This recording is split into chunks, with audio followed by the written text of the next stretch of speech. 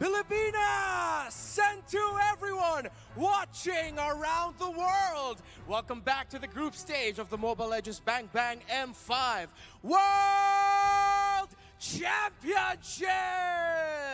The quadruple header that we got yesterday that opened the biggest and grandest mobile esports tournament of the year seemed to have got you guys craving for more MLBB action straight from the world's best teams. I mean, I can't blame you though, especially after seeing those clutch buy and sell shenanigans from Kyle TZ and Few, game-changing retribution plays from TNZ, that's my attempt at copying the recall effect. I'll think of something else. And well, Kiboy being Kiboy from Onyx, don't worry, because we hear you. And nay, we got you. If it's more MLBB you want, then it's more MLBB that we're all going to get. Another quadruple header is coming to you today. So let's continue to witness the world's greatest MLBB teams in action and them trying to become better than great. Casters from all over the world, let's go.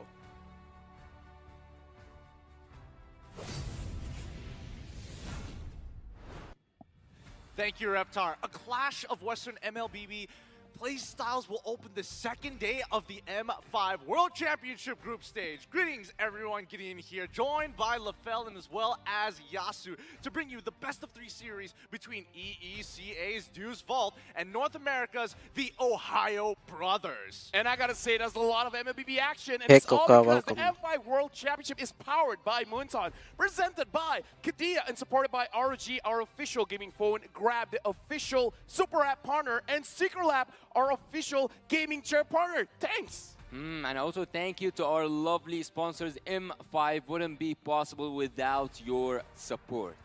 Special shout-outs as well to our global presenting partner, Qiddiya, because Qiddiya is a giga project, a city that is being built in Saudi Arabia. It is the future capital of entertainment, sports, and culture. Well, for you guys who don't know, Qiddiya aims to change the world of gaming and esports. Do not forget to follow at Qiddiya Gaming on Instagram, Twitter, and TikTok. Stay tuned to their social media pages to find out more about the giveaway. Now, boys, have you guys been checking out MLBB recently? Because the M5 Pass is now live. Unlock Yu Zong's M5 exclusive Dragon Shade skin and Prime Cosmic Dragon skin when you buy the M5 Pass. Hey, you know what? All you guys at home, make sure you guys accomplish all activity tasks to reach level 75 for free. And let me just say, I've already hit level 52. What? Wow. So all of y'all got a lot of catching up to do. I say too that, much. I'm pretty sure someone's already hit 75. I'm pretty sure somebody has already maxed out the pass at this point. Oh, but yeah. hey, you know, for most of us out there, we got to be making sure that we are keeping up to date with everything that has been going on MLBB related. Because yesterday,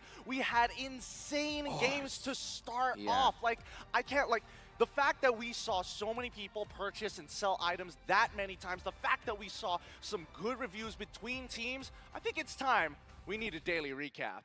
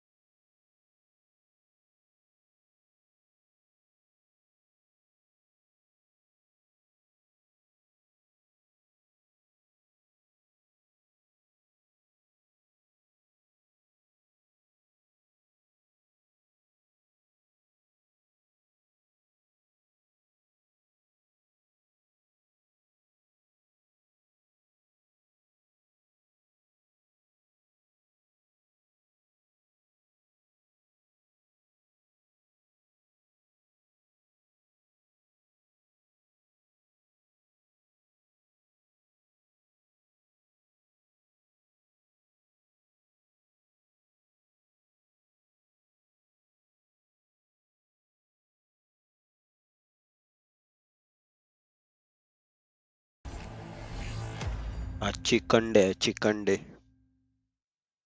Presented by Kadia, let's check out the play of the day of the group stage, day number 1.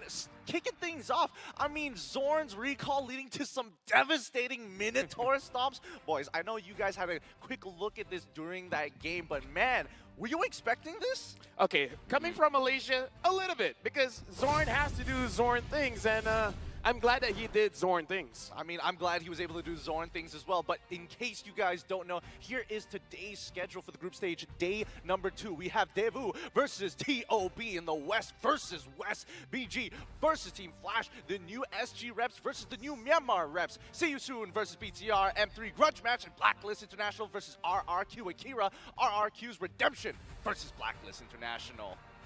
Yesterday I have witnessed only full sweeps, a strong message for from all the teams winning, for all the winning teams, and a lot to fix from the teams that lost yesterday. Now, looking at the group standings, because of these sweeps, a lot of these teams are, well, not in the danger zone just yet.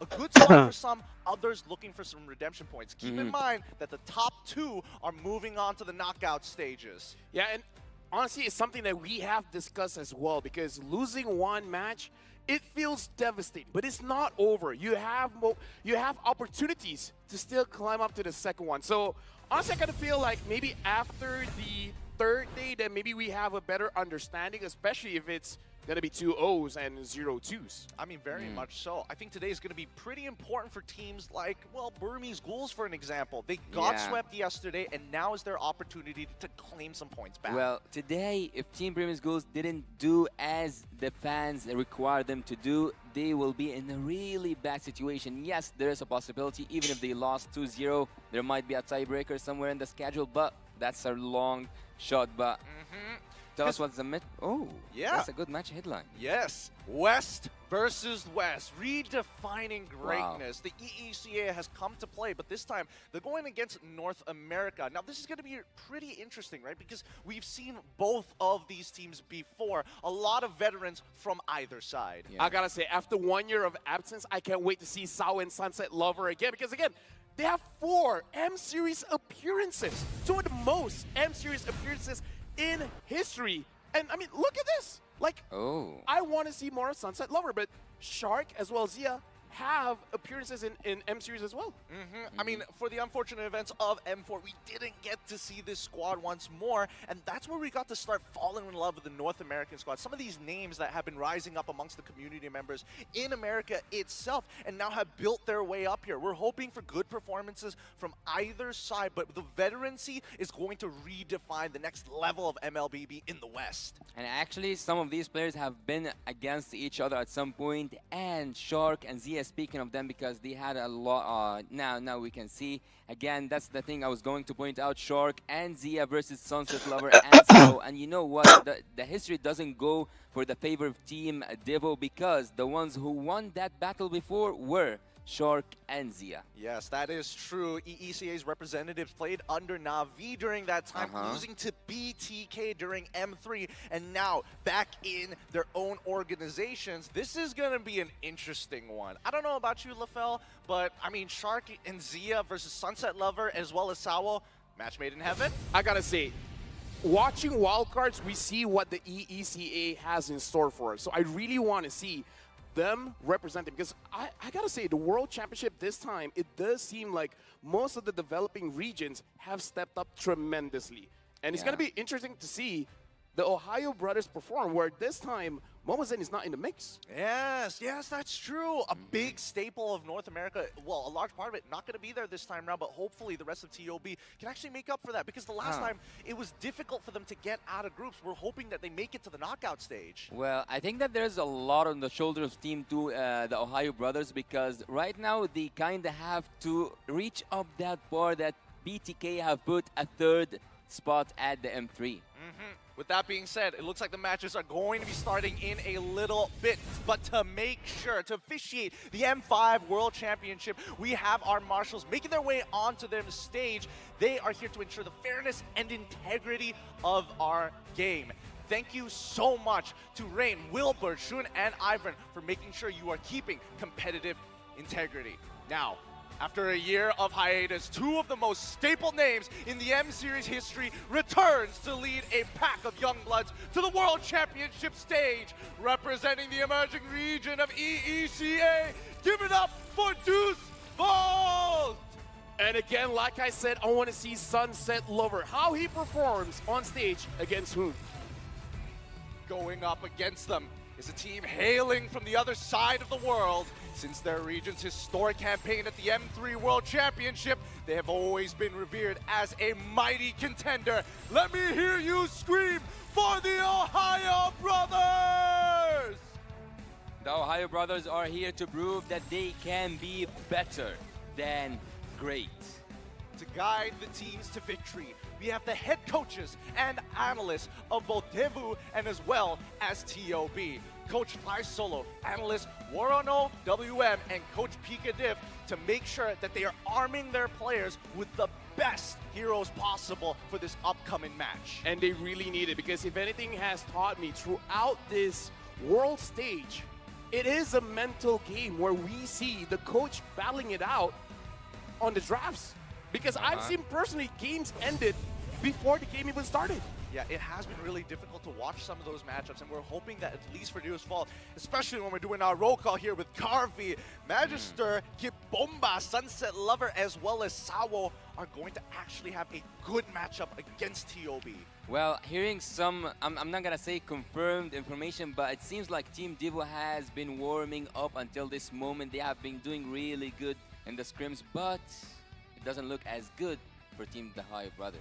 I don't know, because when I look at Carvey, I'm looking at a Norwegian Filipino going up against another Filipino on the opposite side in the name of Zia. And he's not the only one. He's paired up with Best Player 1, Mielo, Hoon, and as well as Shark, representing the Ohio Brothers. I gotta say, the last time I saw Best Player play, he had one major weakness. The fact that if he gets invaded early, it seems like he's out of the game. He doesn't know what to do. So I hope this time, after experiencing what happened before against international teams, that the Ohio Brothers have fastened their seatbelt, they're ready, and they're charging forward. Well, speaking of best player, and also let's say when he gets invaded, he cannot control his gameplay. I can tell you for sure that one of Devo's best strengths is that they have a high early pressure, so he has to take care of that. A high invade. Okay. Being able to kind of, it could be a game of rock, paper, scissors, but this is a nerve-wracking battle, because this is the first time these two teams are going to be battling out here in M5 itself. So with that being said, let's have a couple of words from the players themselves on how they feel. Okay, so how I feel about being a Filipino and discovering ML after a few years, and then discovering that my own country is the top one. Well, at first, I was surprised, like, whoa, my own country is top one in this game. I was like, and then my cousins, they were the one who introduced me to the game, because I came to visit my family again in the European region about being one of the Europeans. Instead, I want to be one of the Filipinos who actually are really good at this game. I'm telling you, it feels like everybody, especially if you are related to the Philippines, your cousin is gonna get you into Mobile Legends Bang Bang one way or another. It just feels almost natural to fall into the game. Yeah. At this point, we have seen a lot of great players coming here from the Philippines. Here, actually, we are at the Philippines witnessing the first edition of the M Series being held at the place that held the M Series title for how many long? 3 M Series? For way too long. Way too long. And we're hoping that might actually change. But looking at our own talent predictions, I'm seeing that you guys are leaning in towards the Ohio Brothers. I myself, Dio's Vault. Honestly, for me, I just rolled the dice. You rolled the dice? I mean, based on my experience, does it really matter what I think? Nah, Kluarga. Nah, fam. Don't even start with that. Don't even start with that right now. I can't wait for the knockout stage where it's only going to matter. Now, let's look at the audience prediction here, because I think even the rest of the world is going to be a little bit more split. Some going to be favoring towards TOB, because again, these are, let's not forget, Hoon, pretty big streamer overall in North America, and most people know his name. With such a handsome face like that, it's hard not to bat an eye. Well, Speaking of handsome, we also had one of the most handsome players yesterday, Kyrie, on the stage. But let's go back Oh a no. little bit to the prediction point. I Here does actually I predicted welcome. Team Homeboys to win Kala 2-1, Ghasa and that was बसलाय. actually a close match for me because both of these teams have kind of the same early game kind of aggression. So it's so hard, and I kind of rolled the dice as well as LaFell did. And I said like 2-1 because it's a close match. I mean, all the matches yesterday were close, and we're hoping maybe today it could be a little different, or it could just be the same. Because remember, communication is key, and it's so important because we have seen teams falter because of the lack of or miscommunication. Yeah, Dev is the only EECA team, just to specify, in EECA, is that everyone speaks in English. And there's an incentive to be like, okay, guys, everyone has to work on their English, making sure that everyone understands what's going on so that there's no mishaps happening in the game. And again, we saw even yesterday, like, nerves get the best of you on the stage. So I really hope that for both these teams that they do well, because I don't know, man, even as a Malaysian seeing some GPay yesterday, it was Totally not. It was painful. It was very painful, and we're hoping that at least for the representatives, because remember, some countries have multiple representatives, especially after the wild cards. Others may not necessarily, and I think that especially for North American representatives, they are very excited. I mean, of course, Mr. Mao himself is going to be excited about his own team, but even from the EECA, I've been keeping a close eye on what this scene has been providing, and considering that we did see their second place contenders in the wildcards, you get a rough idea of what the environment is like. Hyper aggressive, very lane focused. And actually also the finals of the EECA witnessed the full best of 7. It was a really close match between Team Umbrella Squad and Team Dio's Volt, and coming up here in this moment proves that they kinda, I would say that the Ohio Brothers had an easier route because they didn't face a huge challenge in the NACT. But on the other hand, I would say that Team Dio's Volt have faced a lot of trouble. Well, I mean, I feel that that's only because it becomes difficult when you are not seeing those big names. I mean, let's not forget that they have to face off against BTK as well as Avalon in one of the bigger upsets later on when they got through the upper brackets. And that's the beauty of the upper brackets as we start moving into the drafting phase, hoping that these two teams will be making it into the knockout stage as we go into game number 1. Welcome to the draft.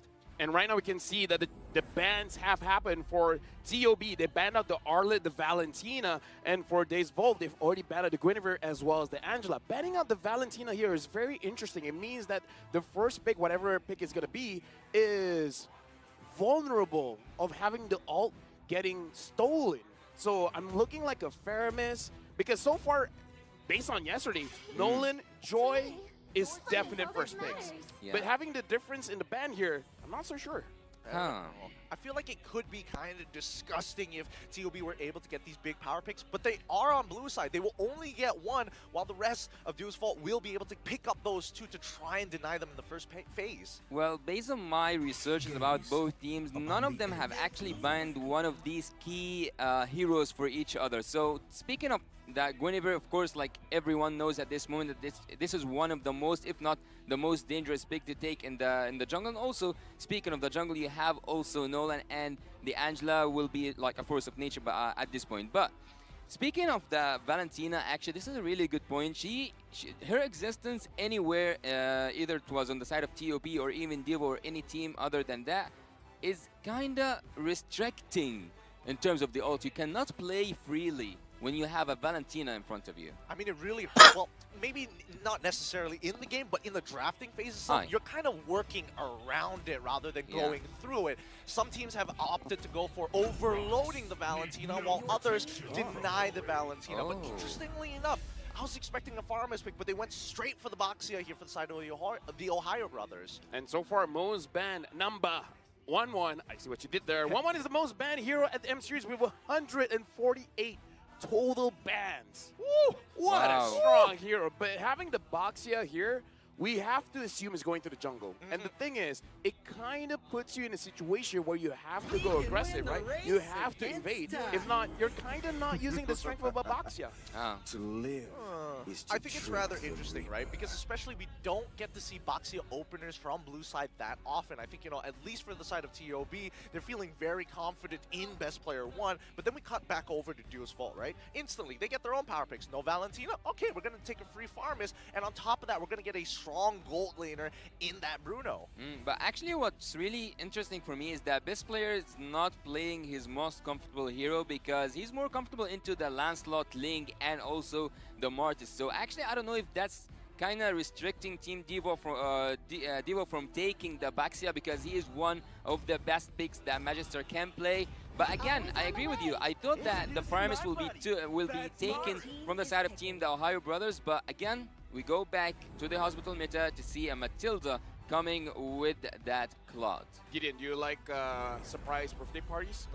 Sometimes. What if they surprise us and put the Baxia in EXP? No, please, no, anything but that. Anything but the Baxia and the EXP. But what would be the counter matchup here? This is under the assumption that they're going to play something along the lines of like, oh yeah, Esme, Yuzong, I mean, if I'm not mistaken, Kid Bomba likes those very tanky heroes, so perhaps just having a Baxia early to make sure that the spell them doesn't really matter so that you can gank and you can get a kill. I'm just saying, Kid Bomba loves Terizla. He won 11 out of 13 games.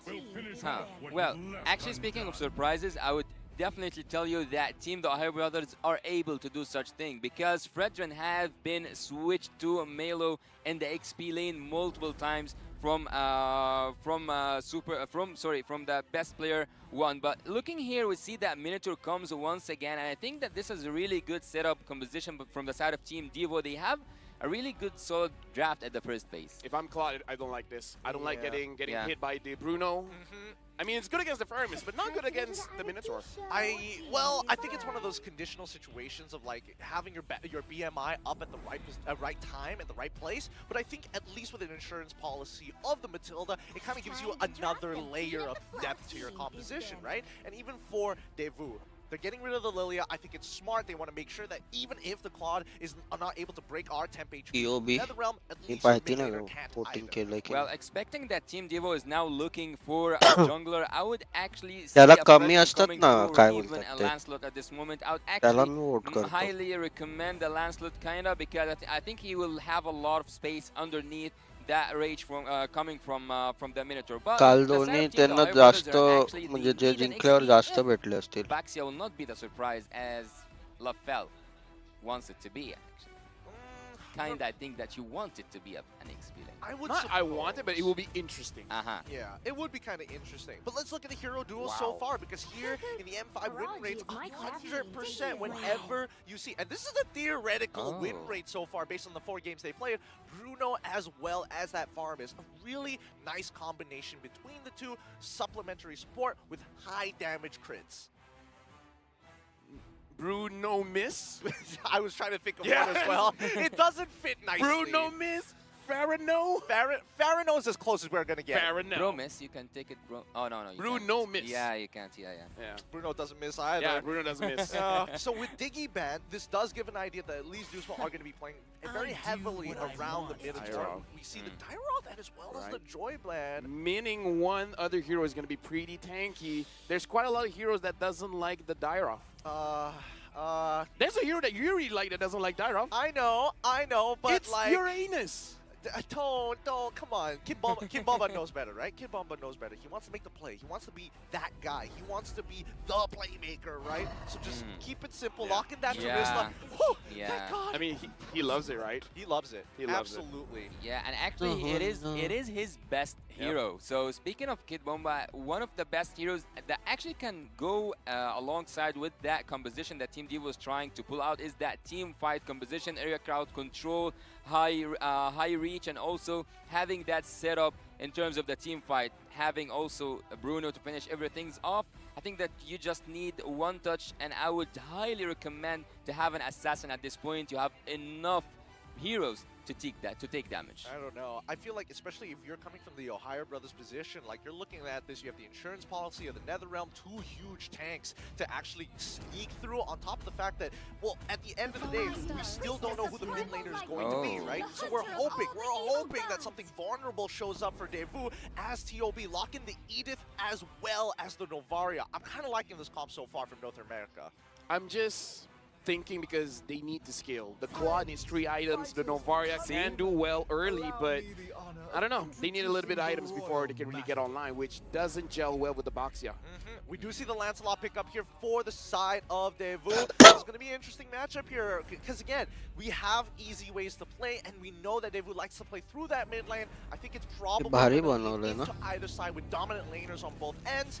I'm curious. Let's break down this composition as we start moving in towards the Land of Dawn. Well, I would say that Team Devo did a really good job having all that space for the Lancelot just to run around, do his dashes, do whatever he needs, do whatever he wants, and also having Corey to finish everything off. I think that Team Devo, for me, at least, they did a really good job on the draft. I would lean towards Team Devo in terms of the draft. I would agree. I will not say no to numbers, and the numbers did say that Devu had the better draft. We have to see, can the Ohio Brothers stall out the game till they have enough items, or will Devu end the game and win game number 1? Welcome everybody to our first best of 3, day number 2 here at the M5 World Championship group stage. It's going to be the Ohio Brothers on the blue side up against Devu on the red side. Now, as we start things off, right, I'm expecting, at least for Devu, they can play either on the top side of the map or the bottom side of the map. It's really kind of up to them. But what about the Ohio Brothers, right? What is the general game plan? Is it about smothering the opponent in the earlier stages, or is it just purely, we're going to scale, we're going to have to wait 15 minutes? Well, I think for Team the Ohio Brothers, they kind of can do an aggressive gameplay at the early game, especially because they have that Matilda to engage and also to disengage, and also you have Milo with that edit. He can deal a lot of crowd control. He can make a lot of crowd control happen, but seems like both roamers are annoying each other. So far, so good. I mean, when we're looking at the emblems, I'm seeing that at least for the mid laner, it's going to be agility and as well as wilderness wrestling. Kind of interesting that he opted to go for the lethal ignition on a Farmis as well. So I'm guessing he's hoping not to die for the rest of the match. He should keep his life for the longest time as possible. But look at Claude from the early game. He's starting off with having some defense just to deal with that damage coming from that Bruno. And also, I would tell you that the rotation will be so fast for Team the Ohio Brothers because they have the Baxia. Sao is now in a really bad position. And right now, Sao going up against 3, not looking very good. It's This is going to be first blood for Super Shark. Ooh, that was nice. A very nice counter rotation from the side of the Ohio Brothers, right? He starts off on his orange buff, goes to purple, immediately takes Lethal Wanderer, and then quickly runs over to steal a small camp on the purple side, and then looks for the rotational kill. Might even get a second one. Yeah, good flicker coming in, but Magister is here. It looks like he wants to get a little bit of trade in, but he's the one losing the trade, has to get out of there. Yeah, a lot of HP lost there, and I think that Magister will not be able to contest that turtle with full potential, and not having that flicker on Kid Bomba will be just as will even make the mission even harder. Yep, right now Milo looks like he's trying to zone everyone away. Super Shark has to use the total flicker 4 match है आज ये best of 3 सब best of 3 है without really much of a problem. Yeah, with no issues whatsoever here, right? I mean, at the end of the day, it's all about just taking your time with this, right? The Ohio Brothers don't necessarily need to be aggressive. If they can punish Deucefall on the rotation when the mid lane starts moving, by all means, do so, but they don't need to be the aggressors. They want to scale. They need to take a little bit of time. When they get that lead, Onyx का कल हुआ ना जीत गए We have seen such thing yesterday. RRQ है आज RRQ Seeing the Claude also with the Novaria, but I think yesterday there was also one more scaling here. I cannot actually remember the hero right now, but they need the late game so Blacklist or badly. RRQ. Having the Baxia and also having the Edith will give them a little bit of space, a little bit of room so that they can breathe through the early game. So the Ohio Brothers are actually kind of dealing with that risk, but I don't know, will they be able to finish it off? I don't know, for me, I feel like this they made quite a few mistakes, trading a little bit too much HP before. Last match 8 बजे रहेगा objective. I kind of feel like with the draft that you have, you don't have to force things out. I agree. I think they should have waited for those level 4s to start coming by and then start playing around those neutral objectives, right? At the end of the day, you're hoping that your laners take those individual advantages to force the Ohio brothers into that rotation. But so far, so good for TOB. Oh, Kim Boba there already uses all very, very defensively. And now, Kim Boba looks like he's going to get targeted just a little bit. The Ohio brothers, they're just chipping off the HP, looking like they're preparing for the turtle here. Yeah, I think that Zia at this moment needs to farm as much as possible because there's a lot on his shoulder, but look what's happening right now. Yep, looks like Milo is going to target onto Sao, and Sao is able to get 3, but is that really going to be enough? It looks like the team is not on the same page. Magister wants to go away, and Sao gets taken down. Best player gets pulled back into the turret range, and now Kid Bomba looks like he wants Milo, but it's 1v3. Is that a really good fight? You want to go for it? He wants to go for it. Kid Bomba goes on to Milo. Magister secures the kill. Best player won, and Magister, you still have a way to get out of that bad situation. Mostly आखिरी के match interesting होते हैं ना ये ज़्यादा bro ball को at least for Deus Fault, like Kid Bomba probably would have wanted to have his ult a little bit earlier, but he lost it early on before the interaction even begun. Now, with this neutral objective, it's a little dangerous for Deus Fault to actually sit on top of it. They don't have a majority of their big ticket ults. Yeah, and actually losing your life multiple times in the early game is kinda also dangerous. And look at Sao, he already died 2 times out of 2. So having that said, I think that Sao at some point will be squishy as it's so hard for him to absorb any damage at this point. Even his flicker is being popped off so easily. I'm also curious that Sunset Lover actually pick up the Clock of Destiny, but we've seen that a lot of players have been moving away from it. Yeah, I think that's also an interesting observation as well, because some might even go for, you know, I'm going to force Lightning Truncheon first, I want to be able to get that movement speed on top of the extra damage, and then start leaning into more cost-efficient items. Things like Necklace of Durance, for an example, but here it's about scaling. Yep, looks like Carvy's going to get targeted down. It looks like, he is able to survive for now. Sao goes back in, trying to take down best player 1. Basically no HP just yet. Sunset Lover was able to protect Carvy. Really great stuff. Well, that being said, Zia with that Purify, it's the basic spell to have in this match. But having that being said, you saw how Zia was dealing a lot of damage to Carvy, and that's because he got the Demon Hunter Sword, the core item that Claude needs. So 6 minutes into the game, I would say pretty much good that he has Claude by now. This is pretty standard for the side of the Ohio brothers, right? If you look at the gold earned, everybody is scaling up at a good pace. Right now, Hun and even Milo are doing much better than Sunset Lover as well as Kid Bomba. Magister, on the other hand, has actually caught up because of all the interactions. His best player has been instigating these wars in the middle of these fights, trying to punish Sawa in the meantime. So I think as of right now, especially for Deos, actually 5 man matter करता है they are going to get ready for the next upcoming होता है कि एक player अच्छा खेलता है तो but that's where they find the advantage. Matter करता Well, look at Novaria, right? So far, she will not have any damage whatsoever. वो marksman player है ना तो main होता है deal marksman any damage, just like the continuous vision that she can only provide through all her skills. But I think that's quite much it. I think that also vision is a key as long as some of the gameplays are a key, but and now having also the new item, the support item, mage actually mage marksman और hyper पे mostly game होता है. Prioritizing on those utility items. XP laner और Sao here is in danger, and he's gonna die tank support before he's able game to get changer. his ult off. And now even the Nether Realm is not there. Kid Bomba goes back in. 5 man matter करता है. But he is fine. He But is हर एक safe. Team Milo में goes एक दो back player in onto अच्छे हैं जो Carvey, game hiding change out करते हैं there. कभी Even भी. Magister has to get out of range, and now the Ohio brothers, they're controlling the river.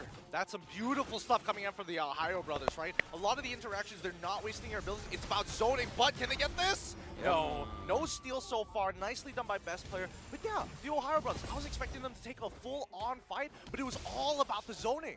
Yeah, and that's actually what we have said before the draft even begins. It's gonna be a really close match. So far, no turrets have been taken from any side, neither the Ohio brothers nor the Dios Fold, and having 1k gold lead isn't actually that dangerous. And now Zia doing quite a lot of damage onto Sunset Lover, and again, this build is outdated, I would say. It will take a little bit of time to run because the interaction between Lightning Truncheon and Clock of Destiny is not the same as before. Yep, it's not the same as before.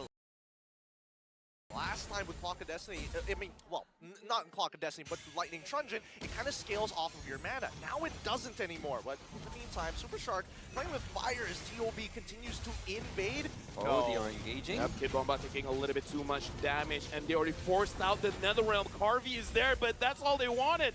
They just want some ults, and then they're out. No need to be here any longer. This is what we call being proactive, right? The Ohio brothers don't necessarily need to start fights, but as long as they're starving out their opponents, they're just going to scale that much faster. Yeah, and actually Matilda is so far serving her own purpose, being the engage and the disengage hero, having best player to have the best moments of his lives, going inside the jungle and going out, getting outside of it without breaking a sweat. Yep, Magister dealing a little bit damage onto Zia, but at this point Zia doesn't really care that much. Even though Magister does quite a lot of damage, but still, you gotta lock down Zia somehow.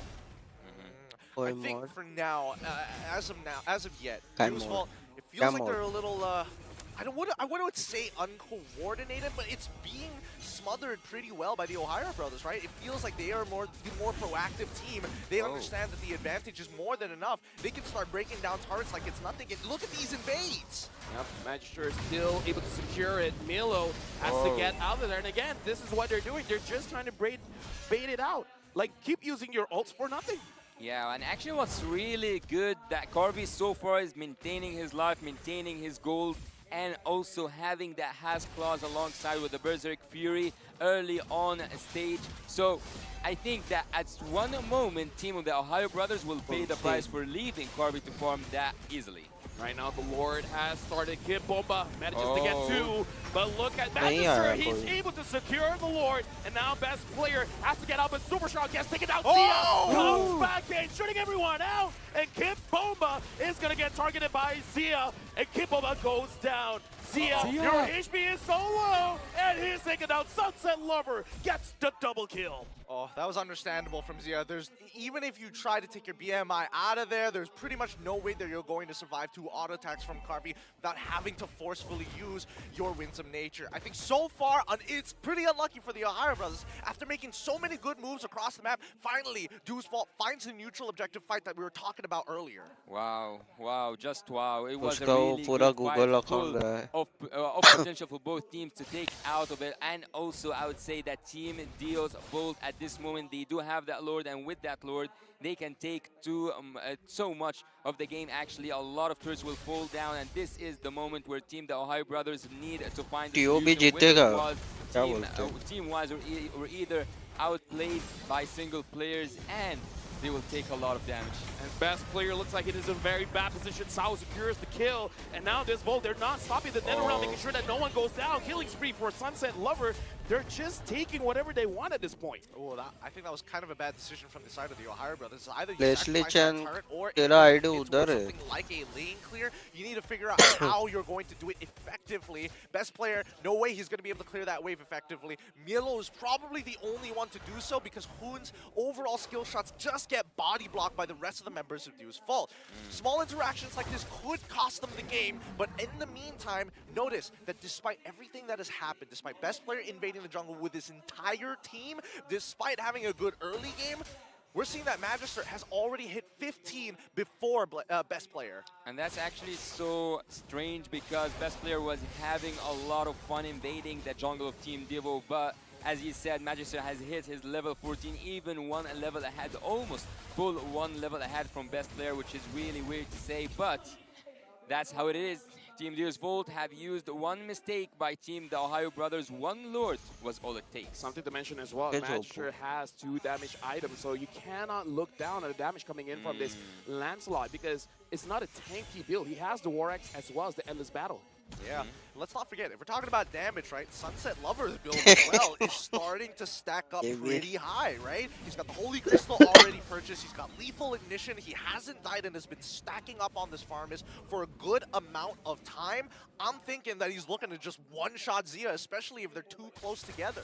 Well, with that setup, and also with me leaning towards Team Devo's draft, again, look here, you have the flickers ready, you have the ultimates ready, you have the penalty zone, you have everything to set up a decent fight. One more fight for Team Deos Volt will be actually more than able to finish this game. And right now looks like they're going for the Lord. Something that the Ohio brothers have to understand is that Burmese damage will actually ramp up the more everyone is collected together. Yeah. So if they want to contest this Lord, they got to make sure that it's not autopilot. They know what they're doing.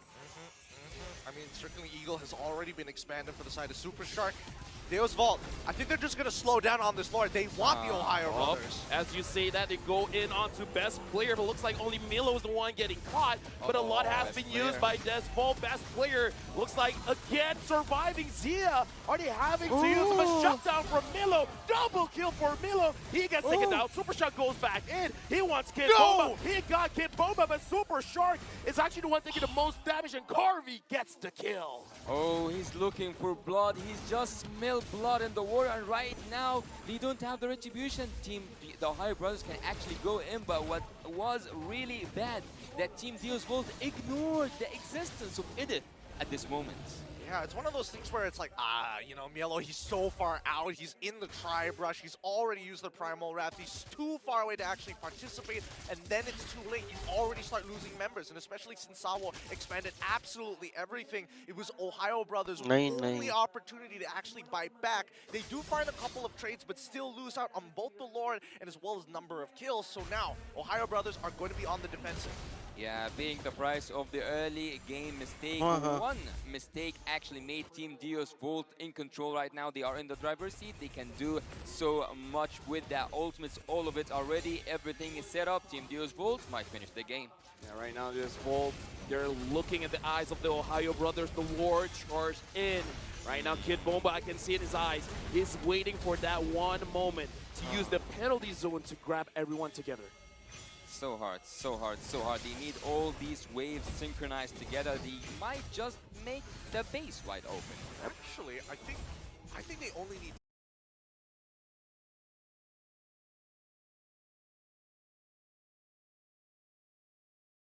Zia wants to get for those kills, and they're still surviving. No one is stopping Magister. Best player finally recalls, but at that point, Magister's like, all right, you're coming back to defend. I'm getting out of here. Yeah, this is so worth it for Deus Vault. What the Ohio's brothers did in the early game, just playing for these small objectives, Deus Vault is doing the exact same thing, except they're getting major wins, inhibitors, buffs, lords. It's now starting to really heavily favor Deus Vault. In terms actually for heroes, and speaking of scaling, Team the Ohio brothers are now in the, let's say, this is the time they needed to reach. So if they didn't do the plays they intended to do with that draft, they will just lose against the perfect draft I see over there at Team Deus Vault. They have the team fight, and on the other side you have the scaling heroes. Which one will win? That's a really hard question to actually answer. We will see the answer together. 38,000 HP left on the Lord. Magister finds best player taking a little bit of damage. Zia goes in, but Magister is going to heal up just a little bit. This is a Lord dance.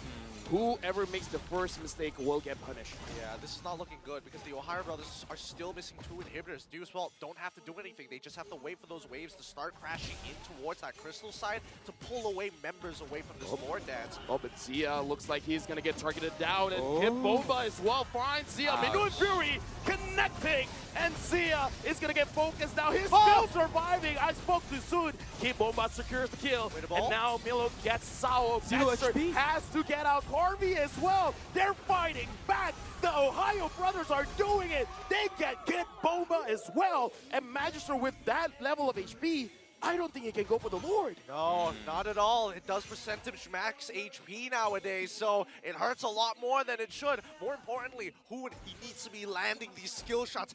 Too many Deus Vault members are walking away with just a sliver left, just so little HP. Yeah, man. I think that's the point of having Sunset Lover in that Pyramis. Look at the Pyramis. Without him, that fight was totally gonna be for the favorite team, the Ohio brothers. We can see the damage, we can see the scaling heroes, we can see their strategy work, but it's just it did need enough time to work. 19 minutes, I think that's the time to work, and this is the time to see who's gonna secure that Lord. Right now, the Ohio brothers, are they using this Lord for a bait? Milo goes in, he finds Harvey, and Harvey, he's trying to get away, but he goes down. Best player secures the kill. Sao as well, double kill for best player. Magister survived because of Sunset Lover. The immortality popped, and best player secures the Lord. good game sense coming in from Yellow. Really great play coming from the Ohio brothers to secure this Lord, take 2 big ticket players from the side of Deosfall, and maybe turn this around and even out on the structure center. The Ohio brothers, they need to get at least one of these inhibitors down with this Luminous Lord at the very least. If not, then it's going to be the exact same situation as we saw before, where they're always playing at a disadvantage. Having the first Lord for Team the Ohio Brothers, and it is an evolved Lord, is actually one of those things that Team Devo needs to take care of. I think that Super Shark wants to hunt for kills. He wants to go in and take as much as possible without even that Lord reaching any inhibitor turrets. So far, Team the Ohio Brothers have a really good opportunity at the top lane, but the defense is possible. The only thing that makes me afraid is that Bruno cannot clear well. If everything falls into place, I would imagine that Carvey is going to learn his lesson. He can't walk up that far. He's going to let Sawon as well as Kid Bomba do their work. Let Magister instigate these fights. But the thing is, will the Ohio brothers fight as the Primal Wrath comes out? Yeah, Primal Wrath already used by Emilio, trying to force out this inhibitor. They managed to get one. So far, that's the only one that they get, and doesn't look like the Ohio brothers have a good way to engage the fight. This Volt, they're just positioning in a way that it's very punishable if they force things out. Personally, for me, I think that the fact that Mielo is using this Primal Wrath in this particular manner is interesting, right? Okay, all right, brothers, let's calm down here for a second. You just want the inhibitor, but it's like, oh my god! Yeah, when the Astral Echo used, all those skill shots become much more easier. Now Kibomba as well as Carvey are doing their very best to clear the lanes. Magister as well is able to do so. Sunset Lover, look at that damage onto Zia. He has to be careful, and Purify used. Dude, real talk, I gotta see how much damage Hoon is pumping out. I nearly threw up in my throat back there for a moment with how much damage, especially when they're stuck so close together. And now Astral Echo again used to see the members of Days Volt. Even though it looks like Magister wanted to go a little bit aggressive there, but the team was not ready just yet. Sao is not using Minotaur as he should. I think that there's so much of that Minotaur book that Devo team can utilize, but Super Shark, he needs to use his ultimate, but will he survive? Oh, right now the question really is for Magister, and for now, yes, he's going behind Sao. Where is going to be the Minu and Fury? Kid Bomba taking down Hoon, is able to take down the Immortality, and now the Minu and Fury is able to connect onto Tree. Magister goes back in, Zio goes down, Sunset Lover secures the kill. Best player in the front lines, Carvey gets another one. Best player gets a killing spree, and now Super Shark has to go away. Only 2 members of the Ohio brothers surviving, but now the Lord is up. The Lord is up. I think they might go and look for a finish. I think that Super Shark at this moment wanted to hold the lane, but you cannot hold the lane. Is it the finish? Is it the end? It's a hard question. I mean, they're going for it, right? As long as they buy time, it's more than enough, and it looks like the death timers are way too long, and they heard you, Yasu. Sawo was like, what'd you say about my Minotaur? I'll hold it to the very end. I'll hold my ult. Yeah, And right now the minions are going in. Hoon is trying his very best, but looks like it's game over. Days Volt gets game number 1. Man, what a big outplay there coming in from Sawo, right? Holding on to the very last moment, coming in and clipping Zia at the edge of his ult. Really nicely done. Coming from this squad, from the EECA, taking game number 1, moving them into match point. Adaptations need to be made, but at the same time, right? They're You taking really a just compare both of the players as well as the drafts. It was pretty even. It was just moment by moment. Yeah, a lot of risky decisions have been made by Team TOP at this moment, and every single risky decision wasn't on point. Neither the one that was on the Lord and the Enhanced Lord, neither also the one at the end with the Super Shark trying to annoy the Lancelot. It was more suitable to go back and defend that base. I would say, yeah, decision making is the huge thing, and by both teams. Yeah, both teams made certain mistakes that the others is like, all right, you made a mistake, we're gonna punish you guys. And I gotta say, I feel like there's more to be said when they finish the draft. There's certain strengths to it. Not all the time we see them playing towards their strength. Yeah, no, that's the beauty of it all. That's high level gameplay when you have a direct game plan, but still are able to adjust on the fly to actually play defensively, which was kind of odd from the side of Devu. But still, we have to look at our MVP of the game, brought to you by the Republic of gamers. Let's ring up the council here. Who have they chosen from the side of Duo's Fall? And of course, the man who plays Farmist like none other. Give it up for Sunset Lover. Sunset Lover. Sunset Lover, क्या ही नाम. Dude, his build is old school, but it is reliable. Like, the fact he is making an active choice. Lethal Ignition, stack me up real big damage, you walk up, I kill you. Yeah, actually having that look on the build, and actually at some point you spoke a little bit about Hun's damage on that Novaria, but I would also note the damage on the Sunset Lover's Paramis. Looking here at the top lane, these were the moments where the Ohio brothers were having their best moments, but again and again, the damage output wasn't enough to take Team Devo down. Team Devo at a certain point, as I told you, they didn't use Sao as best as they should, but again, he did really good on cancelling that blazing duet coming from Zia over and over again, waiting not to just use his ultimate but also the first kill to take to knock up Zia and also to cancel his blazing duet. One time after another, as I told you, they didn't find the suitable setup. And at this moment, this was the actual mistake that Devo team did, and that was ignoring that Milo is using his ultimate. I think personally, most people, I mean, even for me, I would have ignored Milo. He's Primal Wrathing, he's so far away.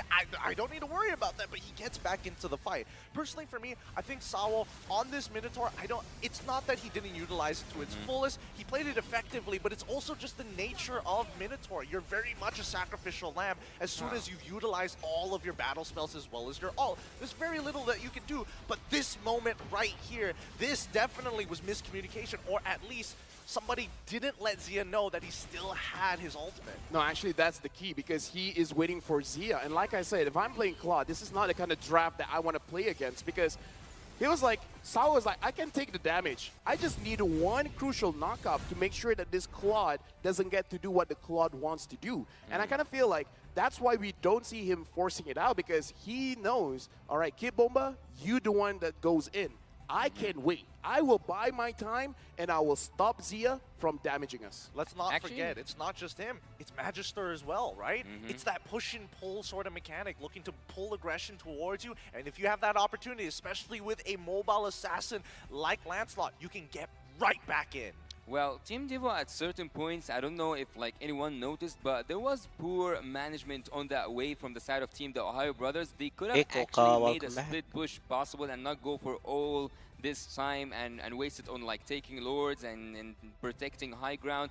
Devo at a certain point could have just finished the game itself. 23 minutes, 28 seconds into the game, and numbers in terms of the gold wouldn't matter because everyone is now have completed the items. Carvey actually in an early stage of the game had his own House Claws and also the Berserk Fury, so he could have actually stood up against 2-1 with that HP steal and also with the critical damage. The thing that I want to talk about actually, because I saw the turtles, all the turtles went to the Ohio Brothers, but it didn't look like they had mid-game domination. Yeah, I mean, that's the thing. Magister was able to do so much. Like, gold per minute is 755. I would like to see EXP per minute, like how quickly he achieved level 15, because he did it so much faster and he was at least a level ahead of Best Player 1 despite the early game. When I look at the carry, and it's who once again with that damage dealt, I felt it once more. I was about to barf in my mouth. That's so nasty, the way he is hitting these shots. But unfortunately, Farm is saving a good majority of the members, and then once they're 1 HP, all right, guys, just dodge it, just don't get hit. And it's one of those things, like, yeah, you got the initial hit, but where's the kill? Right? It's like you get the initial burst damage, but the follow-up really isn't there. So it kind of looks like the draft didn't really work that well together. Yeah. Well, the Nether Realm and also the ultimate from that Minotaur were the point that the Ohio Brothers wanted to trigger before even going into a team fight. Sometimes they were successful and sometimes they weren't, but that's the case here. You have a great team fight composition from the side of Team Devo, so you can not only take the Farm's ult out, or the Terizla, or even the military take. You need to take all of them out just to set up a good team fight for Zia to go in using that Claude. And also, best player at some points was not doing the best moves possible. He was risking a lot that he can risk. He even risked his life, and he lost it multiple times. Well, I think this is one of those situations where both teams were playing footsies with each other, right? It's all about measuring the distances, trying to actually wait for a big whiff so that you can punish it at the end of the day. So coming in towards game 2, the adaptations are going to be very clear. I think the Ohio brothers are probably going to start moving in towards red side rather than stick on blue. I mean, honestly, the only question I have was the Baxia first pick okay? Right? Because they first picked the Baxia when the Frames was open. They couldn't pick the Frames for themselves, right? Like, a lot of things have to be talked about during the draft later. Yeah, I haven't seen Baxia actually being took as a first pick yesterday also. It could be one of those situations. You know what? You know what? I think that maybe they were just worried that Sunset Lover would have gotten Novara. He was our MVP, but let's have an interview up on stage. Reptar, what are you doing? Well, casters, I'm here with a very special guest, the man, the myth, the legend. It's Gosu General! Welcome to the Philippines. I've got to ask you, is this your first time here? Yes, for Philippines, yes, first time. All right, how has it been so far? So far, I heard a lot of viewers, my fans, that Philippine servers are actually toxic, but they are so polite. And then the food is so great, and then I really like the Philippine cultures right now. The Philippine what? Culture and Oh, the food, culture and yeah. everything. All right, I'm really glad that you're enjoying that. But I want you to look at this camera, General, and explain to our viewers all around the world, who is Gosu General and why is it when we hear of NAMLBB, your name is one of the first ones to come up? All right. So, hi, welcome. Let's Ghost time. I'm Ghost General. I'm a NA. I can say I'm a father of a NA. The building the MLBB. I'm so. Wait, so father, not yet the grandfather of NAMLBB. Maybe grandfather. Oh, no, maybe already? Okay. Grandfather. I mean, yes, and Gosu General. I'm just a YouTuber, streamer, and then I'm here as a representing the NA server. Yes. All right. So, so the viewers know, you were actually here during, not here, but you were in M1. You were competing then. So, what were some of the differences? Or I'm pretty sure there's a lot. But what were the main differences between then and now here in M5? Okay, so the M1, M1 is like a funneling meta, like helping the one people, one core to helping to get a lot of farms and carry late game, middle game, everything. But nowadays it's like just team fight, like more teamwork and team farming, team rotation, something like that, more communication than M1.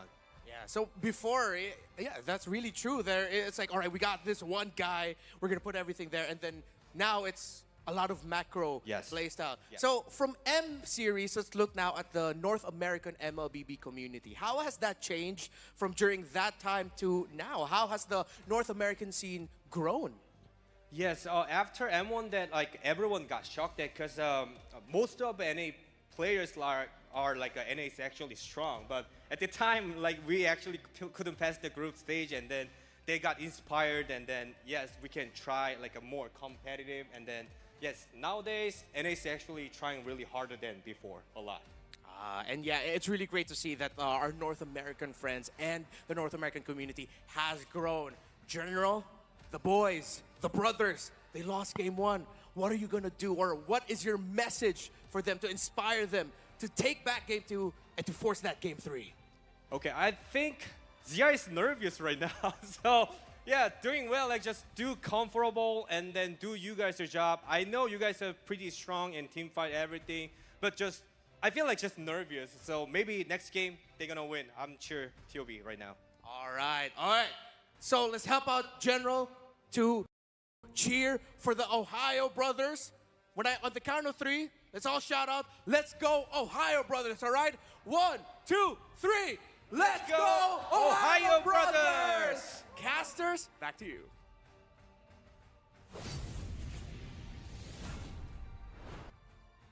Thanks, Reptar. Oh my goodness, the history of MLBB comes and greets us once again. The father of NAMLBB, the general himself. Yeah, I would say the marksman master himself, the one who I actually learned a lot from watching him, and also, as he said, the father of MLBB at NA, and he was the first leader to represent the NA teams in the M series as Gosu. As he said, it's Gosu time. Yeah, and even though they didn't do well in M1, but it inspired an entire generation to keep pushing further. And that's what we want to see from the Ohio brothers, to push back. Because I actually believe what he said. Zia looked pretty nervous. And again, he knows what he's talking about when he's talking about gold laners. Exactly. I think that it's one of those situations where like the team fights were actually looking good, and then Zio gets caught right at the very end when you're just about to cash out on that team fight, right? That's what we're hoping for in game number 2, that they're going to be able to pull themselves together, because again, this game, especially in game number 1, it was only a few bad decisions that really made the difference. And also having Claude for me is actually a message that, or like a hero that needs a proper setup. A proper setup at this match, was it there? For me, actually it wasn't. Because if you are speaking now of Claude, I would expect see an area crowd control tank, or even on the XP lane, which I haven't seen I haven't seen from the side of Team the Ohio Brothers that much. I feel like I agree with you that yes, it does need setup, but based on what we've been seeing throughout the majority of the meta, and especially in Southeast Asia, the history of how Claudes usually work, at the very least, once your opponents run out of gas, Claude comes in and he cleans it up majority of the time because he leaves you in the dust. Most people don't have the resources to kind of keep up with him. But how many gas do you want to take from Team Devo? They already have the Nether Realm.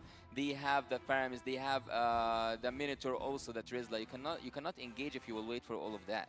Actually, if we look at the game, they actually did that, right? In the early game, in the mid game, so many ults was used, and it's like, okay, now the ults has been used.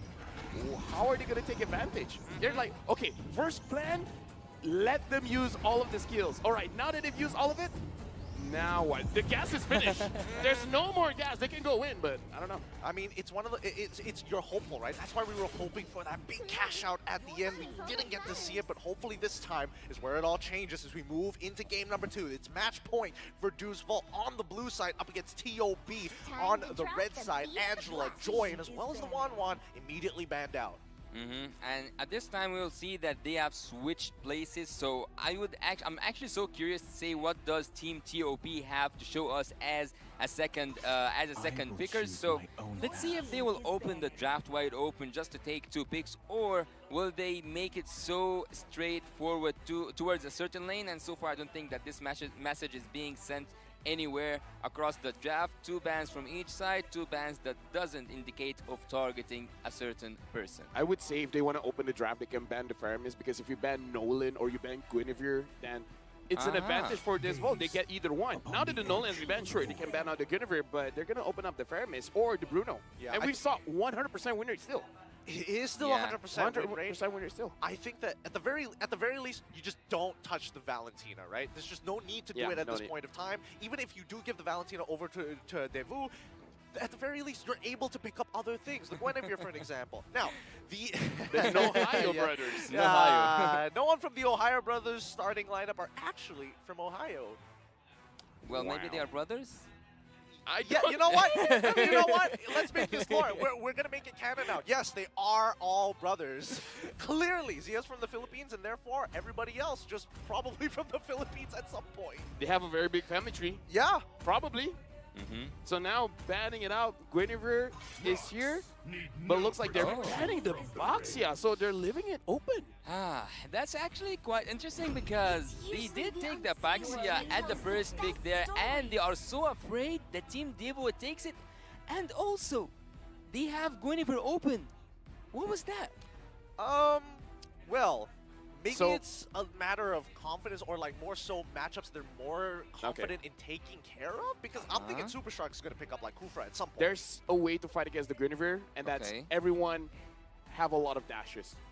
Makes it difficult. So Guinevere is going to jump in, right? Right. But if everyone's dashing all over the place, like, okay, who am I going for? This is one of those situations where even a Fanny could be good. Ooh. A Fanny. You're right. Right? Let's the not forget. Boxia is not there, so probably not invading. Let's not forget that they are on the red side, so they can hold it right up to the very end to pick up something along the lines of Fanny. Valentina as well as Matilda, very good options here for the side of TOB to keep it flexible, but still quite mobile. A lot of dashes, yeah. A lot of dashes as A well. lot of dashes, but also we will see that Valentina again serves the same purpose. I'm not gonna repeat the same thing from last game. It serves the same purpose of preventing some picks from Team Devo, but having that 98% of pick and ban percentage for the Matilda sends a strong message that this hero should be neither banned or picked. But again, 102%. 100%. 102%. Man. Man, what's that? I mean, it's just breaking our numbers here. Yeah, you it's know? like that's how strong Bruno is. I mean, that's how brutal it is to deal with the Bruno. Now, more so, I'm also surprised that they decided to go for a Faramis when technically they could have abused the hitbox increase with a Novaria, for an example, right? 100%, man. 100%. You can't argue with 100%. I mean, when I'm guessing that even their stats are like 101%, It's 100%. guys. There's no way we can dare the Fanny. Okay. Let's just count. This is the first Fanny game in the M5 series. I'm actually so excited to see what can best player 1 do, but what I'm also excited to see is the Valentina stealing the ult of Faramis. It's gonna be a zombie land at Team TOP. I'm genuinely nervous about this because I feel like the Fanny got picked up a little too early. There are still very good direct counters towards it. Both suppression heroes are still up in the air. Hufra can be also picked up for the side of Devu. There's just not enough bans to completely cover this Fanny. There is a certain level degree of, well, best player, even if they do get it, you gotta outplay him. I kind of feel like if Fanny is the pick now, it's either they understand that Devu will ban it out, number one, or they have a surprise pick for Zia. Because in this kind of situation, now that the Ixia has been banned out, which is a very good matchup against the Bruno, you could go a little bit out of the box and pick something up like a Harif, where we saw CW yesterday was not only able to deal with his own lane, but he can even deal with the jungler. And again, going up against Guinevere, Harif is one of those heroes you can take a Purify. And personally, you might not even need it, but you can take it.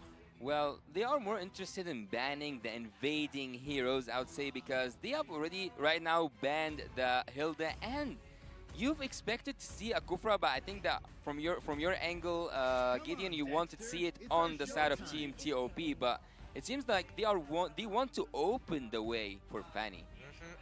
Let's see now. Next pick going over for the side of TOB. They got rid of the Cloud. They also lock in the Terizla for themselves. A pretty stable laner thus far. Doesn't mean that Devu can look to prioritize their laners rather than the overall composition. Let's see what the options are, right? Because, I mean, Kid Bomba did a really good job in game number 1. Just give him a winning lane. Yeah, right now, honestly, like, even the Arlet has been bad. I'm not saying Arlet is a good pickup going up against the Terizla. At this point, if you want, perhaps you can go for the Uranus. Maybe stop it. Dude, like, He is a fan. He is a fan. As long as you're here, I'm not gonna stop. He's going. Look, Xborg, Khalid, they're both good options. He doesn't necessarily have to take the Uranus. Shut up. No, I swear to God. Okay, I'll tell you what, right here, right now, in 3 seconds, he's not gonna do it. Minotaur, please don't pick Uranus. There we go. Right. Oh, okay, for a moment there, I thought the voice line was about to mess with me. Woo! Did I curse myself? You might have. Well, isn't that the same draft, but just changing the Guinevere for Devo? Oh, Brody. I would say the Brody here is a little bit risky, because if you get caught by the Minuan's Fury, if Matilda is not there, then you're not going to get saved. No. Well, it's not just Matilda that can give you that disengage. It's also, you should be afraid of popping into a Guinevere, seeing that Idiot around, or even watching that Minotaur do his raid. I mean, it's a lot of trust. I think Zia is trusting in his teammates a lot to close out this game, considering the early game. I'm looking at it like best player needs to do some good work here against Devu. I heard that hips don't lie, but numbers don't lie either. Devu, according to the numbers, have been winning the draft for 2 games now. What is that lineup rating? 9.9 to 4.5? Almost perfect? What? 9.9? I can't believe that. Either way, we're jumping into the game. Almost a perfect 10 score for the draft coming in from Devu. Can they clean this up? Can they get a 2-0? Or will the Ohio brothers win back the game and push us to game number 3? Let's find out as we're here in the land of Dawn. We have a switching of sides, a slight adjustment in the compositions. Devu on the blue side against TOB. on the red side. Well, after hearing Gosu General boosting Zia's spirit, I think that he got so much confidence to take that Brody and get it into the battle between Team the Ohio Brothers and Team Divo. So far, I think that I'm so interested in seeing Best Player 1 play that Fanny, because Fanny players are always annoying during the early game, and that's what Zia needs to secure some damage at the late game. I think that, especially for Zia, I've seen his streams, I've seen him actually play this Fanny. He's very competent on it, and he's able to get double digits in terms of kills, but closing out the game, it's not up to him. That's the problem with the Fanny, right? You get this big snowball, but you're still dependent on the rest of your teammates to kind of close out the game to help you get those structures. The real problem is whether or not Zia can actually survive against Carvey until the reinforcements show up. And also Fanny was that emblem. She can actually deal a lot. Oh, Magister. Yep, super short, taking quite a little bit of damage, and I gotta say, some respect coming in from Best Player. Usually we see a quick rotation to the opposing buff. Now Magister finds Best Player, and Best Player is just like, okay, I'm just gonna swoop here, gonna swoop there. Are you gonna run away? Yes, you are. I'm not gonna chase. And also, as I want to complete my point, Best Player 1 with that emblem, he can actually deal a lot of damage even after finishing his combo. We have got to use to see a Fanny player, or like Fanny players using 2 cables and then like the ultimate thing, but in international tournaments we will not see that happen. We'll see pro players play Fanny. So by hitting as much hits as he can to a target, he will deal a lot of damage after he walks away. A lot of this is going to be dependent on that purple buff, right? And I think especially for high-level games, when you see something like Fanny, a lot of the communication is Fanny, does she have the purple buff, right? Does she have enough energy? Are we slacking in the lane? Because as soon as you overextend in the lane, Fanny can easily just show up and take you out because of a simple mistake. So keep in mind, use fault, trying to keep it as tight as possible. I'm not a Fanny player, but my question is, does Sunset Lover have the Nether Realm? And he has right now. So the Fanny, if you want to get a kill, find out where Sunset Lover is. Don't go towards the sun. If you come close to the sun, you will get burned for sure. Good communication actually from the side of Team Dio's Volt in terms of the mid lane control, having that level 4 and also securing that first turtle, the Ohio Brothers. And actually one of these pro players of Fanny told me Fanny is not that hero that will go and contest for turtles at the early game. It's rather for the kills and also to annoy. I would say it's a test of luck. Do I get it? Do I not? It's like you go in, you red street, and then you go out. It's like, did I get it? No. All right. All right, next time. Yeah, that's a fair point, but let's calm down here, Icarus, for a second. Because so far, Best Player finds Carvey. Carvey, can you run away from this situation? Looks like he cannot. First one for Best Player 1, but he gets taken down by Magister, and now Super Shark has to run away, and he is able to do so. But down at the bottom lane, Milo has to retreat. He manages to get out of there. He's chunked out, but he still has to stick around for that wave. I don't think they have enough. Bomba has enough to take him out underneath his turret, especially since Mielo is running the Fire Emblem, so we should be able to get just enough spell vamp to keep himself alive. And actually, Valentina having that Minotaur ult, I think that's gonna be quite dangerous to expect the Flicker ultimate coming from that Valentina. And also, don't forget that Sunset Lover's ult is also as good as the Minotaur's one. So Team the Ohio Brothers, and especially Hun, he have a lot to choose from, but having the Necklace of Durance on Valentina that early, would you agree? It's a cost-efficient item. It makes sure that Sawo isn't able to top up his teammates in time, especially since he is building up on his Rome Blessing as well. Let's not forget, Best Player, he's going to be going for Blade of Heptacy, so it's important that that burst damage is valuable rather than getting out-sustained. I would say as well, because early game you can build that Elegant Gem, so sustaining in lane really isn't a problem. You can basically stay and always be available for a fight. Yeah, I would actually prefer a little bit more damage. Yep, and now looks like Sawo finding Milo, Super Shark, finding Magister. Magister is gonna get saved. But right now, Magister is going to get taken down. Super Shark manages to get him there. And now Super Shark looks like he's controlling the situation. Sunset Lover goes in, but he does not have the damage just yet to take him down. Beautifully done coming in from the Ohio Brothers. They should be able to secure this turtle, no problem whatsoever. But down by that bot side, Kid Bomba taking full advantage, looking to crack open the tier 1, and he successfully does so. Yeah, a wonderful trade, a wonderful trade. There's nothing more to say than a wonderful trade. for Team Deals Bolt, even though they lost the fight on the other side, on the opposite side of the map. While we don't expect actually to see that it doing the split push, it was the pick to do so. So now I think we will have a switch lane between the side laners because some resources need to be utilized for Carvey. Yeah, it does need to be redistributed a little bit better, but I think at the end of the day, right, it comes down to when are they going to get strong. And Dio's Fault have doubled down on, even if we don't get every single turtle of the game, it literally does not matter, right? Yeah. They're a composition that is looking to play for the mid stages, looking to play for the bigger objectives like the Lord and towers across the map. Yeah. I think that's a diff push. At some point, it felt like it's a diff push. Oh, Magister goes in, but he's 1 against 3. It looks like he's going to get taken down by Zia. And Milo is making sure that they want to continue to fight. Hoon, does he have enough damage to continue this? Looks like not really. Okay, they back up here. Unfortunately, I mean, the Ohio brothers really want to snowball harder than they are right now. And so far, Dusol is doing a very good job at just smothering it as much as they can, right? Yeah. 37 more seconds until the next upcoming turtle. They know the Ohio brothers are running out of time, will eventually have to be there. Yeah, it's actually quite open. It's actually quite clear that Team the Ohio Brothers need or claim that top lane turret, and they do get it. So for Team the Ohio Brothers so far, things didn't look that good, even though they took the turtle or like the 3 turtles last game. This game is actually quite equivalent to the previous one in terms of the Ohio Brothers having a really good early game, but they couldn't maintain it. I like the fact that there's Volt, the way that the draft works is that you want to engage a lot, and the Ohio brothers kind of understand is like, well, your team wants to engage, so if we engage, we're kind of doing what you want to do, so we're not going to do that. And as I said, that Super Shark just goes in, but so far, he's not distracted.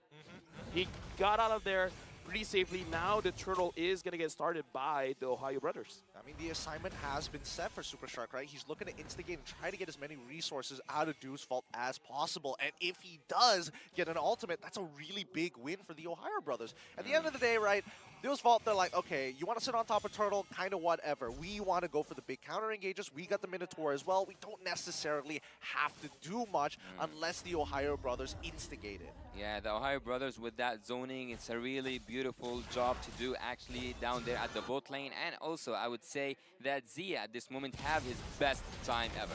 Oh, Milo goes in on the tree. Now Hoon is able to dish out the damage, and Primal Wrap by Hoon finds Kid Bomba, but Sao goes back in with the Minu and Free, manages to catch out Milo, and now Super Shark as well as Hoon has to go away. Zia came a little bit too late. The best player won. Does he want anything? He used the control onto Sao, but that's not the right target you want.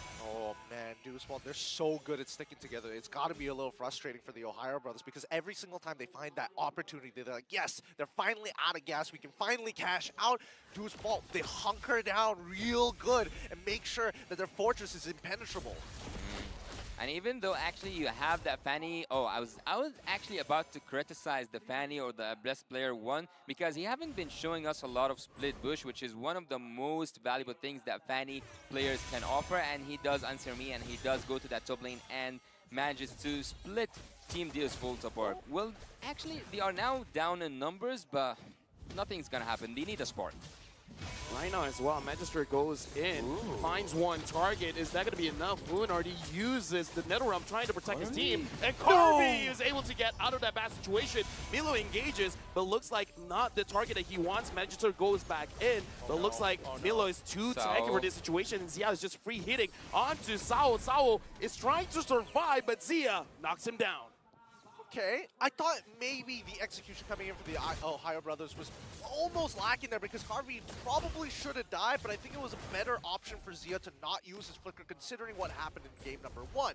They looked for the punish, they isolated Sawo, and now we have a problem with Super Shark who ends up dying, and Zia has got to run. Yeah, now Zia, Milo as well as Hoon is there. Are they going to help out? Are they going to be enough? Milo goes back in, Kid Bomba has to dash away, and Zia survives. Sunset Lover is going to flank from the side. Will he be there? Milo gets taken down. The Ohio brothers losing members. The Ohio brothers are losing members, but they are winning turrets. Best player one on the other side of the map managed to take that second tier and also managed to steal that blue buff. So Team the Ohio brothers, even though they lost that fight on bot lane, they have got a really fair trade in my opinion, but the Lord might go down without even contesting.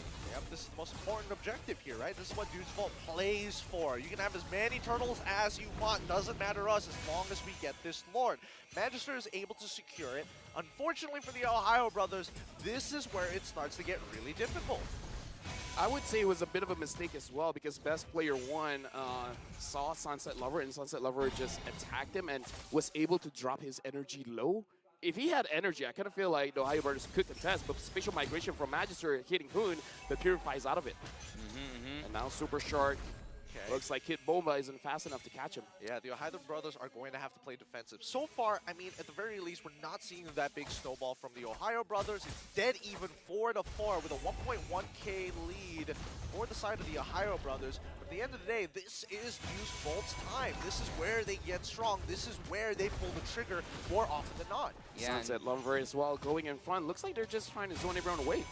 And actually, as I told you, Fanny will take a lot of that pressure off the shoulders of Team the Ohio brothers with taking Kid Bomba back to the base, and also by recalling he can come back again and help his team to clear that load without facing a lot of casualties. Yep, and now Magister goes in spatial migration onto Milo. Milo is very, very low, but looking at Super Shark going back, and Milo goes back in, and the Minotaur tries to help his teammate out, but Harvey gets taken down. Who gets a double kill onto Sunset Lover, and now Magister has to run away. Zia gets the killing spree. Zia flickers forward. He finds Magister. He gets a double. That's what we wanted to see from the Ohio brothers. Split them up, and I was about to question, can they actually win a fight 4v4? And as Deuce Fall use all their resources, the Ohio brothers clap back. Oh, Super Shark. Yep. I feel like he's just trying to zone them away. The Ohio brothers this game definitely looks more confident. Yeah, that's what I said about the constant pressure at the early game, and having that Fanny serves that purpose to its limits. We saw that Team the Ohio brothers managed to split Team Deuce Volt apart, making them look all around the map, being afraid from best player, making one of those backdoor plays that takes the base down and have nothing to do on the other side. Look here at the itemization, the Blade of Heptases by the Brody, and also that Fanny will make the damage more than bearable. The first hit will always hurt Team Deuce Volt. I mean, as long as they chunk down their players below 40% HP, there's a very good chance the Ohio brothers can clean up the bodies afterwards. But in the meantime, right, the big difference is starting to show in terms of gold. He's gonna take him out! Kid Bomba, are we gonna outplay this? Best player tries to get a kill onto Kid Bomba. Hey, yo. Hey, yo, right now Kid Bomba goes. Hey, yo!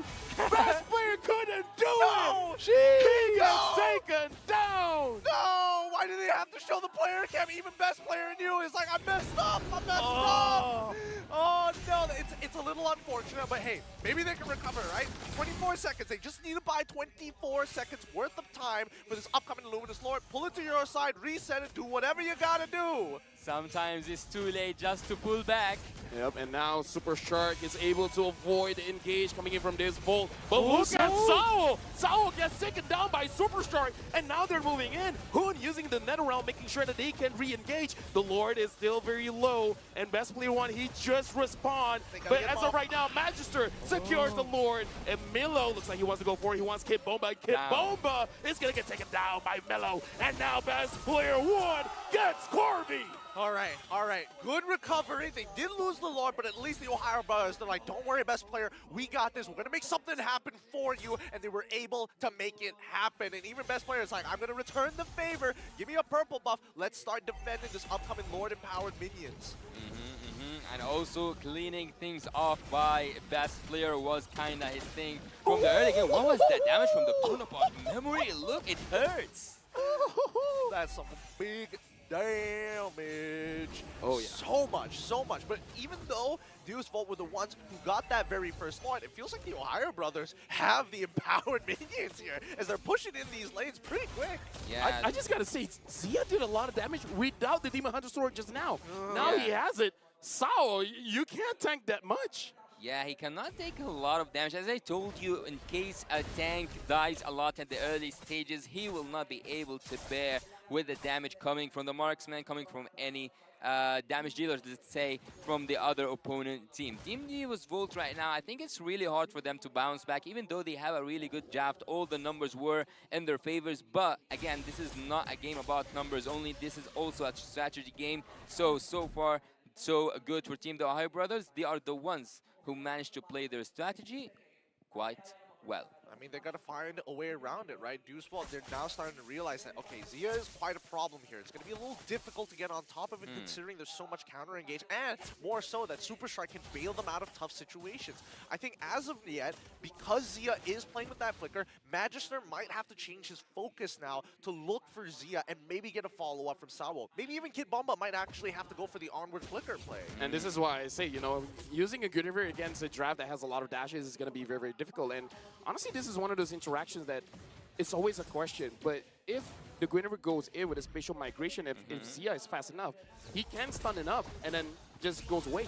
Yeah, but look at this. If you said that he will make that stun, look at also you have Sao. He can knock up Zia and put him upon the ultimate of Magister. So there's a lot of possibilities where Zia is actually, or like Brody is actually a really bad pick here, but he managed to pull that off. 4-0-4. That's a really good KDA so far in terms of the draft against him. He's doing more than fine, but the maestro behind everything, the mastermind, and the one in control of the strings is actually Hun.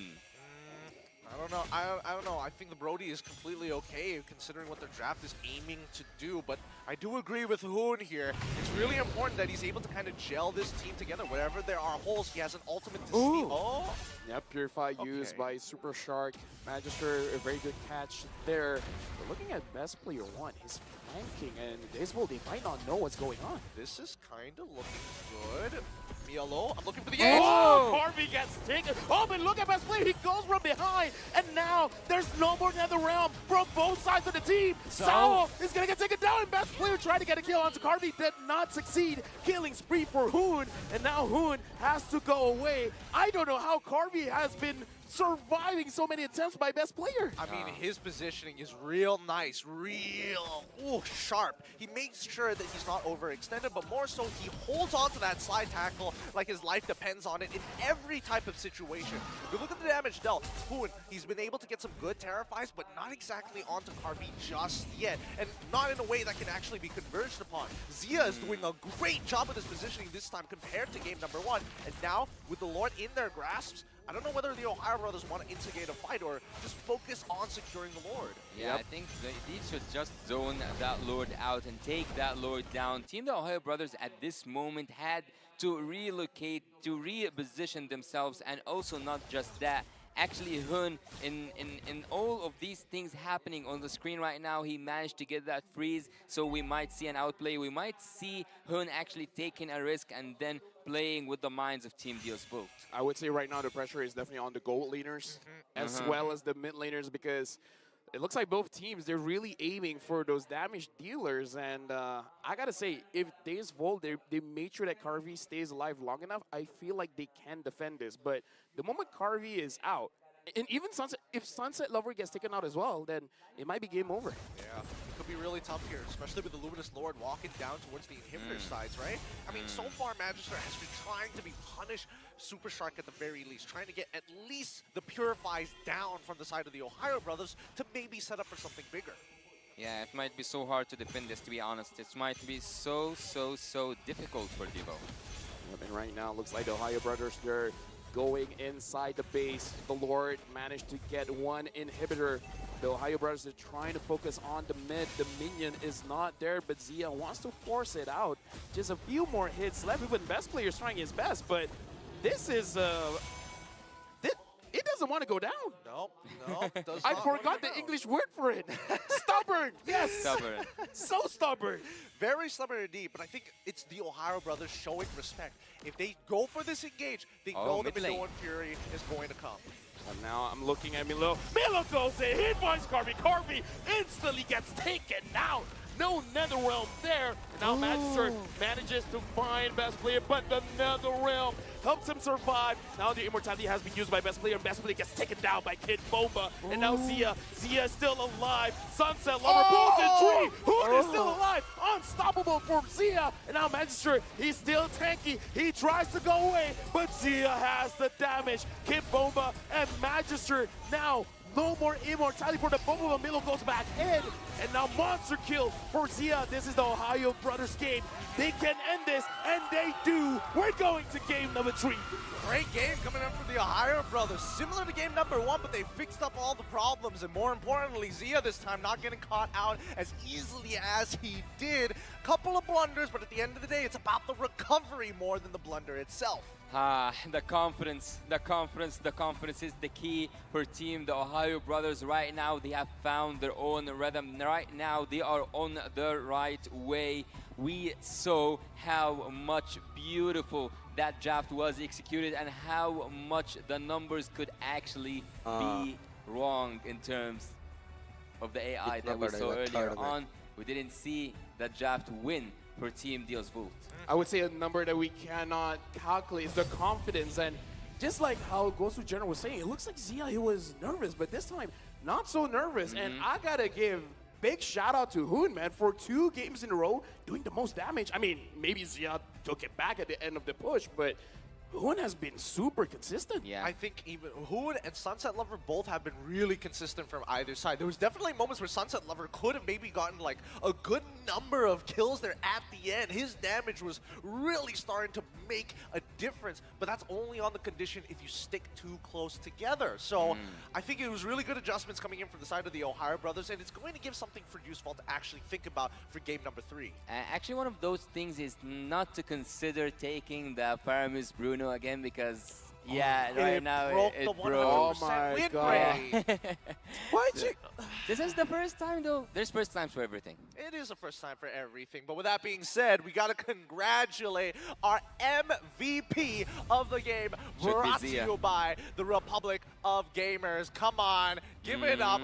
Zoom in on the man himself. Give it up for Zia, coming up big time for the Ohio Brothers, our MVP of the game. Yeah, the confidence that he needed to get that spectacular KDA 605, and also participating in 73% of the team fights, having all the items, or like having all the his items without the boots. That means that he aimed for the full damage and without even one defensive item. What a risky play, but trusting the team is also a message I can sense from that itemization. As we saw during the game itself, there was moments where Team Devo were actually, I'm not gonna say in the lead, but they were having a glimpse of how to being in the lead looks like. But on the other side, the Ohio Brothers, over and over again, dealt a tremendous and also incredible and ridiculous amount of damage that Team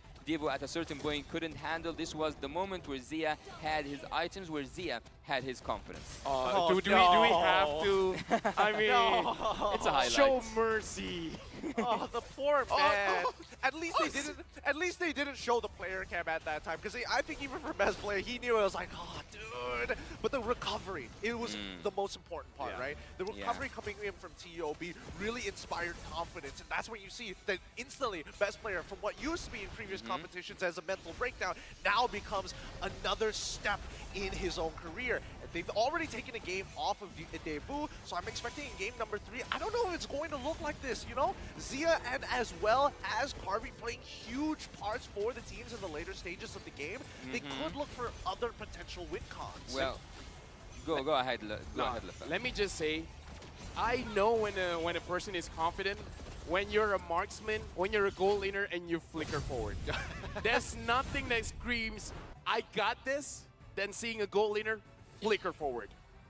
Well, for me, actually, the trick for Team Devo is that they couldn't handle the split pushing strategy, because every time best player 1 was going on that side lane, especially the top lane, he was able to make them distracted from the main point. And in the like if Team Devo was actually focusing on that team fight. They have a really good composition, area crowd control, good damage output, also a lot of sustain. So Team Devo, if they focused all their heroes for the team fight especially and focus on taking Z out, I think that things would have took a different turn for Team Devo. But things have happened and we are now at match point. Team the Ohio Brothers with the 1-1 tie. And as I told you, having all your items as damage items without having one single defensive item on that Brody, that shows confidence. Let me say, I think the Ohio Brothers having the anti-heal early on really helped them out, making sure that one of the strengths of the Minotaur, the motivational roar,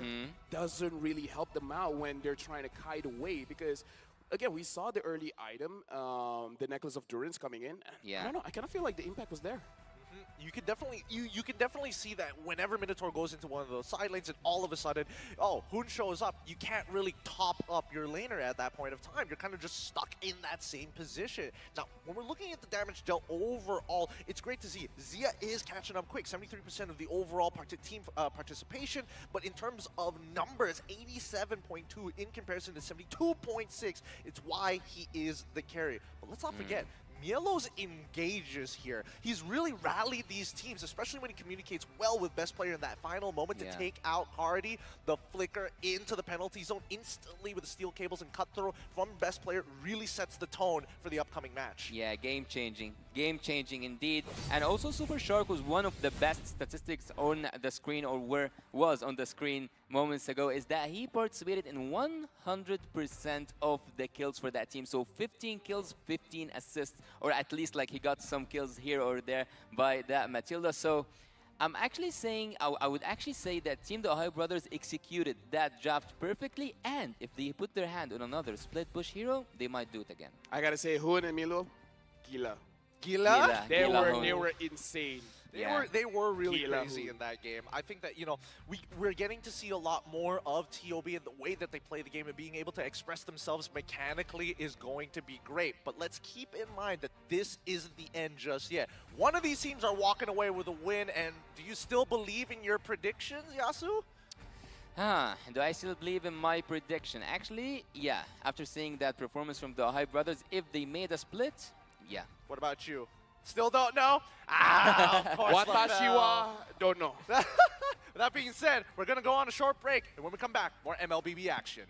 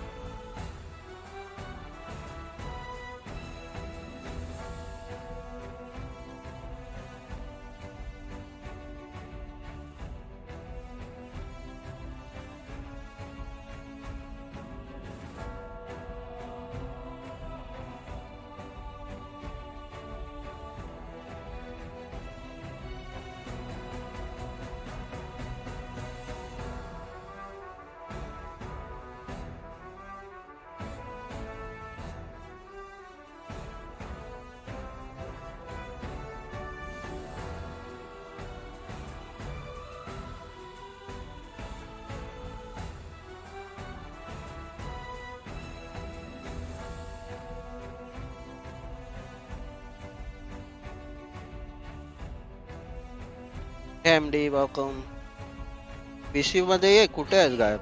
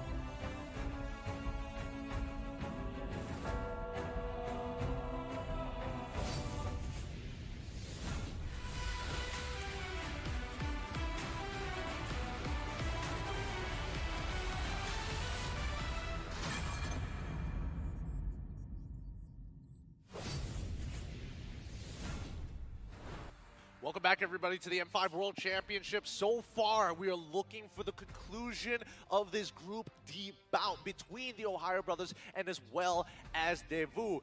So far, so good. Very similar games in game number 1 and game number 2, but adaptations have been made and have really taken into consideration, especially for those gold laners. Let me just say, the confidence and the heart. The heart has to be there because the moment the Ohio brothers, they feel confident, it's a different kind of game. Yeah, indeed. When they are playing in their comfort zone, when they are playing the way they used to play, and also let's say they found the way to crack into the duo's full formation. Yeah, no, I think they definitely found a little bit of rhythm in this game as well, and especially with the communication looking good. Obviously, 1 or 2 blunders here and there, but they move past it very, very quickly, which is very different compared to the last time they have been, playing during an international tournament. It's good to see that there is evolution. And looking at this game, again, I have to say, because for both teams, we see them making some very critical mistakes. And I feel like for this third one, they really can't afford it as much. And the way that the Ohio brothers played just now was that they understood what was happening with the draft from Deus Volt, and they just avoided their win condition. So I kind of feel like for Deus Volt, the moment they should understand, like, okay, the Ohio brothers understand the way that we want to play the game. Either they got to force it out, or trying to change it up a little bit in the game to make sure that they catch the Ohio brothers off guard. I feel like it's going to be like taking one step ahead, right? I feel like they're going to start switching out that Minotaur for something along the lines of maybe Grok or even Kaja, both of which Sawo has access to. In both of those games, decided not to go for it. That could change up the overall style coming in from Daewoo to look and lock down Xia, especially if they try to go for a composition similar to that once again. Because they lock in the Matilda 2 times already for Super Shark. Yeah, and actually for me, from the side of Team TOP, maybe it's the effect of the first game, and they haven't found the rhythm. As Gosu General actually said, he said, Xia, I can sense that he is nervous.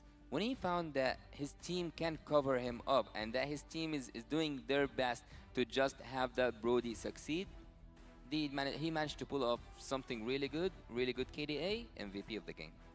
Now, fun fact in the M Series fact, the role swappers. We're talking about Sunset Lover, who was a gold laner in M1 as well as M2, a jungler in M3, and is now in the mid lane, while Xia was a mid laner in M3 and is now a gold laner. This is giving Tola vibes. They don't even say Tola vibes. This sounds like a Chico thing to do, but you know what? I understand. The game changed, the patches changed.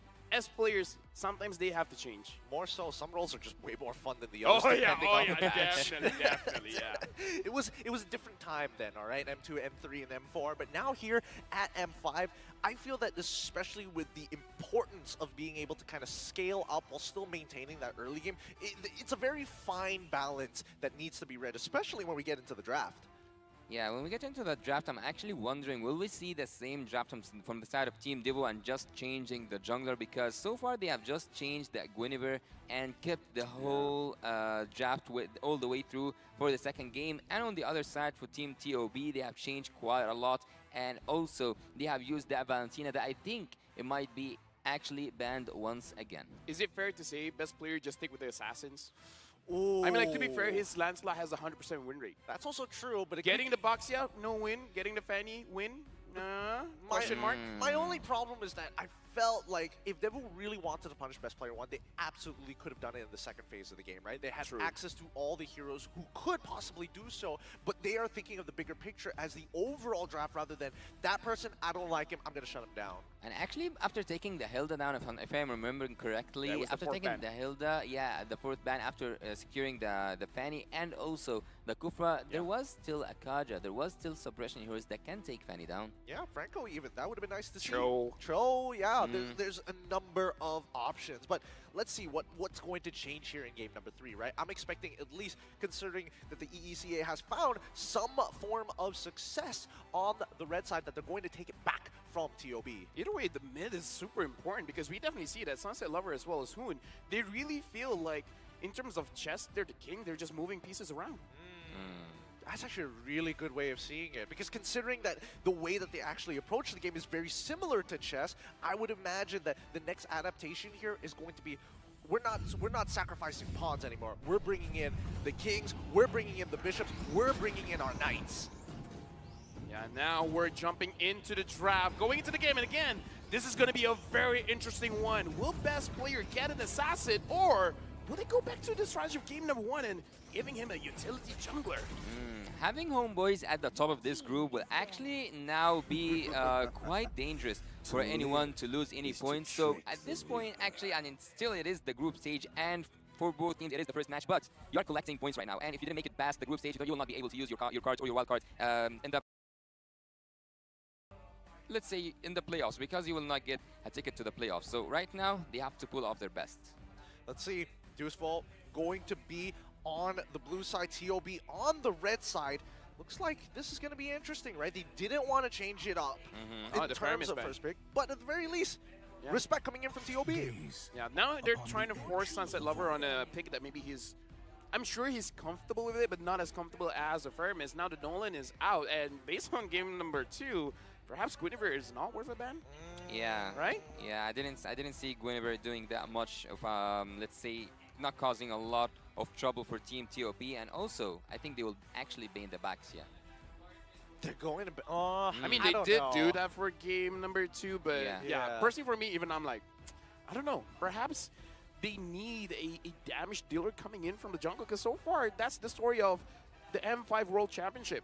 All these assassins are back in the jungle. Yeah, I suppose, or they could start switching up some of the mid lane matchups. That's what I'm thinking with this final ban coming in from the side of TOB. Okay, I like the Bruno ban. I like the Bruno ban. You like the Bruno ban, so therefore it's really going to narrow down on the hero pool in terms of the marksmen, right? Let's keep in mind, we saw an Ixia ban in the second phase after an early lock-in for Bruno. We'll see whether that's going to change, as Devu is going to get first pick on blue side.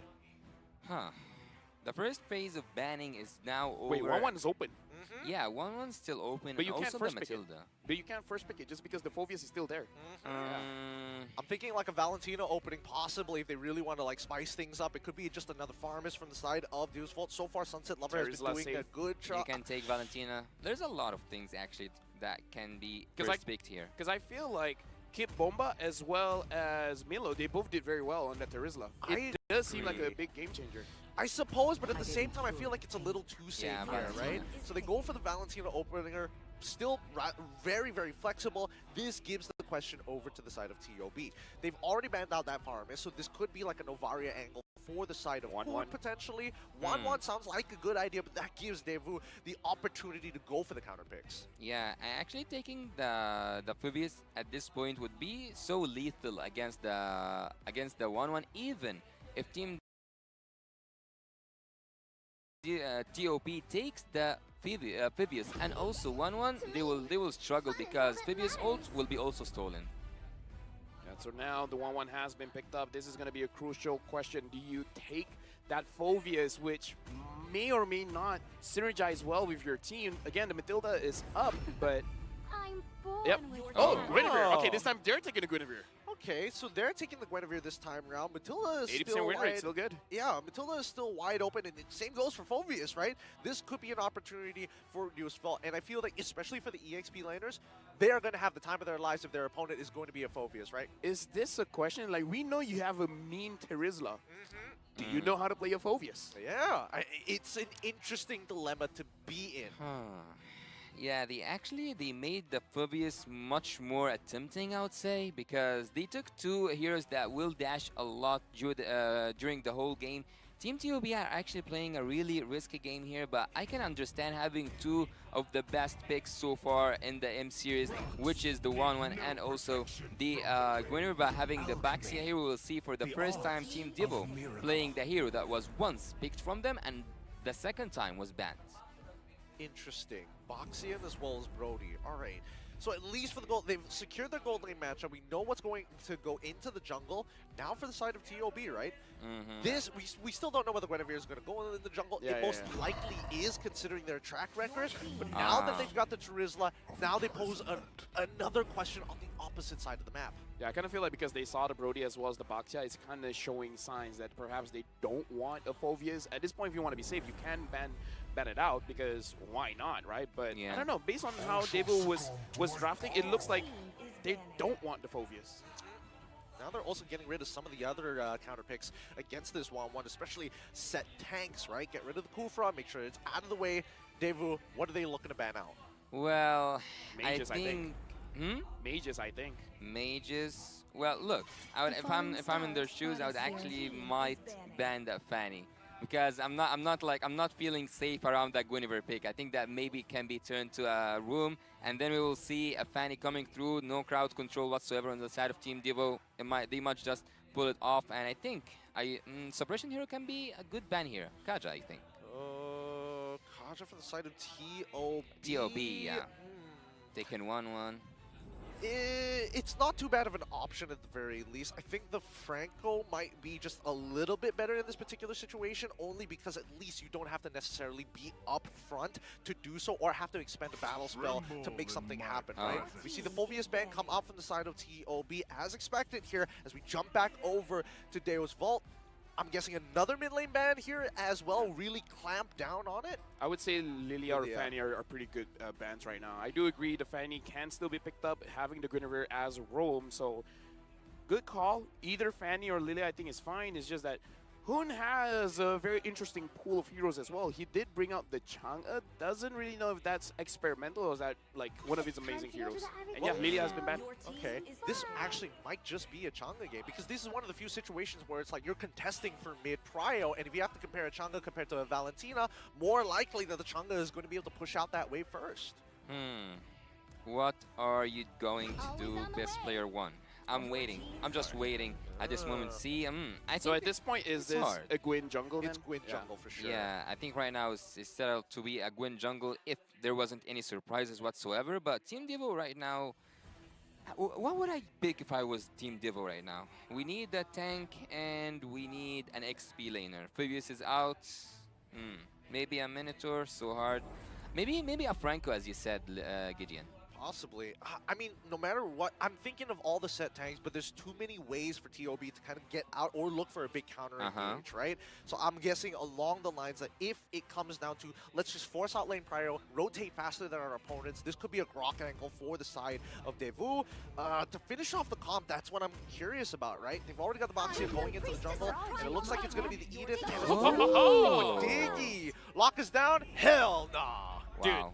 Diggy and Brody on a lane against 1-1, it's not going to be a fun lane.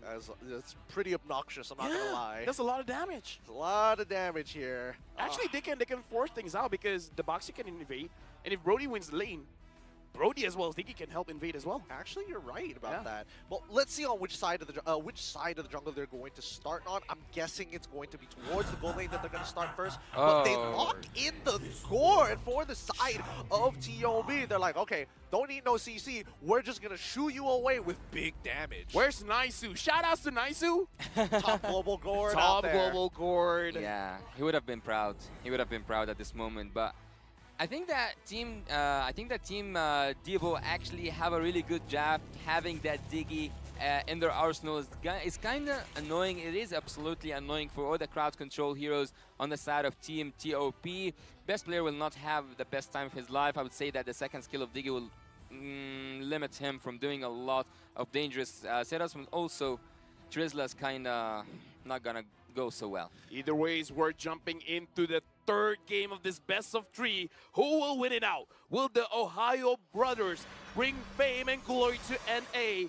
Or will Deo's Vault show EACA is here to play? Let's find out as we go into the match point. Our final match here between these two teams. It's 1-1. Who's gonna take it to 2 as we get into the game? It's Devu on the blue side up against TOB on the red side, both starting on their orange buffs.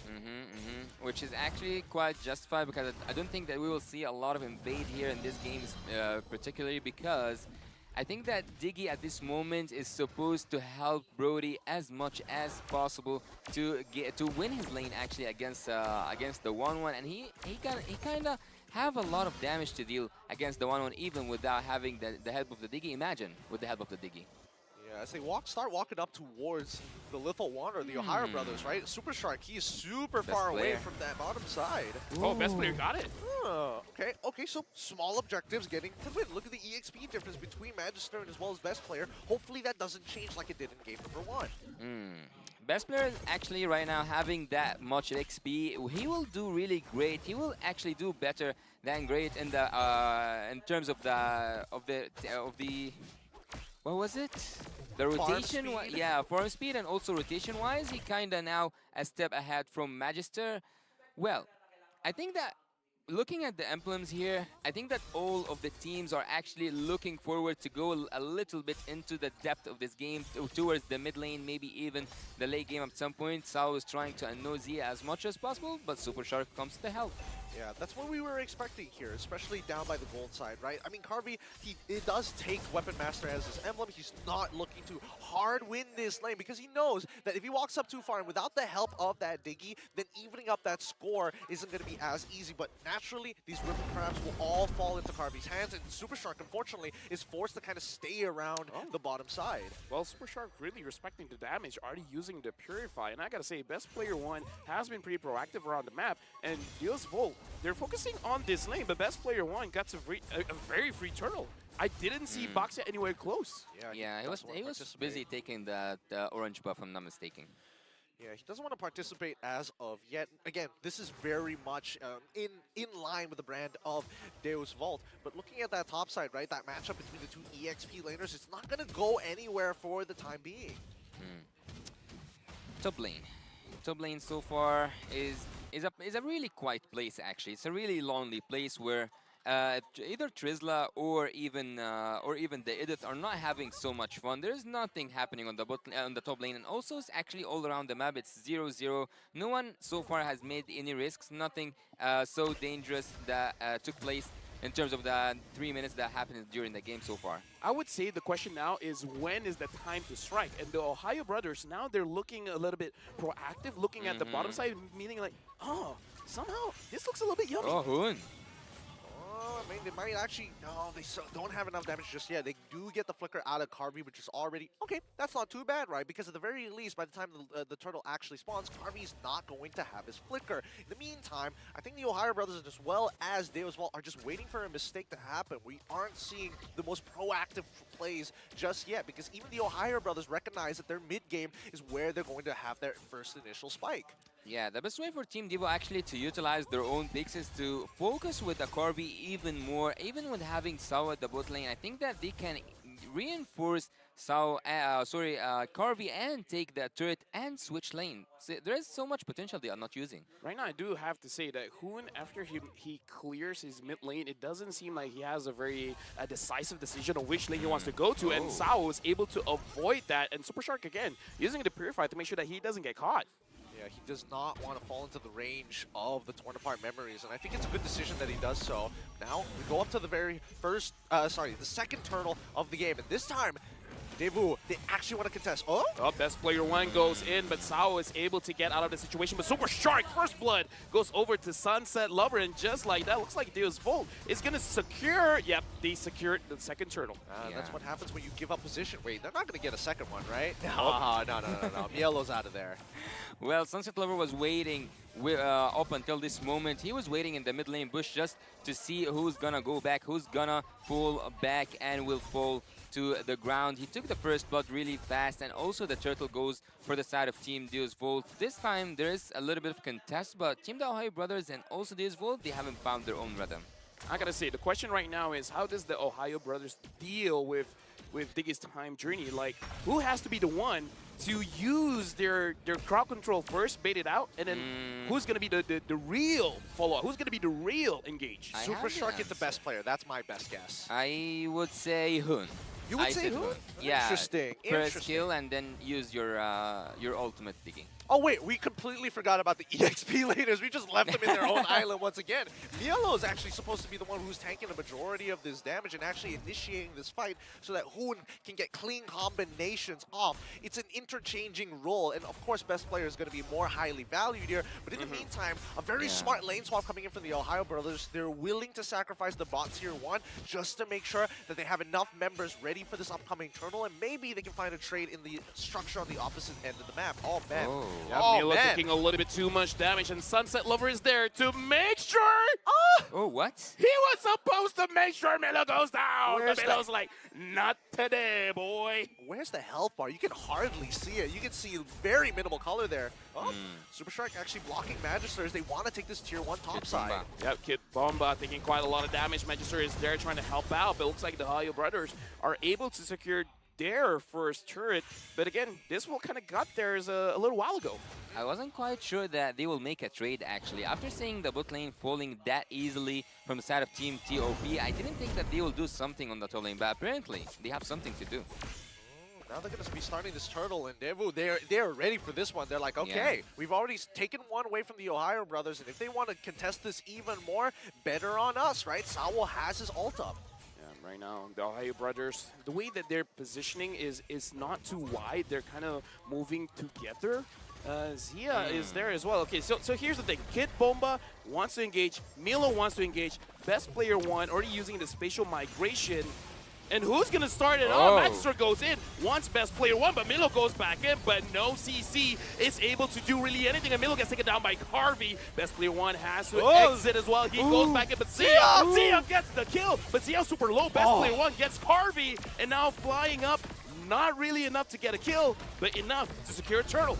Ooh, some dangerous stuff. Zia was playing on the very end. He had the initial proc to use his ultimate, but his target ends up dying, and he had to look for somebody else to trigger it, and luckily, he got it just in time before the auto alarm bombs put him out of his misery. Nicely done from the side of the Ohio brothers, and now they're looking for a big conversion. Tier 2s are on the table. Yeah, the crossbow of Tang, you don't want to mess with that. Zia managed to find his way through to take 2 kills, or like to participate in 2 kills for the side of Team TOB, taking also a turtle to increase the goal difference, but so far 2-2 in terms of the kills. Also, when you look at the items, there's no big difference between the both marksman, and also in terms of the overall gold lead, 1k is not enough to say that you have a gold lead 8 minutes into the game. I mean, it's not one.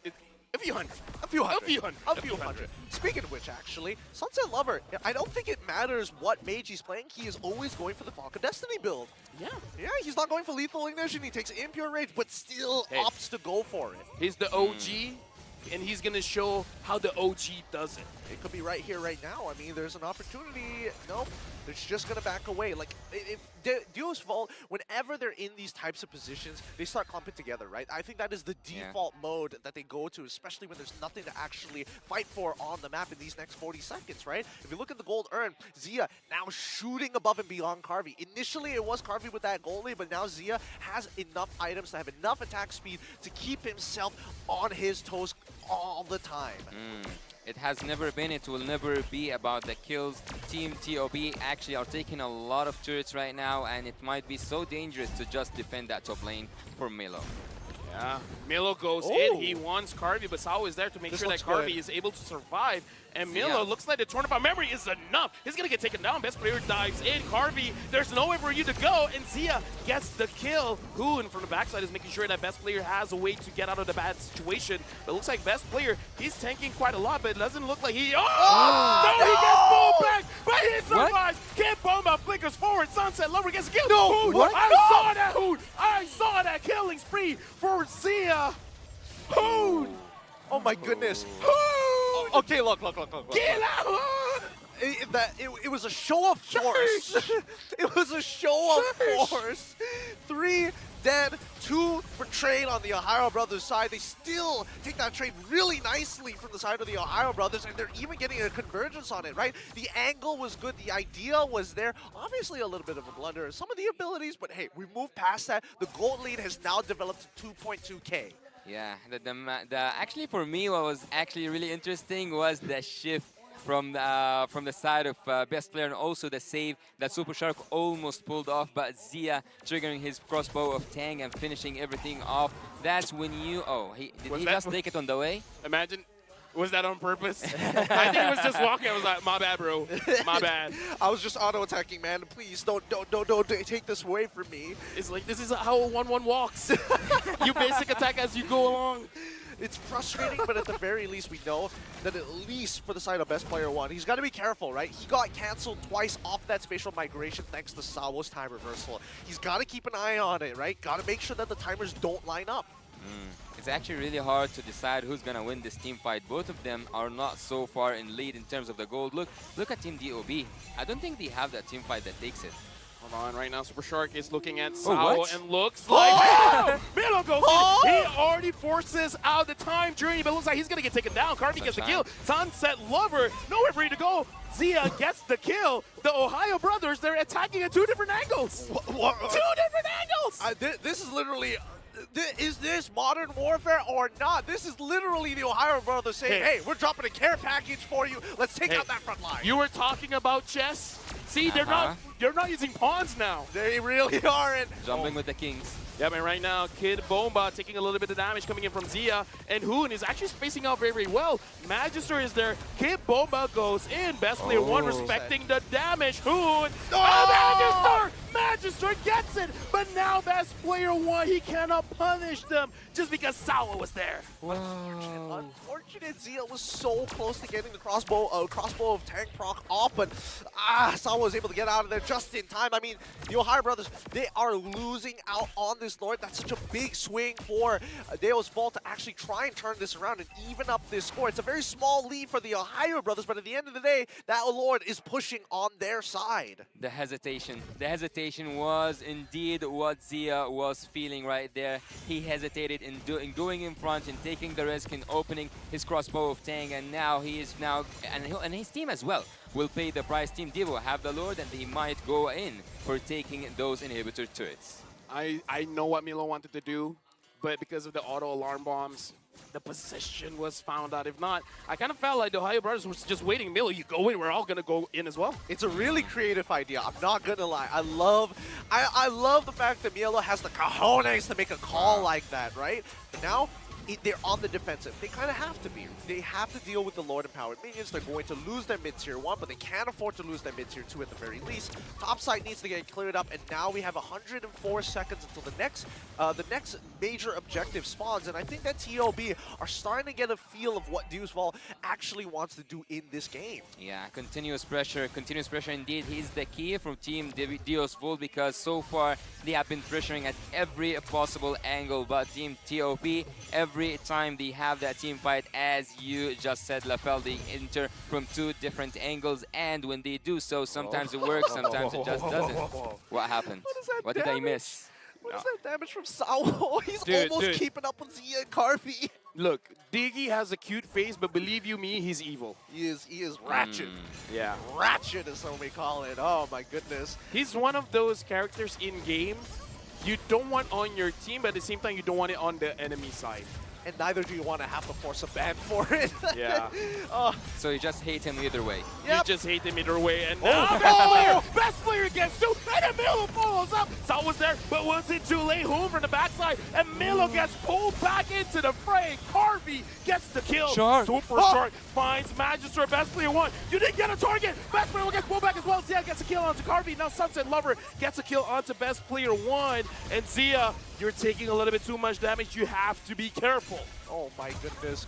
Honestly, great awareness from Magister. He realized he was the target of the Circling Eagle. He quickly starts going into the opposite direction, following along with the rotation of the Circling Eagle to pull the boy away. And unfortunately, best player decided to drop in the middle of the team. Now that his support is way off the mark, instantly goes down.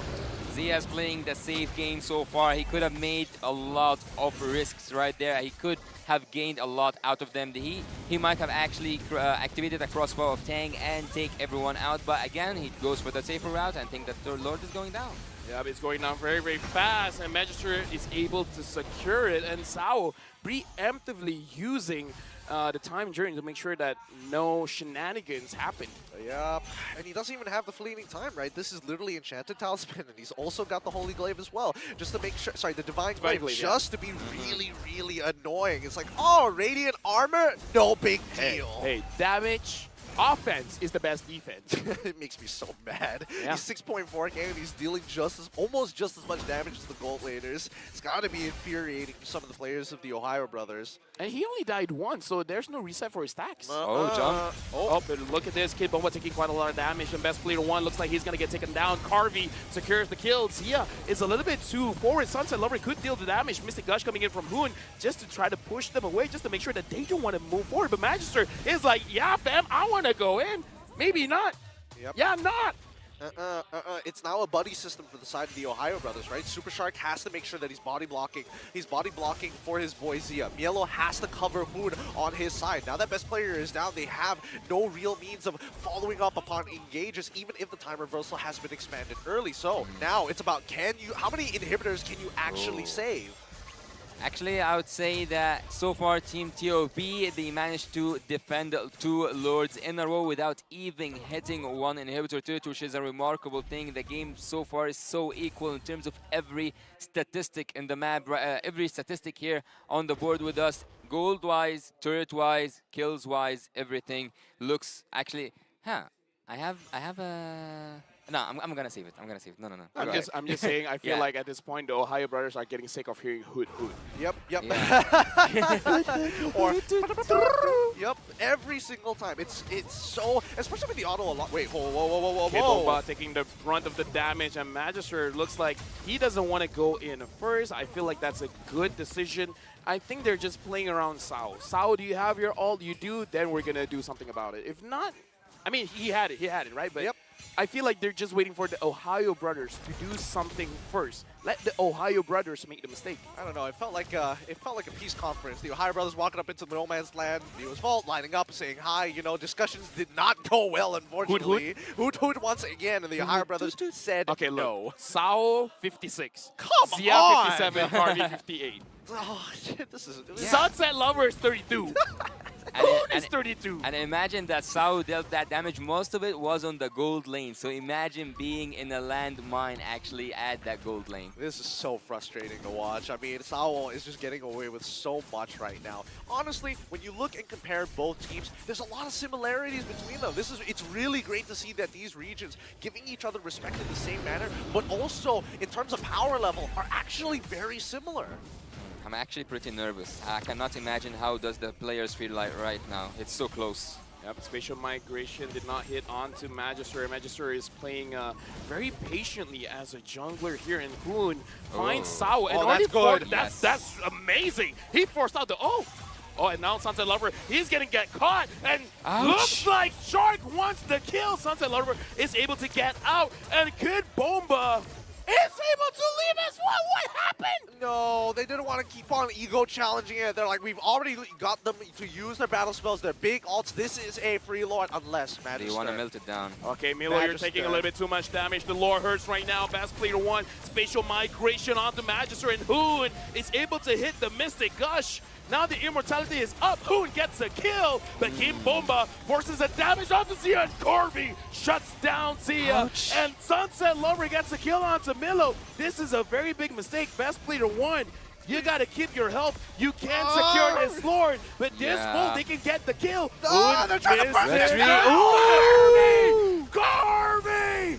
He died, he survived, he got the Lord, and Super Shark's gonna go down. Sunset Lover taking the ult, taking the kill. How can you miss that treachery? Oh, no. Oh, no. That's really unfortunate. I don't want to talk about it. Yeah, I don't want to talk about it either, man. Who's gonna talk about it then? Come on, man. This is one of the situations that you don't want to be in, especially for the Ohio brothers, right? They were sitting underneath the Lord. During that Lord dance, they were making some good decisions, but with the recent changes, a lot of these members were getting chunked out bit by bit, and Fuse Vault got a full reset because they didn't rush down the Lord in time. 5v5. It came down to here. 5v5. Lord coming in, marching from the bot lane. Evolved Lord. It's not looking so good for TOB, to be honest. Oh, Hood all the way. Sao, 0-1 and 10 doing a lot of work. The Ohio brothers can't find an angle to engage in a fight. This is, I guess, one of Grenadier's counters as well. It's like, you want to jump in, go ahead. And look at all the traps he's putting on the board. Oh, he's just farming damage, and Shark is doing his best to absorb as many of these as possible. Oh no, best player one. Even using, oh no, what? A lot of mistakes here. Yeah, a It's lot fine. of mistakes. It's fine, it's fine. They've only lost one inhibitor. The other two are basically going to die in one hit from Garvey, maybe two. But at the most important part is that the Ohio brothers are still in it. Their Crystal's still alive. Let me just say before the game starts, I said I wanted to see Sunset Lover. I'm not disappointed. He doesn't disappoint. He is amazing in all 3 games. Yeah, I would actually say that. Oh, what was that? Well, What was that? Divine Glaive and Lightning Truncheon, baby. It hurts. And Holy Crystal, he's And Holy going Crystal! he's going full damage. He's going just all in with these bombs. He's looking at Sunset Lover. I'm the mid laner now. Oh boy, this is pretty Jinkill scary. vatta. This is really scary considering the amount of damage that they have. Even if you do have that Radiant armor, it's still a substantial amount, especially when they're all packed in together. The stacks might not necessarily work as well as you think it would, but the Ohio brothers now opening up the map is starting to become quite a pain in the butt. And Magister so far has been doing a really good job at maintaining that front line. First game circle. He rise up that board. Hoot, hoot. Toot toot. Wow. It shouldn't be The like Deus this. Volt This चांगली is not खेलते how we do it in MENA. I'm the carry now. Look at me, Sunset. I am the carry. If you look at- Remember the days of feeding Diggy? This is a different era of Diggy. truly.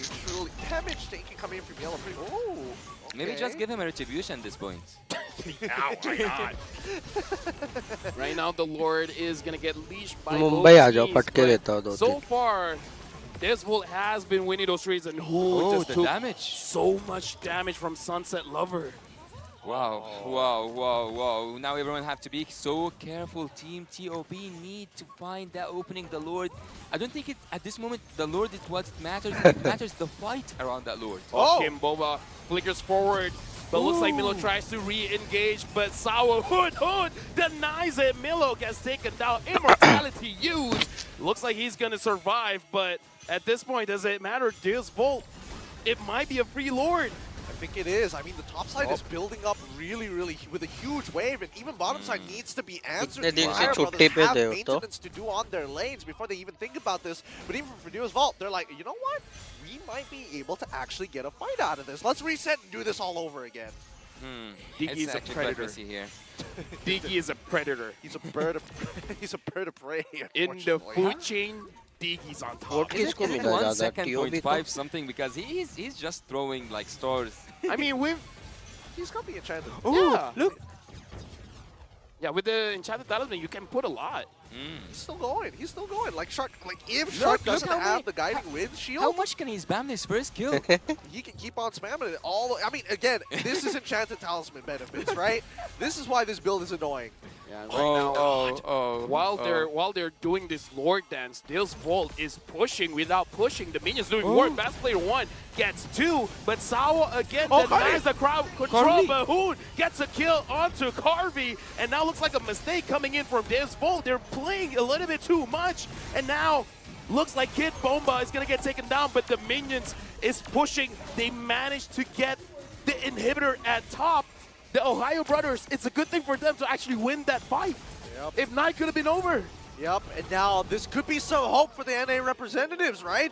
With this upcoming Empowered Lord, like, it's so important. These death timers are so long. Every single one of these picks are going to be important. Every one of these resources is going to be more valuable. So the Ohio brothers, this just might be an opportunity to even the playing field, if not to crack the crystal open. I would actually feel so bad for Diggy. I would actually feel so bad for Saul if they lost that game. TOB, that damage is just insane, man. That's just insane. Yeah, but right now the Ohio brothers They have the Lord. They cannot make a mistake. It's 25 minutes into the game. Hoon don't get caught. Zia don't get caught. They're pushing the mid lane inhibitor. They got it. Best player one gets Magister. And Hoon right now gets targeted. Sunset Lover is not going to commit. Yep.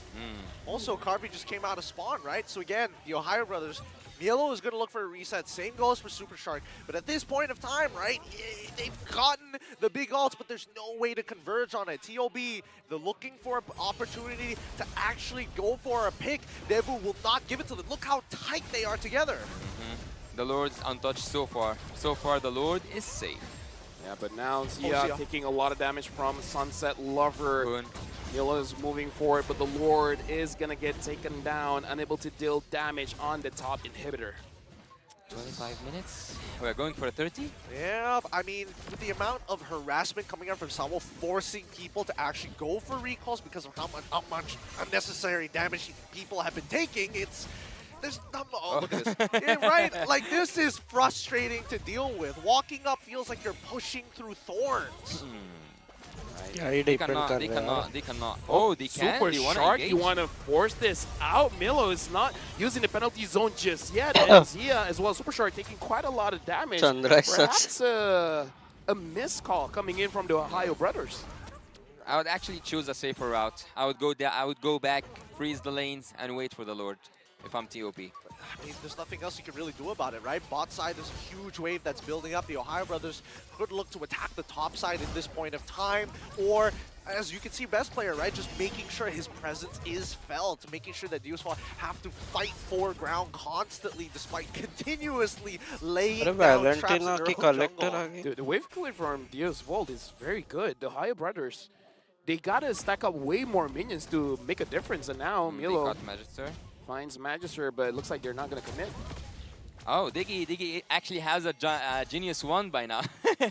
Diggy is actually going for a full, Sao's going for a full damage build. And actually, he can do quite much damage, and he is already like doing quite a lot damage. But पहला match भी वैसे हो, the second Lord match at थोड़ा minute ठीक था. 28 is gonna be so hard to defend, but अभी I think करो that काम again, करो and या I would say मरो that, है तो. look at his damage, 128.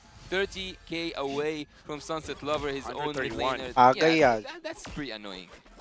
Dude, he's trying to break records here. Like, He's trying to be the MVP. Yeah, he's trying to farm stats at this point. I think that at least for the Ohio brothers, there might be some consideration to force and maybe try and burst down Sawo. He isn't going for the Purify anyway, so the initial CC might be useful to get that ult out as soon as possible. Well, best player finds Magister, but best player took a little bit too much damage, and now even though he has the immortality, he has to be careful. The Lord hurts now. True damage coming in, and Magister is still very, very healthy. The Lord has been resetted. Yeah, Sunset Lover is waiting there. Sunset Lover is waiting there, but bad management for that wave. Dios Volt have to go back to defense. They might just lose numbers against TOP. Super Shark's got to be careful, right? He can't keep sitting around this Lord. The Lord legitimately hurts 28 minutes into this game. Yeah, so does Sunset Lover. Look at the damage coming in. And I got to say, the Ohio brothers, best player one, he wants to engage, but it never looks good when he does. The damage that he receives is a little bit too much. Carvey and Sunset Lover as well as Sao. It's too much. It is too much. It's actually unbearable to a point. It's so annoying to a point, but this Lord is gonna be so risky to take. This Lord is gonna be so risky to take. Right, we gotta look at me. Oh, what was that? Oh my goodness. Oh, Pixel Brush. Show mercy. Please, when does it stop? Sao, he's just tapping one button the whole way. Wait. Circling Eagle. We're just gonna dance in the air, and nothing's gonna happen. Now even Magister is able to freeze time for himself. He's not gonna be taking a lot of damage. So I feel like this Volt, they're setting up for a bait. Yeah, actually at this point, I think that everyone is watching Diggy play around with his bombs. He's just annoying TOP. He's not letting them go in, but the Lord is about to go half HP though. Yeah, right now the Ohio brothers, they're just seeing stars. They should. Oh, Kid Bomba goes in. He wants blast player one, but Milo is there trying to re-engage. But both of them are taking a little bit too much damage. Zia is trying to kite all the way through. Milo is able to freeze. Sunset Lover looks like he's able to run away. Kid Bomba gets a kill. And look at Kid Bomba. Immortality used. Sao again just dealing damage. Someone take this Diggy down. No, no, no. Sabo's not going to let himself die like that. I've never seen him flicker at all. Throughout this entire game, he hasn't really been needing to use his flicker. And now that they've managed to wave down by that bottom side, they have to clear up that mid, clear up top side, and do this all over again. 1, 2, 3, 4, 5 bombs. Are you like counting chips? At this point, yeah, you kind of have to, right? It's not like you can ignore the damage coming out from Sao. Like, even Hoon is struggling to walk up now. Yep. Yeah. Best Oh, leader this one jumps in. He's trying his best, but he may have went in way too soon. Gets taken down.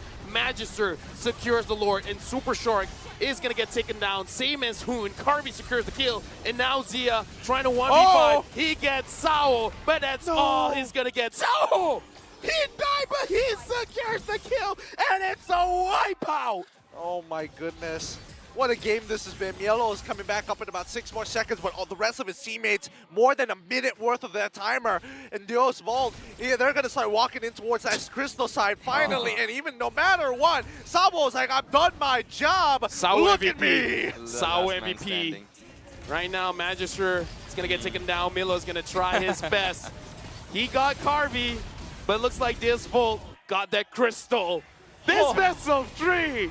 What a series! What a series. What an interesting. Initially, game 1 and game 2 were looking like a mirror matchup, but here in game number 3, we have Deo's Ball taking it away. 30 minutes, pushing it for one of the longest matches we have seen thus far. My God, have you seen a Diggy do that much damage? Sao better be Wow. MVP, man. I mean, He I'd be better upset be if he isn't. MVP. Oh, that is such a depressing game. Getting poked out in that particular manner, oh my goodness. Yeah, that was a really intense game. I would actually give the MVP with pleasure to Sao this game. He did deserve that win with that Diggy that I didn't even imagine will go with full damage. Oh boy, what a matchup between very grueling, very endurance heavy. It really depends how much patience and stamina you have, and this time it's going to be EECA's representatives that comes out on top. But do not worry, there's still more matches to be played here in Group D, and especially for the Ohio brothers, it doesn't mean that they're out of the tournament just yet. They have redemption games. Dude, he is potentially, he can have a specified stat as roamer of doing the most damage. Roamer DPM amongst all of the roamers? Sure, Zorn has TP per minute. The damage per minute from Sao. Oh, Lord. Oh. Ouch. That was Sao painful. Yeah. I'm not proud of that one, but you guys get what you get. I don't know. There's not much to really say about this game, especially once we got to the ultra late stages of it, right? But, whoever makes that first move is definitely going to get punished for it, and unfortunately, the Ohio brothers defense cracked under the first match I में wouldn't भी even say वैसे ही immense निकाला amount of उन्होंने pressure, but हारा हुआ just match running out of patience last to match भी hold वैसे ही on. निकाला Well, seeing that, I think we have broke the limit for the highest time match, or like the longest match so far in the series. So I think it was more than 30, but what is it? It's supposed to be so. It's Sao. Sao. Give it to him. He's dropping the ball. It's like, yeah, feel the pain. Hoot, hoot. Oh my Toot, toot. goodness. MVP of our game. Give it up for Sao with 94 kill participation. Low GPM. But my goodness, we need to have the damage per minute from this guy because he is topping the charts. We'll see it in the Bows game stats. But first, let's have a look at the highlights here. Highlights brought to you by Grab. But man, what a game this has been. It's gonna be actually so strange when you look at the highlights, and what you are looking for is Diggy. Basically, you kind of want to look for the marksman. You kind of want to look also for the mages. But here you are actually looking for Sao and his perfect gameplay with that Diggy. Carvey at this point actually was doing really good in terms of the damage, but he couldn't do quite enough to save his team, I would say, from a early game loss. But yeah. That was just the damage. When they went in the bush, they found a surprise. It was a party surprise by Sao, presented here by Team Dio's Volt. Hoon at some points, actually, I would have said that Gord could have been executed much more better. Wouldn't you guys agree? Yeah, I do agree. I just feel like he was really overthinking about his positioning, making sure that he doesn't get caught. But trying to position well, it worked in his favor. But I feel like he would have looked better if the engages actually went through. That time journey is a real difference maker. It's so obnoxious, and he gets it back up so quick as well. Like, what are you supposed to do? Yeah. Engage Yeah, look. instantly. The engage is good, and Hoon was ready to deal the damage, but it's like, guys, Hesitating, yeah. no. It's like, okay, the engage was good, but the engage was cancelled. Hoon already used his Mystic Gush on the targets, but the targets are moving. The targets are not supposed to move.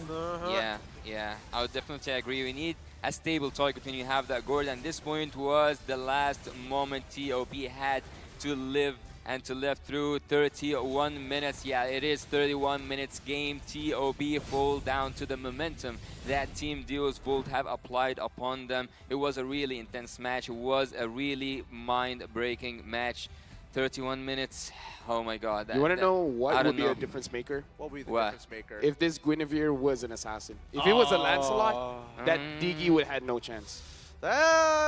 Right? Because the problem with a Diggy is, especially when you're building full damage, you don't have a lot of HP. I don't know, because then on the opposite side, then Magister would have kind of a free time kind of walking up at you. It's like, Hey, look at all that damage. The Diggy is the problem. The Diggy is The the Diggy problem. is the problem. Yeah. You're right. With 31, if the game always drags out to 31 minutes, then maybe there should have been a consideration. But even so, I can't really blame the Ohio brothers, right? This is a really grueling match. Like, at the end of the day, it comes down to who has the resources left after the time journey, and can they make that heroic play? Zia was doing good, consistent damage, but when you needed him to go for an incredible crossbow of tanks, he just could not find him. Devu would not let them have. Oh man, he's the carry and the forgotten one. God, 185k. Well, actually, if you're on the side of Team TOP, would you actually care that much about the bombs from the Diggy? Would you care that much to not enter a bush? Would you be that scared? Yes, if I was Hoon, If you that's the die game, at 5 bombs. Look at the difference in damage. Look at the difference. Ridiculous. Ridiculous. That's the word. What can you really say about it, right? He's got double the damage of Hoon. Wait, He's got wait. double the damage of Yellow. Carvey and Sunset Lover. Yeah, they need to combine the damage to beat Sao. And Sao took the least damage. Even Carvey and Sunset Lover took more damage. I'm actually legitimately curious how many times Sawa actually had to use his flicker, because I felt like he barely touched his battle spell. I saw one. At the defense, at their side, he had to flicker, use his ultimate. That was the only one I saw flicker. That's fair. That's fair. But with that being said, congratulations once again for EECA's representative, Deos Vault. They played well. We saw a good side of them, but we also saw quite the interesting mirror matchup here with NA representatives, the Ohio brothers, right? In terms of like power level, in terms of the way that they play, they were on par with each other. That lived up to expectations. Let me just say that. That was an amazing series. After the first one, it looked like, okay, maybe this might be a 2-0 because Zia didn't look all that confident, but game number 2 and game number 3, he was confident. He was able to do much, but game number 3, I'll just say Deals Volt really won the draft. Would it be safe to say for you, Lafelle, at least, you were looking for Uranus earlier on. Would you look for a Diggy from now on? Wait, did I say the Ohio Brothers is going to win? The prediction? Yes, you did. Let's forget that. Yeah, I'm sorry. I'm sorry. Look, once again. So, these things are out of my hands. The production team went on to keep asking. I said I didn't want to give my prediction, but that's what he always says. Once again, M5 is powered by Munto and presented by Kadia, our global presenting partner, supported by ROG, our official gaming phone, Grab, our official super app partner, and Secret Lab, our official chair partner. Up next is the best of 3 matchup featuring Myanmar's Burmese Ghouls and Singapore's Team Flash. Both of these competitors are looking for some points, especially for the Burmese Ghouls. So stay tuned. The M5 World Championship group stage will be right back.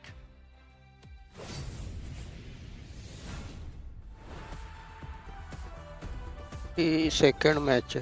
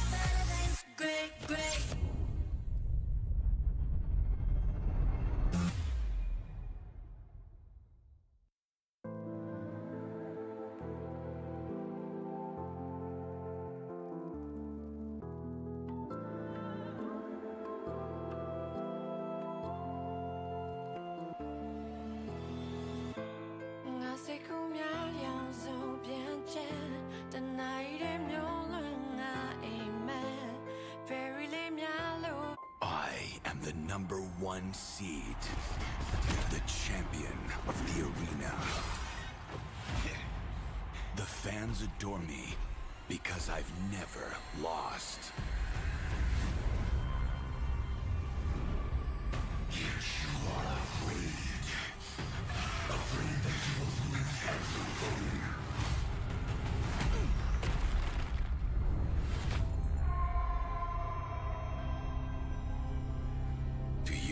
Scared of losing, Kimmy? Well, big bro, I think we should cherish the joy and excitement of each game. Not who won or lost. That's right. I'll strive for victory, but I won't lose myself in its pursuit.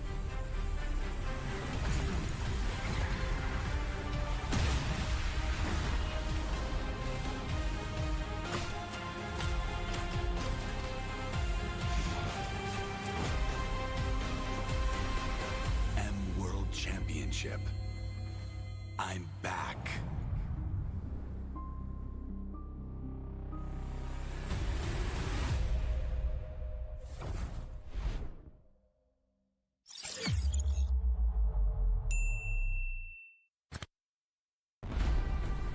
We are here at Gamers 8 to show that we are walking the walk. We have had amazing reactions, major idea owners, and a lot of potential partners and stakeholders coming in here and taking a peek.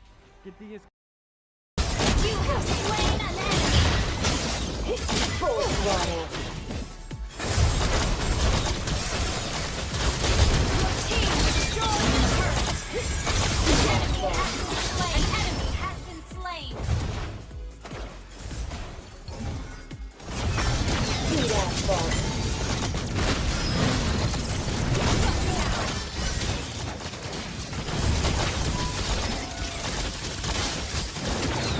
Behind you.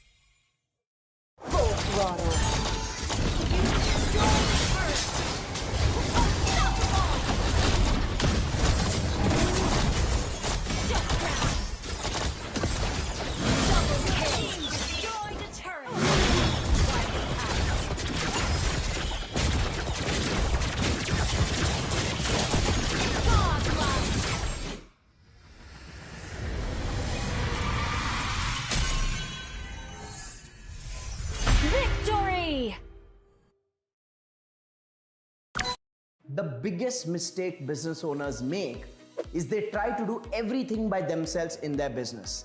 And trust me,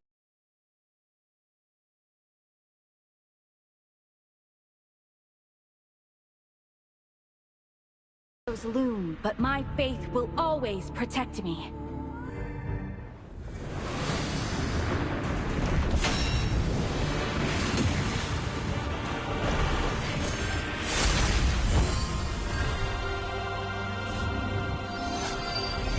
Shadows loom, but my faith will always protect me.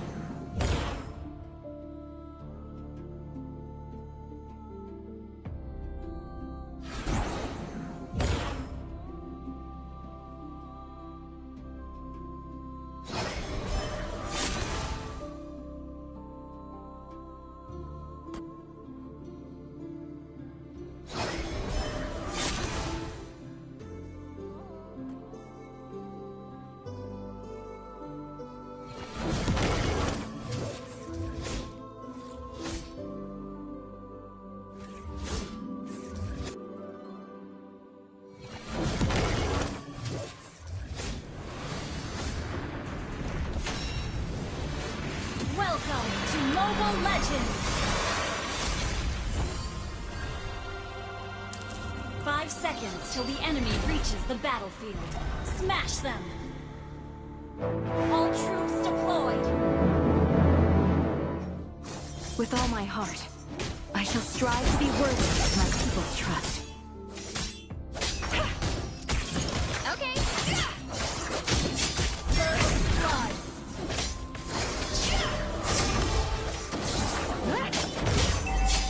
Double kill! Now! An enemy has been slain! Sun's wrath!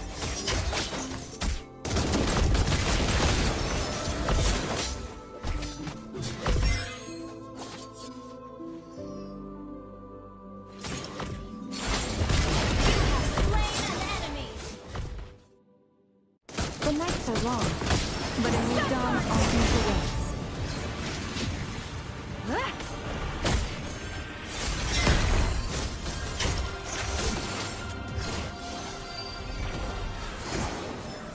Burn for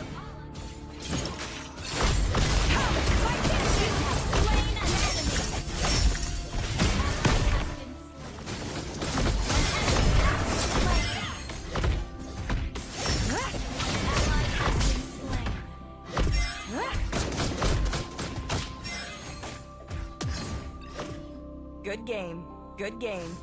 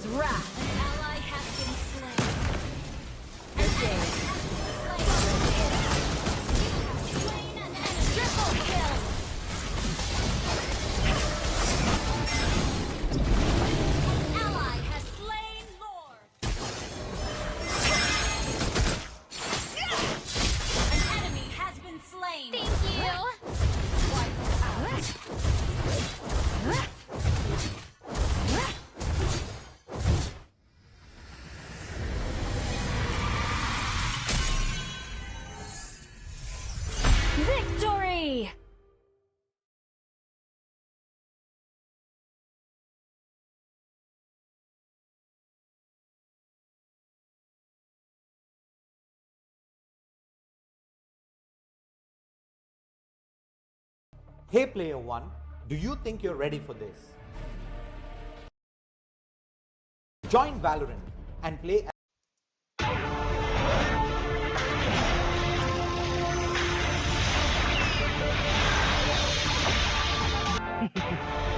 Payback time.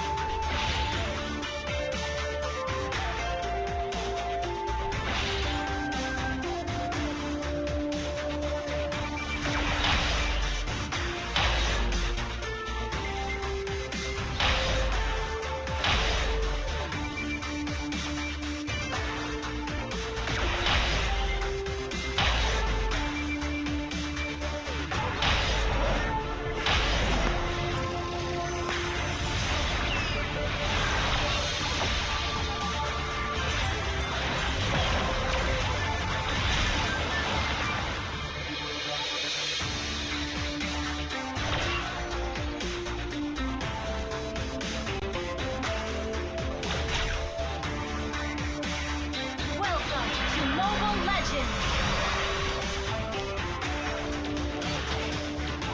Nothing will stop my justice.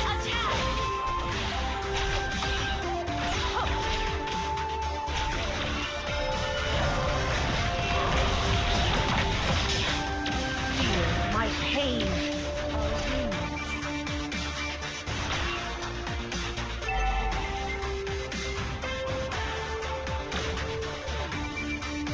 I am driven by revenge. An enemy has been slain!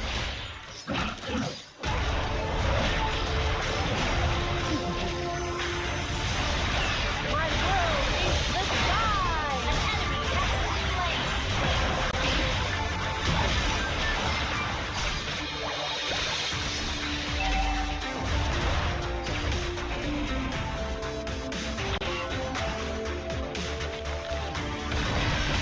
I don't know how to live.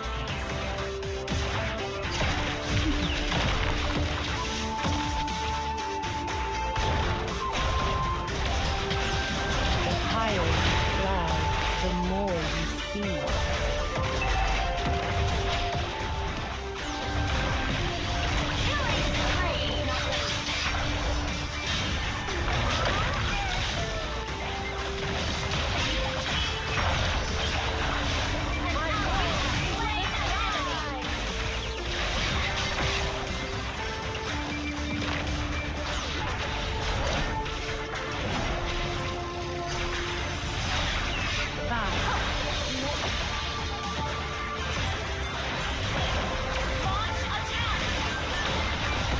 Nothing will stop my justice. Killing spree! Destroy the turret! Feel my pain.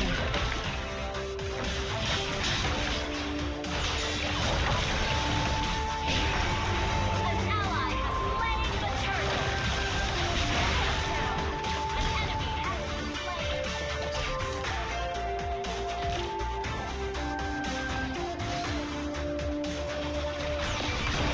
Revenge has blinded me. An enemy has been slain!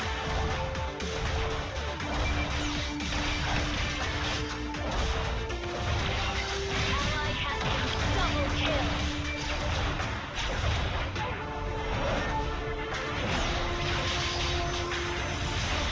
The more you see. Your team destroyed the turret! I am driven by revenge. An enemy has been slain.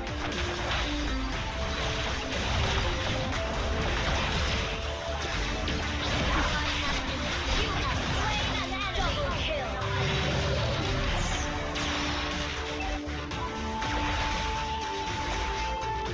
An enemy has been slain.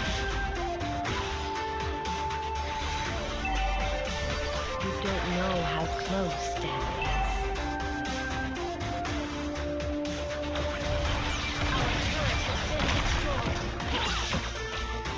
You have slain an enemy.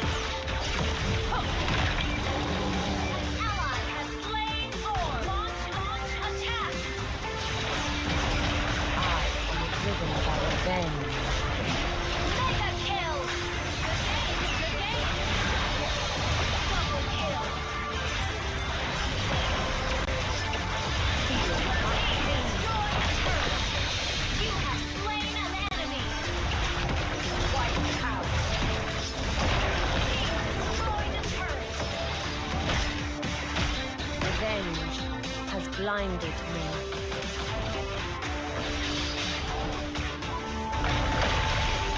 Killing spree. Destroyed a turret.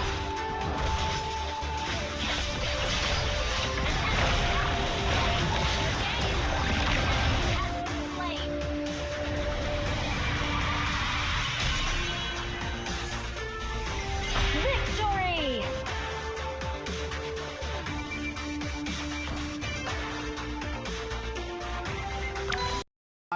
I took more than 300.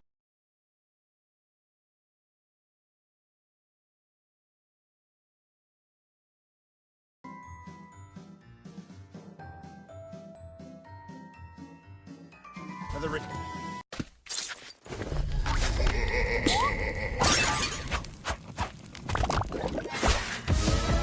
Now Akai enters the scene.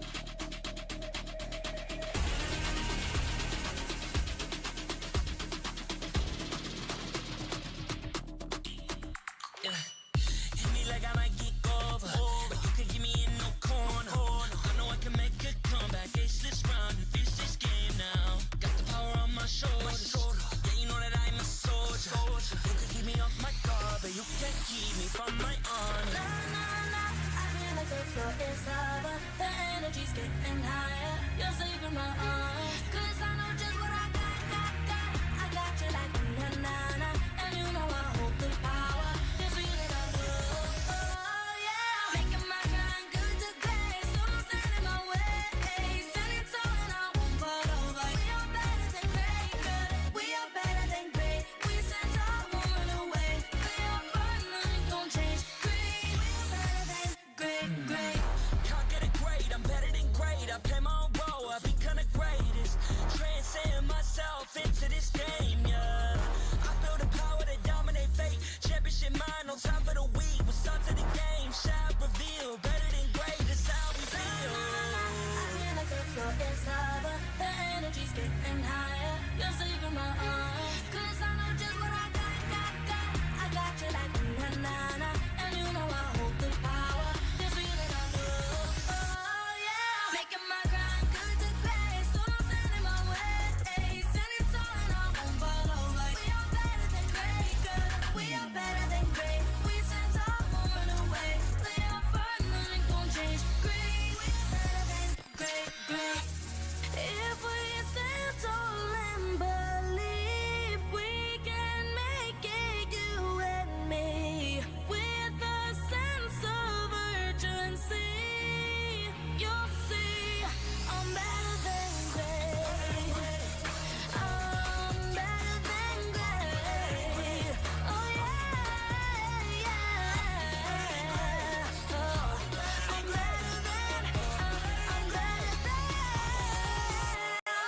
Making my grind good to great. So don't stand in my way. Standing tall and I won't fall over. We are better than great. Good. We are better than great. We stand tall, won't run away. We are fun, nothing gon' change. Great. We are better than great.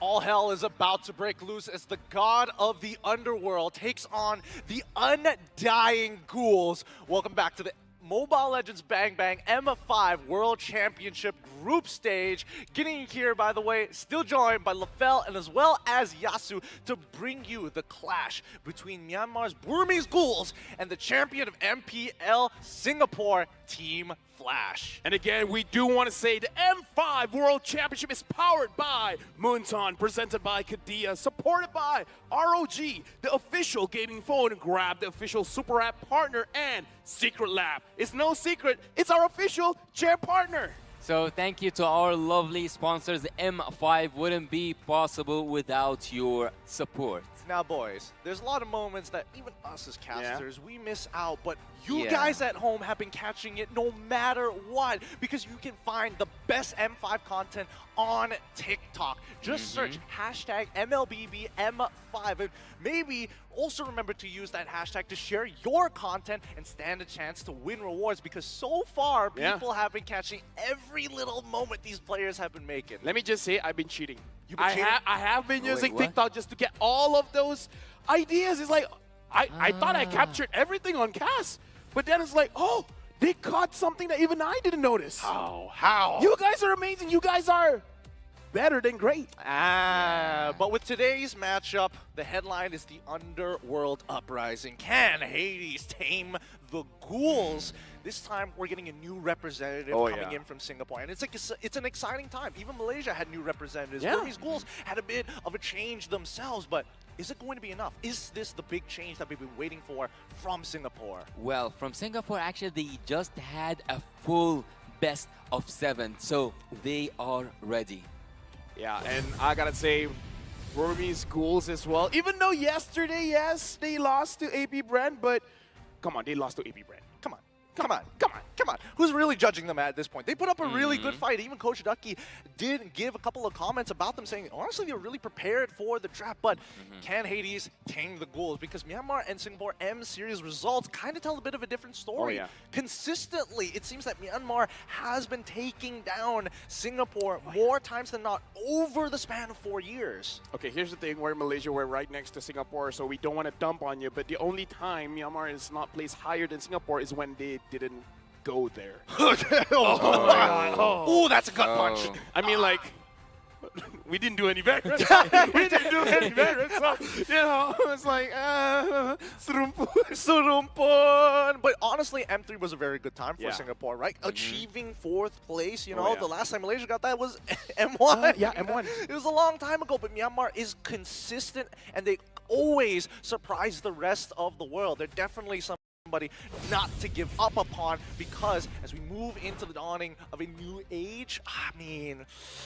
I don't know about you guys' predictions, but I'm feeling that Team Flash, they've got something in store for us from maybe their draft, possibly? Even I don't know my prediction. Well, yeah, I cannot actually remember my prediction right now, but I would say that Team Burmese Ghouls are warmed up.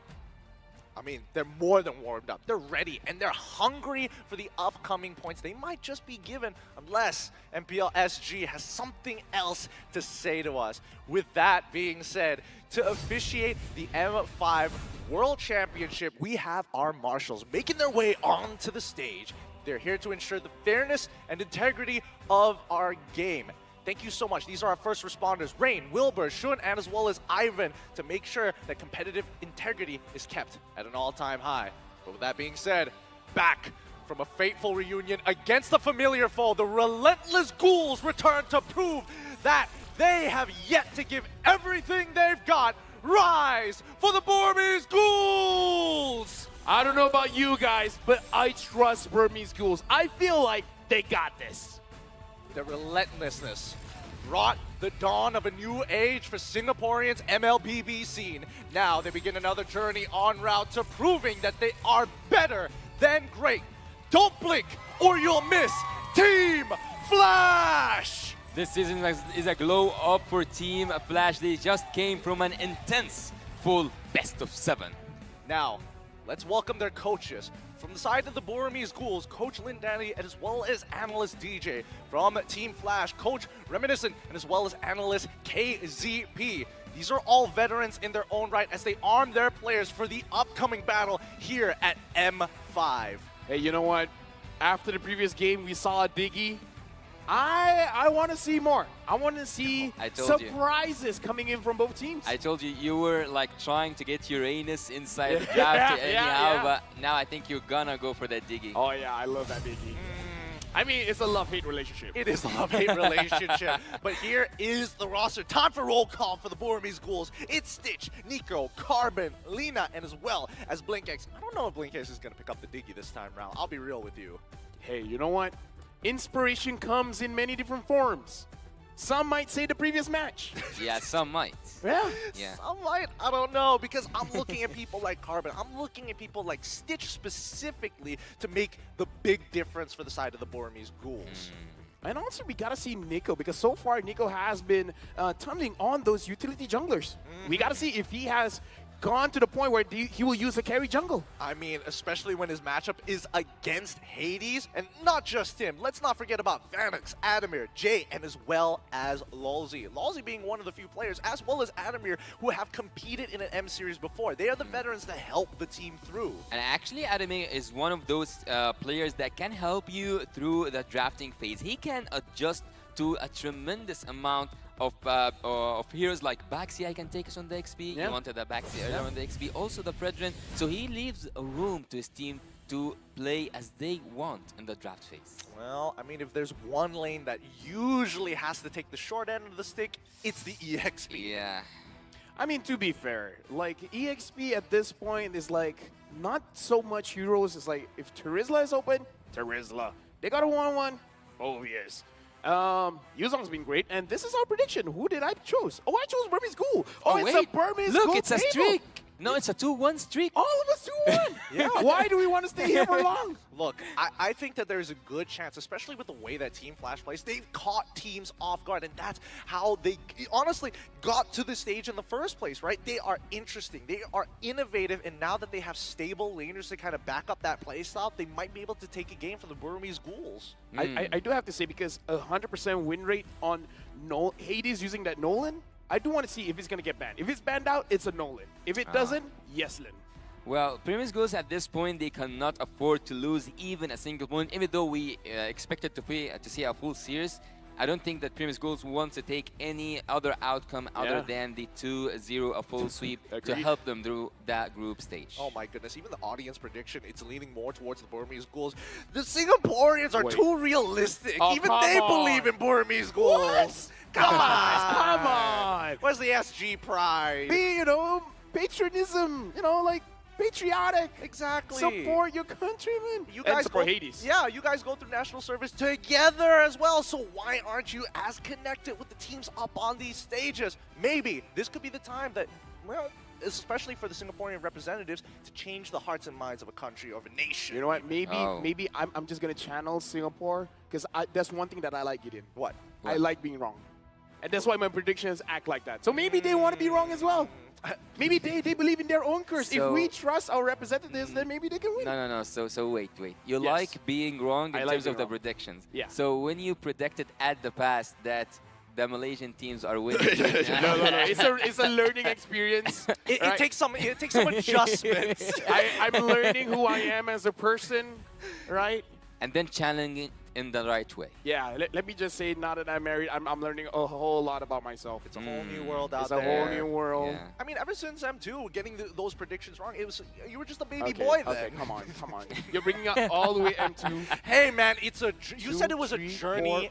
4 years? And learning, yes, 4 years. He knows your history, though. Of course I know his history. We room together as we get into the drafting phase here in our second best of 3. Now, let's keep in mind, Hades, he has a 100% win rate on that Nolan. And honestly, Nico has yet to play a mechanically demanding hero. Hopefully, we might get a bit of a taste of that here in their very first match in this best of 3 series between Burmese Ghouls on the blue side against Team Flash on the red side. Seeing Team Flash actually reminds me of the previous games, especially the game where we saw the Fanny gameplay, because Team Flash at Singapore are known for their split bush strategy. So I don't know, should we expect to see a split bush composition from the early stage, from the first phase of draft? Well, personally for me, I feel like it's one of those situations where they're hoping that Burmese Ghouls will have one more auto attack to crack the crystal, but don't do it, and they turn it around. Like, that'd be crazy, right? You know what? I'd rather be lucky than good, so I'll take that.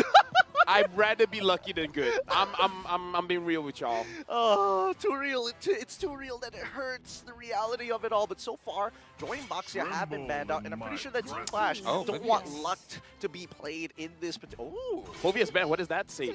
Well, it says that they want to use a lot of mobility, and after seeing that from Team Burmese Ghouls, it was natural to see a 1-1 being banned after that. No hesitation. No hesitation at all. And making sure that they're getting rid of, the big hitters 1-1. I think, Team Flash still very much in the zone, right? They're adapting on the fly. I'm pretty sure that they have their own game plan coming into this draft. Okay, so it's very interesting. Perhaps they themselves want something like a Nolan Because again, the Phobias actually deals a lot with a lot of these heroes. So I think even looking at here, I feel like they're both discussing is like, this Phobia's ban very early on is very sus. It is very sus. And I feel with Burmese Ghouls, especially since they are on the blue side, they might be able to snag it real quick. So it's kind of up to Team Flash right now, right? Are we going to see a Faramis? I kind of feel like we will see a Faramis or an Angela being banned right now, but so far Team Burmese Ghouls are focusing so much on those, like, let's say, leaning toward that shields, right? Yeah. If we look at the Joy shields, if we look at the previous shields, also the Matilda. So I think they are afraid of playing against those shields. Let me just say, I'm not a big fan of Guinevere at this moment. Really? Why? What changed? Oh, and speaking of which, it's banned. Yeah, we take her out for you. So why? Thanks. I appreciate it. Because every time I see her get picked up, I feel disappointed. Really? Well, I feel like a dad that my son/daughter got a B. Well, don't worry, A-star student. It's an Asian thing. It's an Asian It's an Asian thing. Don't worry. Asian A-star student Nolan locked in for the side for the first pick of the Burmese Ghouls as we jump on over to Team Flash. Of course, they gotta take the Bruno naturally, but they're also pairing it up with a Valentina. Now, experience is the best teacher if we're talking about A's, because once a gold laner back in M3 with experience, Adamir is now an EXP laner, and I've heard a lot about this. Right during their time, during his time with EVOS, was talking to the manager, and they were mentioning he's actually a pretty good gold laner, but he's even more deadly as an EXP laner. Actually, we have seen the similar situation the last game where I think Zia and also one more player changed their own Sunset Lover, Sunset Lover. But yeah, now I can tell you that was a 100% premise for the side of Team Burmese Ghouls. But what was I more sure about was the Nolan after you brought it up, because Furious is one of those annoying picks that you cannot just play against with the Nolan, and you have the Arlott, so everything is justified. It makes a lot of sense, right? And I mean, these are very good ultimates for the Valentina to actually pick up later. Let's see whether Burmese Ghouls actually want to overload them as we look at the final pick of the first phase for the side of Team Flash. Any predictions on what it might be? Oh, never mind. They've already locked in the Fanny. You know what? It's a Fanny Day. International Fanny Day. We've been having Fannies all throughout. So at this point... Okay, Brody, I was thinking of like something like a Hilda. I was thinking something like a Hilda. Yeah. I don't mind, because at the end of the day, Brody is one of those heroes who's really, really good. Well, I wouldn't say really good, pretty decent against assassins. Yeah. Lockdown stun, able to kite decently well overall, even against dive-style compositions. Yeah, I think that Team Burmese Ghouls at this moment, they should take more care of their turret, because as I said earlier on, Team Flash are known in Singapore with their split pushing ability. Having that Fanny and also Bruno with his bowls, he can just go through all the turrets without breaking a sweat. We gotta talk about Lolzi as well. He's a catcher. Is it a good situation for him to use a catch kind of hero here? Something like a Kaja, something like a Cho? There's a good possibility for those types of heroes, because again, you have a way to get dispel my CC, cleanse that CC. No, suppression tells you no, absolutely not. And I think in this particular case, to be able to drag your opponent away might not be a bad idea, right? They get rid of the Hilda. I'm thinking Kaja or even Franco on the table, not too bad to pull them away from the Nether Realm. It also works. A question. Yes. Even though I'm supposed to be the one answering. No, it's all good. It's all good. I'll ask the question. Why would you ban a Kufra and the Fanny is in front of you? Like, are you clearing the way for it? I can actually answer this one, because Lolzi plays Kufra pretty often, and also because they're on red side on the second phase, they get first pick, which they're more afraid of them picking it up early on, because they're not going to have access to it if they yoink it. What if this Arla is going to the roam? That's why they don't mind betting out all these roamers. Right? No. It wouldn't be. Yeah. It would actually work. Oh, like what? magic. You want a Diggy? You know Do what? you want a Diggy? Actually, against the Fanny, I don't think it's that great. I mean, it'd be interesting to see. Cutthroat pump. Kill one Diggy with one slash. Hey, at least we know that Diggy is forced to go with the tank build and not just build magic damage throughout that match. So, now Teruzla gets locked in for the side of Team Flash. Again, this is one of the Adamir specials, right? A stable laner. It's going to be good for him. Let's see whether Burmese Ghouls have an interesting approach to this. That's what I'm hoping for. Well, you have said it earlier, Lafel. You said when Trezla is open, I think Ixia should be here, by the way. Trezla. What? I think Ixia should be here.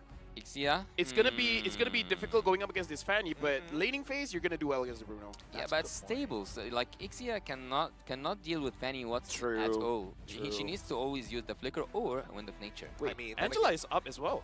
That's the thing, right? But I don't know, because their lineup doesn't exactly, doesn't scream like, oh yeah, traditional front to back, right? Oh.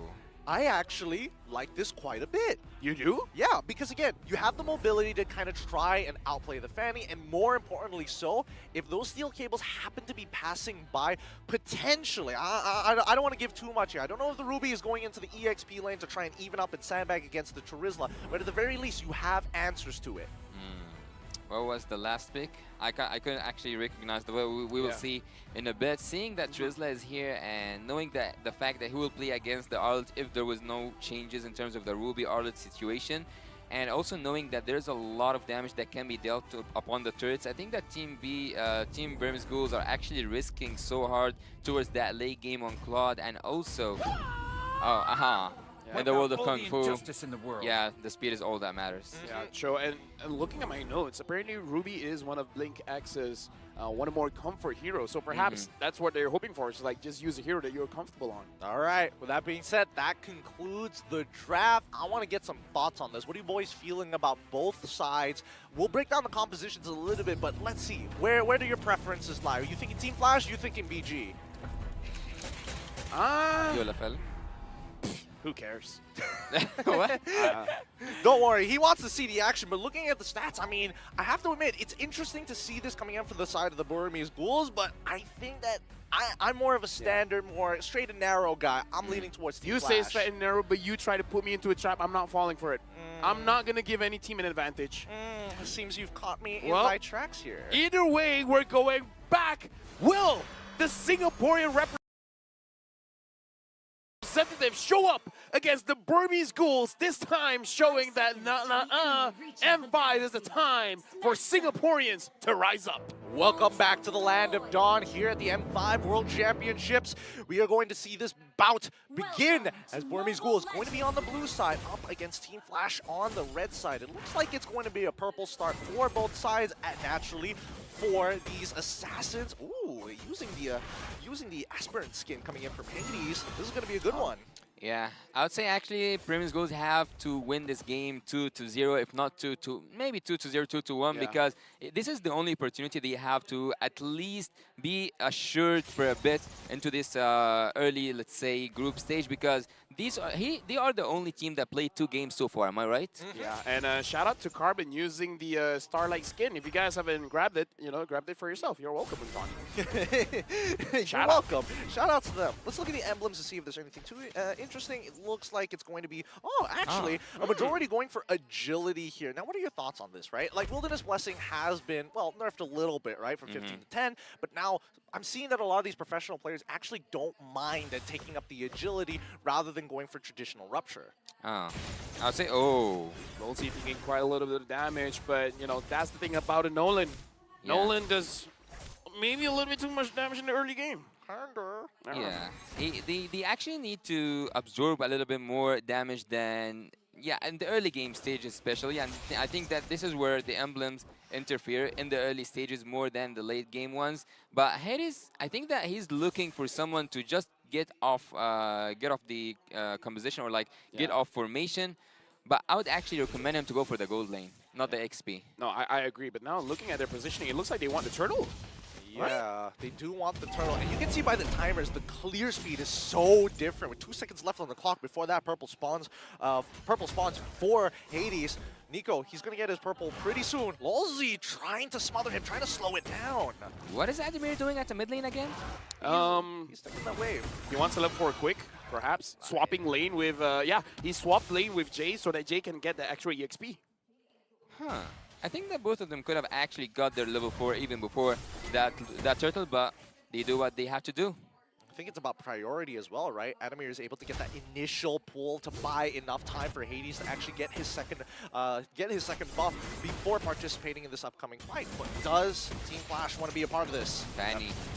All right, now Hades goes in. The turtle is going over to Nico. Adamir jumps forward, finds one member of Team Burmese Gold, but First Blood goes over to Hades. And now Nico is in the middle of all of it, trying to get a return kill onto Jay.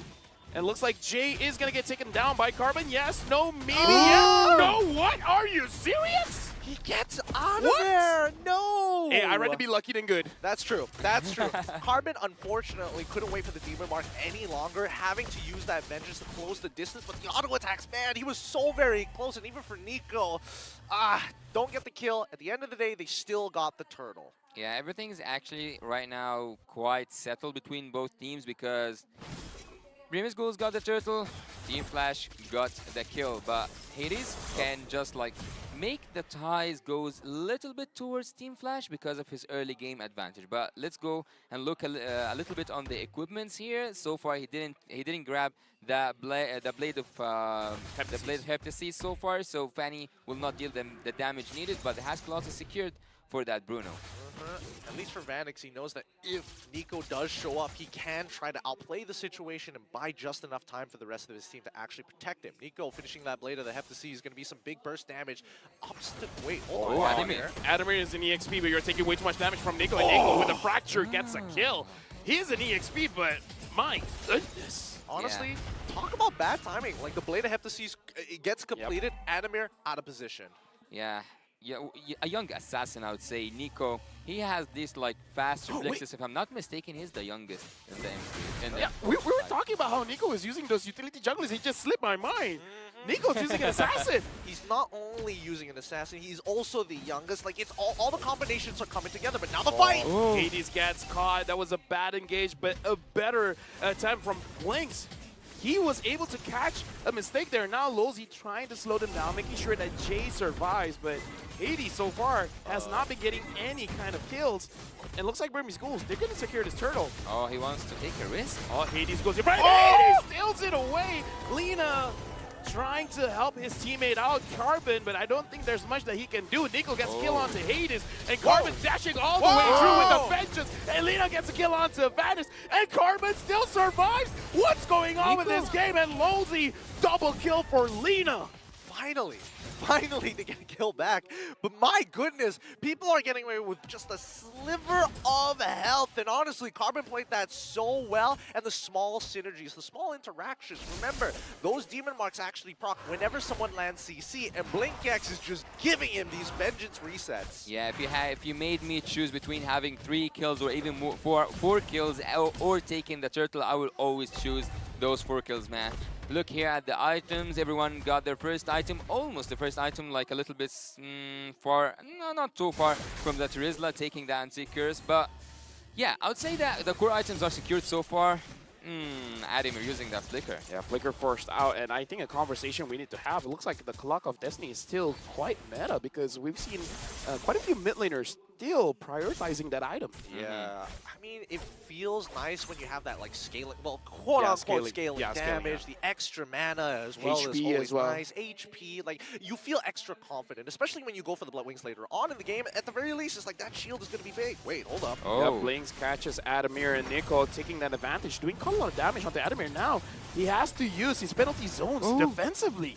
He's not even engaging. Body of the Smith, baby. He may be 3 levels down, but the damage, the DR, the damage reduction is always valuable. Yeah, I'm not used to see that penalty zone being used to escape without having that flicker. He just have to use it over and over and over again, not to engage, but to disengage. Burmese Ghouls are now ahead in terms of everything, not just the gold, even also we can say in terms of the rotation itself. It's working so well for them. They got all the items they need, and now they just need the execution. Oh, hey, this is not having a good game. BlinkX is using this Ruby cosplaying as a Kaja, stopping the Fanny in his tracks. Yeah, worse yet, I think Burmese have done some very good homework here. They've recognized some of the patterns that we've seen from the side of Team Flash, especially from Hades, because not everybody likes to sit in that particular bush on the top side next to the Beetle. But in the meantime, at least for Team Flash, despite the fact that they're giving away this turtle, they are able to crack a structure down on the bottom side.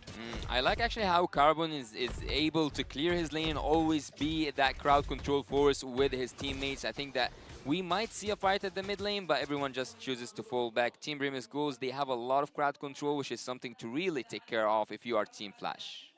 At this point, does Hades have to stay away from the fight? Because maybe split pushing is the other option, but so far, whenever he's alone at the side lane, looks like he's getting punished. Yeah, he's getting punished pretty hard. Like, I think Burmese Ghouls are kind of conditioning it to a certain degree, because again, how often do you see BlinkX kind of walk through that lane, right? He doesn't do it too often. He's been going bush by bush to kind of get a rough idea and communicating specifically with Nico to kind of understand the path that most Fannies would take. Look at Arlott. Actually, if you got a chance to look at his item, this is actually one of the best items so far I've seen during the whole day, because it's taken half items, which is something an Arlott only will do during the game. And here we can see that the split push is working against Team Flash. And right now, Adamir doesn't feel like a Terizla again, using the penalty zone defensively, but he's gonna get pulled back by Unoffended. And at this point, it's not fun playing a Terizla. Hey, yo, my guy, Adamir, what did you do? What did you say to Burmese Ghouls? It feels like they're specifically like you. It seemed personal. Yeah, it feels personal. This is so many times that they've attacked him on the opposite side of the map. But how can you be losing that much in terms of the macro skills and yet you lose all the turrets down? Bruno was just feeding on the turrets, one on the bot lane, two on the top lane. True. He's just having fun. He's literally sucking the marrow from the bones here. And for Burmese Ghouls, the question really comes to if you are going to escalate the situation, since you have a 2.7k lead, respectable lead at 9 minutes, they want to double that. They need that 2x. Where do they find this 2x? And maybe it's through the Lord in 10 seconds.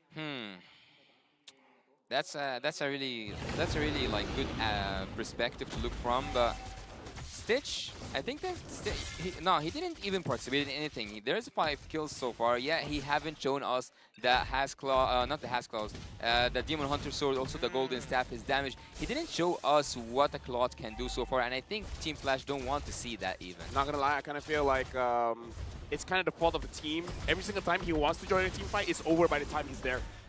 He blinks, it's gone. It blinks gone. Oh, whoa. Team Flash, they secured the lore, but Blink's X is there. It looks like Team Flash is trying to disengage.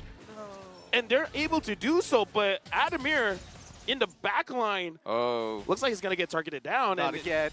Blinks, Nico, Carbon, Please, this trio. Adamir trying his very best. Can he actually do something with this? Stitch is here. Okay, now with Stitch, it should have. Wait, no. Hold on. Let him live. Let him live.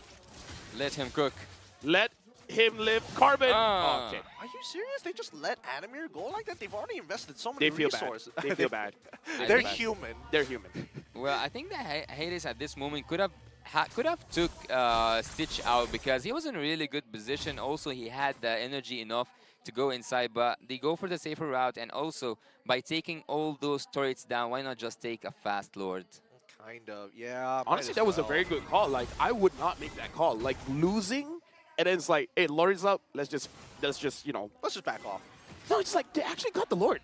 That's very brave. That actually reminds me of a game, KBG at the wildcard. All the numbers are going for the other side, but yet the other team is the one who's winning. Yeah. Oh, yeah, I know. Against Keep Best Gaming, yeah. Yeah, that was an interesting match as well. But I feel like comparatively, when we're looking at both of these teams, honestly, it kind of feels like a very standard game. Like, both sides have strong fundamentals. Ooh, Hades again gets targeted down. 1-3, no, not a very good start for the Fanny here, and Adamir gets pulled back. It's a nice ult, but all just to give a kill to Nico. At this point, Adamir he's channeling Roamer energy. Roamer energy? I don't know what he posted on social media, man. Like, why is he getting targeted so hard like this? It feels like, at least for the Burmese Ghouls, they've been kind of switching it up a little bit. Like, initially it's split pushing, and then now they're rotating together. Yep. Stitch got a kill. I was just looking at Lozi's like, what are you going to do? And now Vanix as well as Lozi trying to protect the mid, but it looks like it's going to be unprotected. Burmese Ghouls gets the mid lane turret.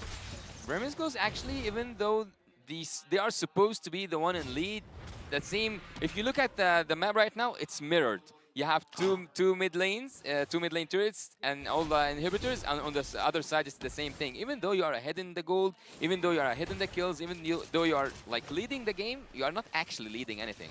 Yeah, I mean, we're waiting for that big cash out at the end of the day, right? Ooh, BlinkX almost landing the I'm offended here. And now, the denial of the purple buff. Finally, we're getting to see some moves. I kind of feel like Hades seen this coming. It's like, guys, it's okay. I don't think I'm gonna get the purple buff. I can live with it. You guys try your best. The house is on fire, and he's like, it's all good. It's fine. It's fine. Don't worry about it. The casual Fanny experience.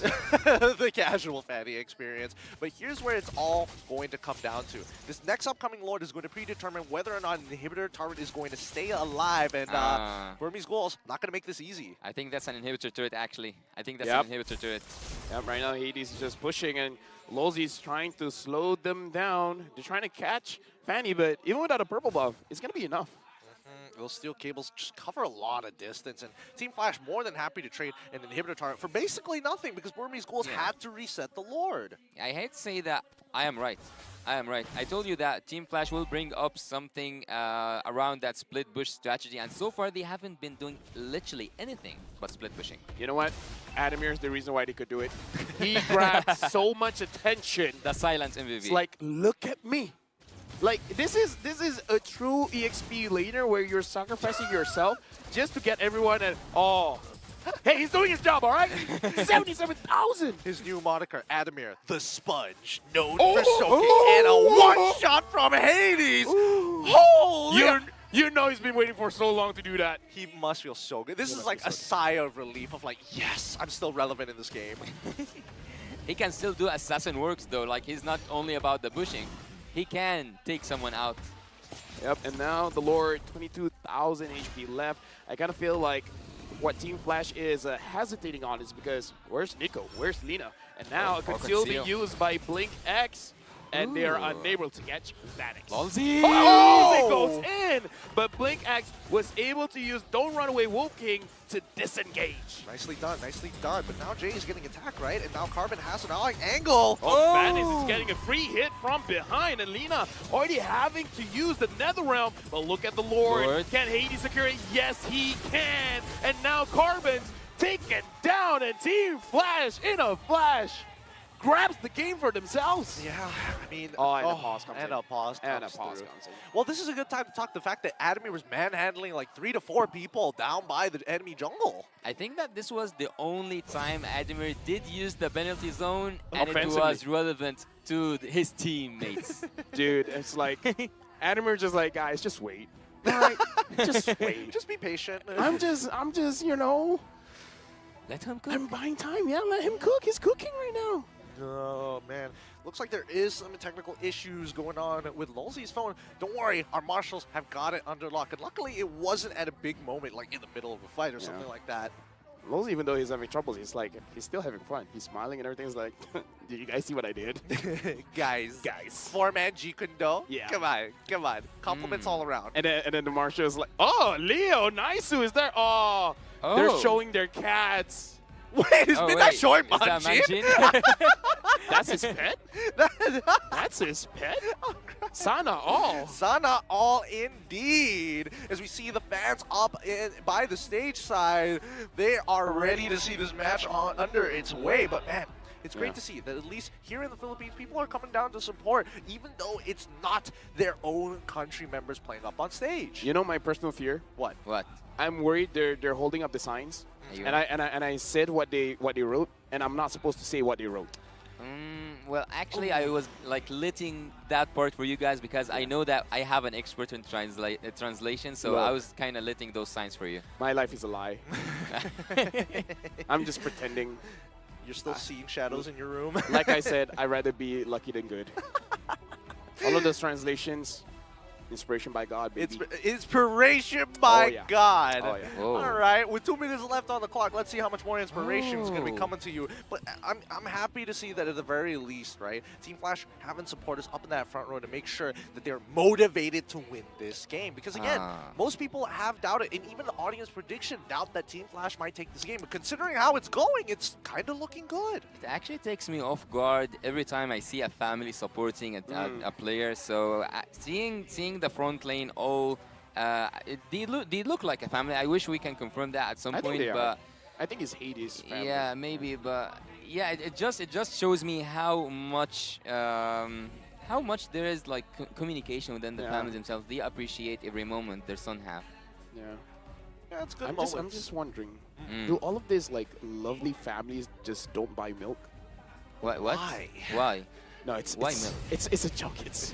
I'm not gonna explain it here. We're jumping into the game.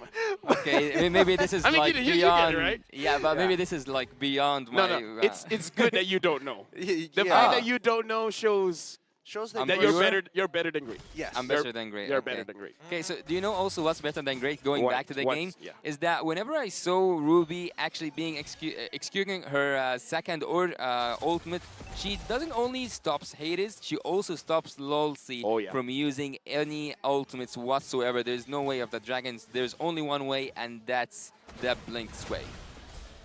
As we see, I mean, I think Blinks has been doing a really good job, but how far can they really go? One touch.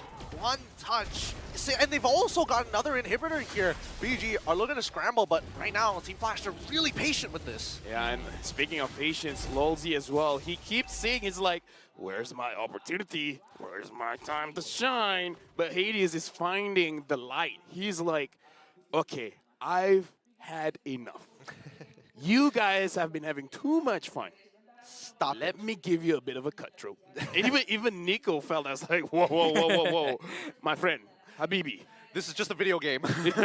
It's let's calm down here for a moment. Oh, Ademir. Ademir gets caught. Nothing you can do. Lina gets the killing spree. Oh. Jose catches someone, but the NetherRealm is there to deny of the kill. And Vanix, he got caught. There's no way for him to go. But look at Hades. Hades trying to push. Can Hades really do anything?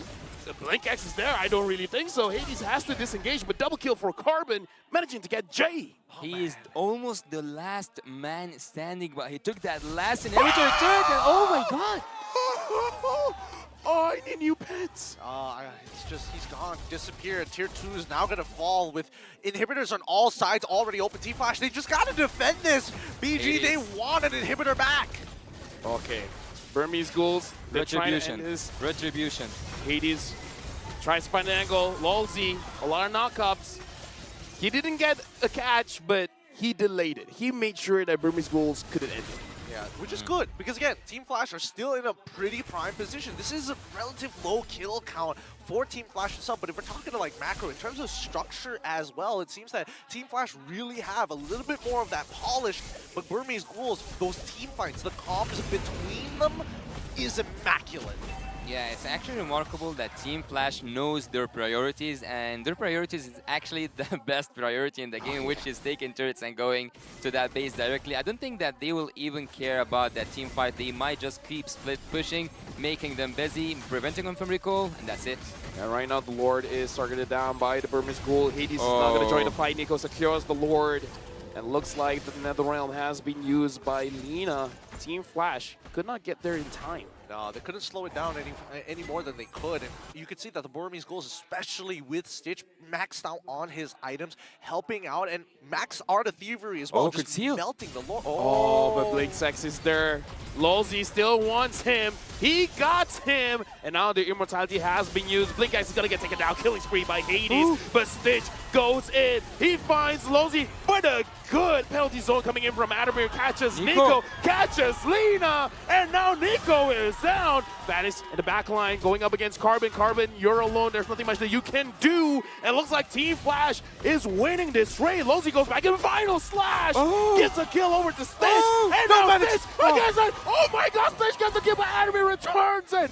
What a fight by both teams. Oh, the scramble was actually nuts there. Vanix was able to hold his ground just in time, but that means that Lina is the only one standing, and the Lord is pushing right in towards the Crystal. Team Flash have the numbers to hold back, but this buys just enough time to at least Burmese Ghouls ensure that they don't lose just yet.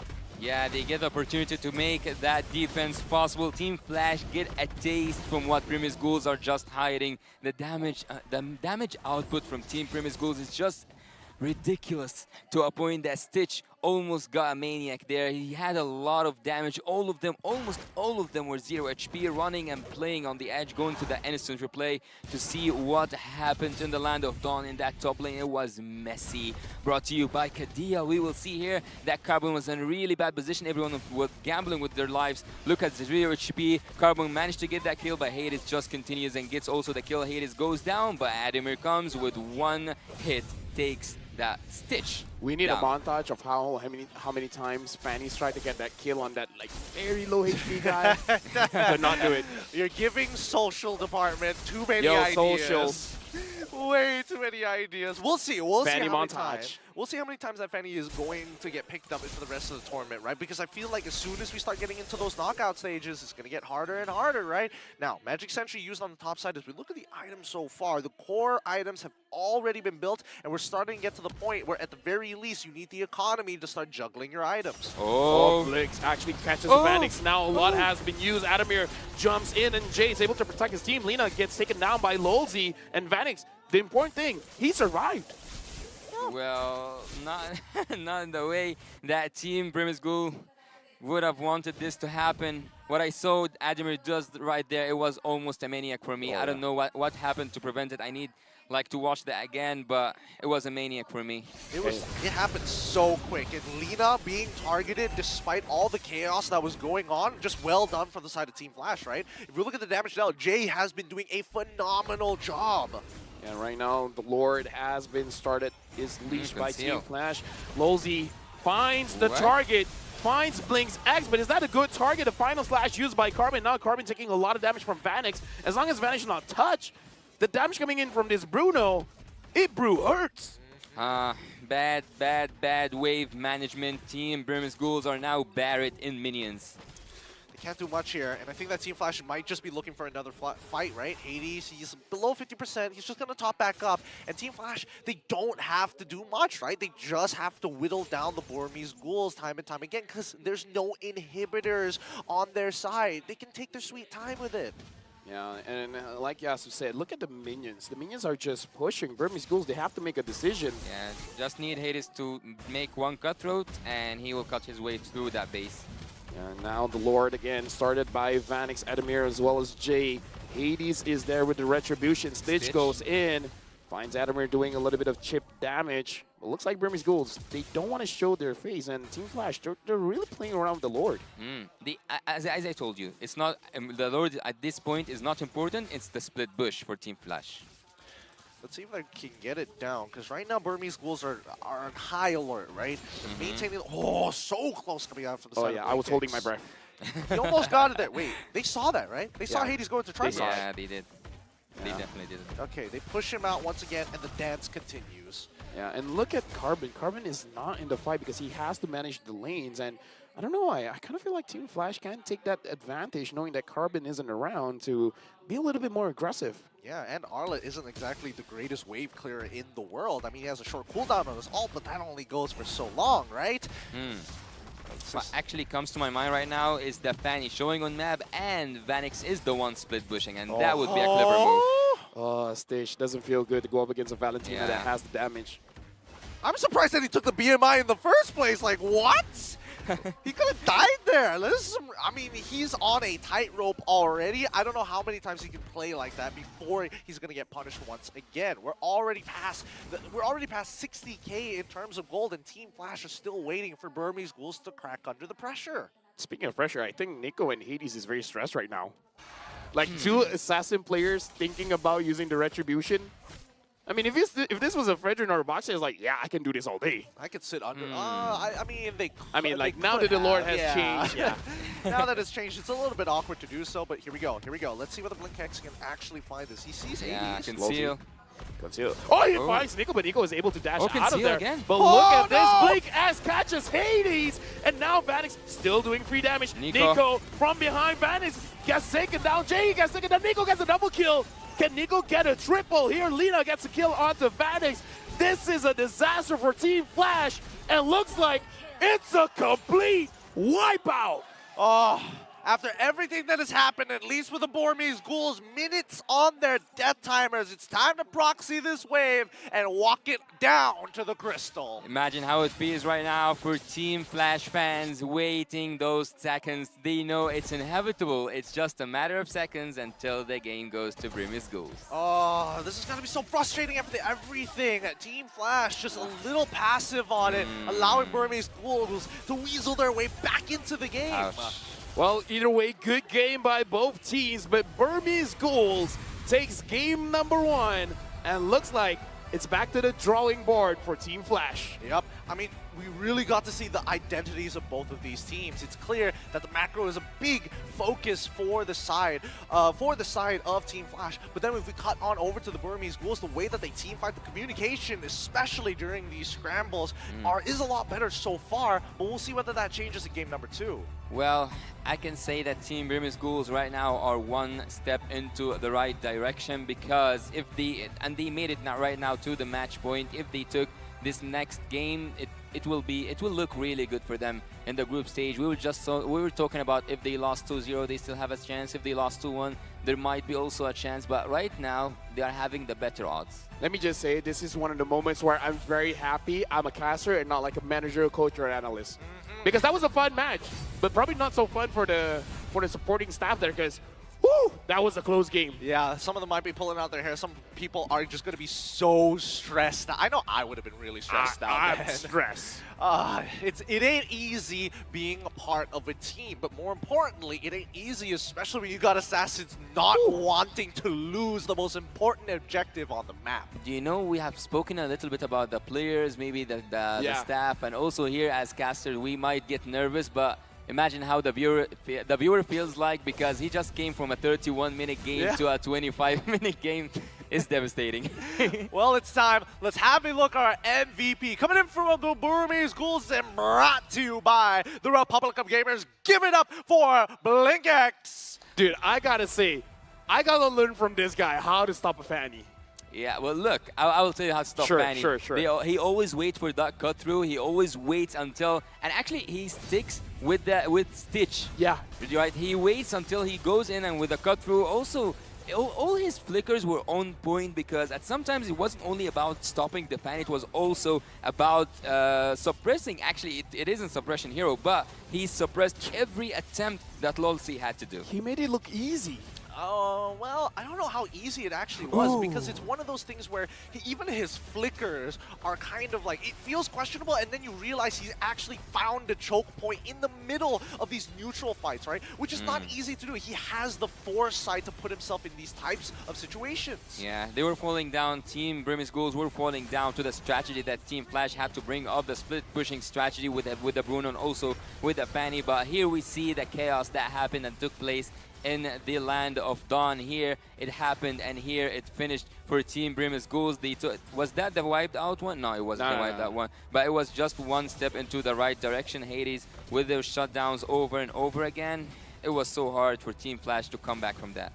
Yeah, I think that honestly, the good, strong points of Team Flash is their macro, right? Their decision-making is actually really good, but when it comes down to like a couple of these executions, once it gets real messy like this one, then it gets really, really hard. Like, Lolsi had a good idea. I'm going to kick BlinkX away, and then cut to BlinkX actually stopping Hades, slowing him down just enough so that the rest of the team can collapse and take out Hades, so they basically win the fight. And even if the fight extended, they basically got the Lord. We got to talk about Nico as well, man. He's performing so well on this Nolan, and I got to say, if I'm Hades, I'm not feeling Daijobu right now. I'd be feeling pretty upset with the overall match, right? And it's not because of his teammates. It's more so the fact that the Burmese Ghouls are kind of brick-walling him in a lot of these situations. For me, actually, it was an equal match until the very end, and I think that Team Flash, in terms of the macro skills, have shown us that it doesn't matter how many kills you get in the early game. It's just about how good you get, how good can you use the best out of it. So, Team Flash, there's for me at least, there's nothing that they could have done better than they already did. Yeah. So, Team Burmese Ghouls were just, and that's the fact here, we're just better. Dude, the MVP BlinkX, a big issue. Yeah. When he says it's one of his comfort heroes, he proved it. He wasn't kidding. He wasn't messing around here as we look at these items, right? And again, we are seeing a big difference. Like, most people are going to believe that, hey, we look at Jay, that's supposed to be the build, the go-to build. It's cost efficient. It has everything that you want inside a mage. And then we cut back over to Lina, and it's like, wow, it feels old school. And at a certain point, Faramis actually sold his boots to go for a full damage setup. So rich guy here, who's also the carry, who's also the most dangerous for me, was Stitch. But the forgotten one, of course, he wasn't forgotten at all. He was the MVP, and he was actually behind everything that the carry and the rich guy did. Stitch, as I told you, it wasn't only about waiting for that fan, it was also about taking that show out of Stitch's way.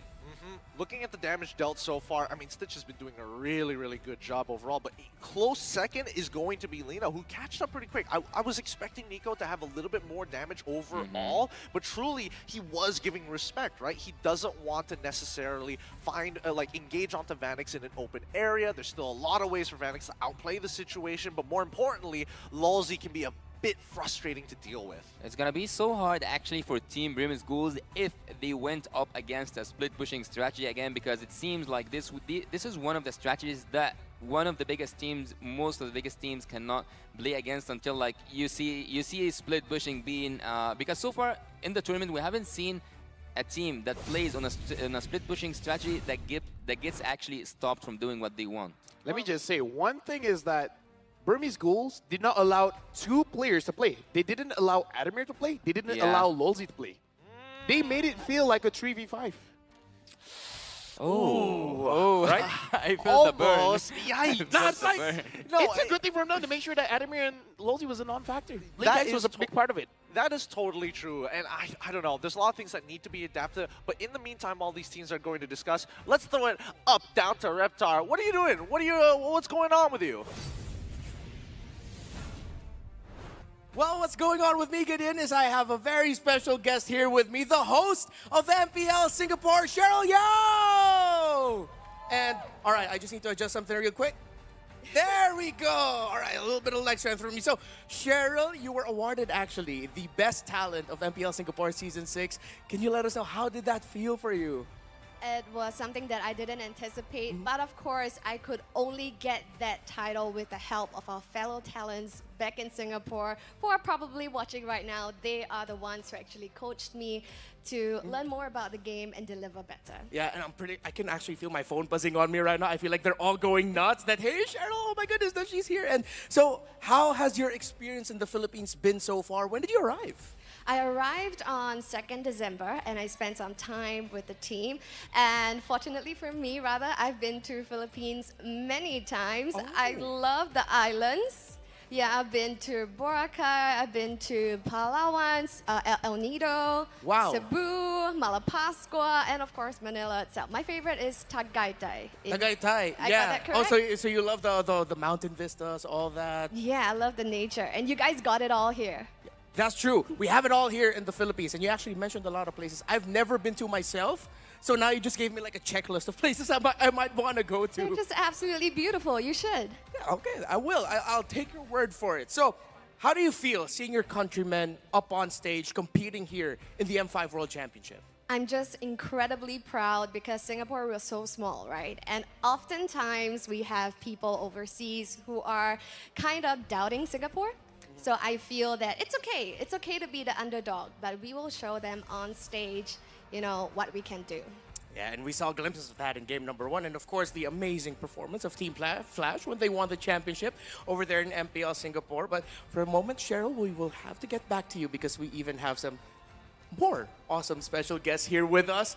Cheryl, actually, would you care to do the honors to introduce everyone? Right. So honestly, guys, if you think that Hades doesn't have his blue buff earlier, it's okay because Hades does have his buff right here, and it is his family. So here, guys, I have Hades' family beside me right now. Amazing. All right, magandang hapon po. Or gabi na, anong oras na nga ba? Magandang gabi po sa inyong lahat. Can you care to introduce yourself to our international audience? Ano po mga pangalan nyo at ano po relasyon nyo kay Hades? Ako nga po pala si Jason, kapatid po niya. All right, that's Jason, sibling of Hades, his brother. May ate niya. Hello, ako naman po si Andy, ang kanyang papa. Okay. Ang mensahe ko sa anak ko, kahit anong mangyari sa laro ngayong gabing to, proud na proud ako sa iyo, Hades. Yeah, that's Papa Andy and of course sister May, correct? Ate, that's her Hades' older sister. And my name is Dave, and I'm his cousin. You're a cousin of Hades, Damien. All right. What about the people behind you guys? Of course. Hi, I'm Rose Ann, cousin of J Mark. A cousin. Oh, by the way, yes, that's Hades' real name. His name is J Mark. At ikaw ba? Ako si Jok, #1 fan niya. A #1 fan ni Hades. All right. Siguro isa pong tanong para kay Papa. Ano po yung mga ginagawa niyo para suportahan si Hades? Of course, naging OFW siya eh. He's playing abroad now. Paano niyo siya sinuportahan? How did you support Hades while he was playing abroad? Lagi akong nanonood ng games niya. Kung wala man siyang laban, yung ibang team naman natin dito sa Pilipinas, sa ibang bansa, nahilig na rin ako manood ng hindi lang ako, pati yung buong pamilya namin. Nakasuporta kay Boss Munton. Alright. Maraming salamat po. Hindi lang po sa pagsuporta nyo, of course, kay Hades, but for your support for Mobile Legends Bang Bang. He mentioned he became a big fan of Mobile Legends Bang Bang Esports because of Hades. Round of applause for Hades family here. Thank you so much for taking the time to join us here today. Cheryl, a message for the Singaporean fans. They're looking at you right now. She's a representative here in M5 along with Team Flash. What's your message for our Singaporean fans? Guys, things might be looking rough right now, but even though we're off home ground in the Philippines, don't forget, we have Hades, and this is Hades' home ground. So hopefully we'll rub off a little bit on that Philippine buff right here for Team Flash, so fingers crossed. All right, thank you so much, Cheryl. Okay, since you are a fellow host as well, could you care to take the honors of throwing it to our casters? All right. So as Queen Mara does it, casters, paso.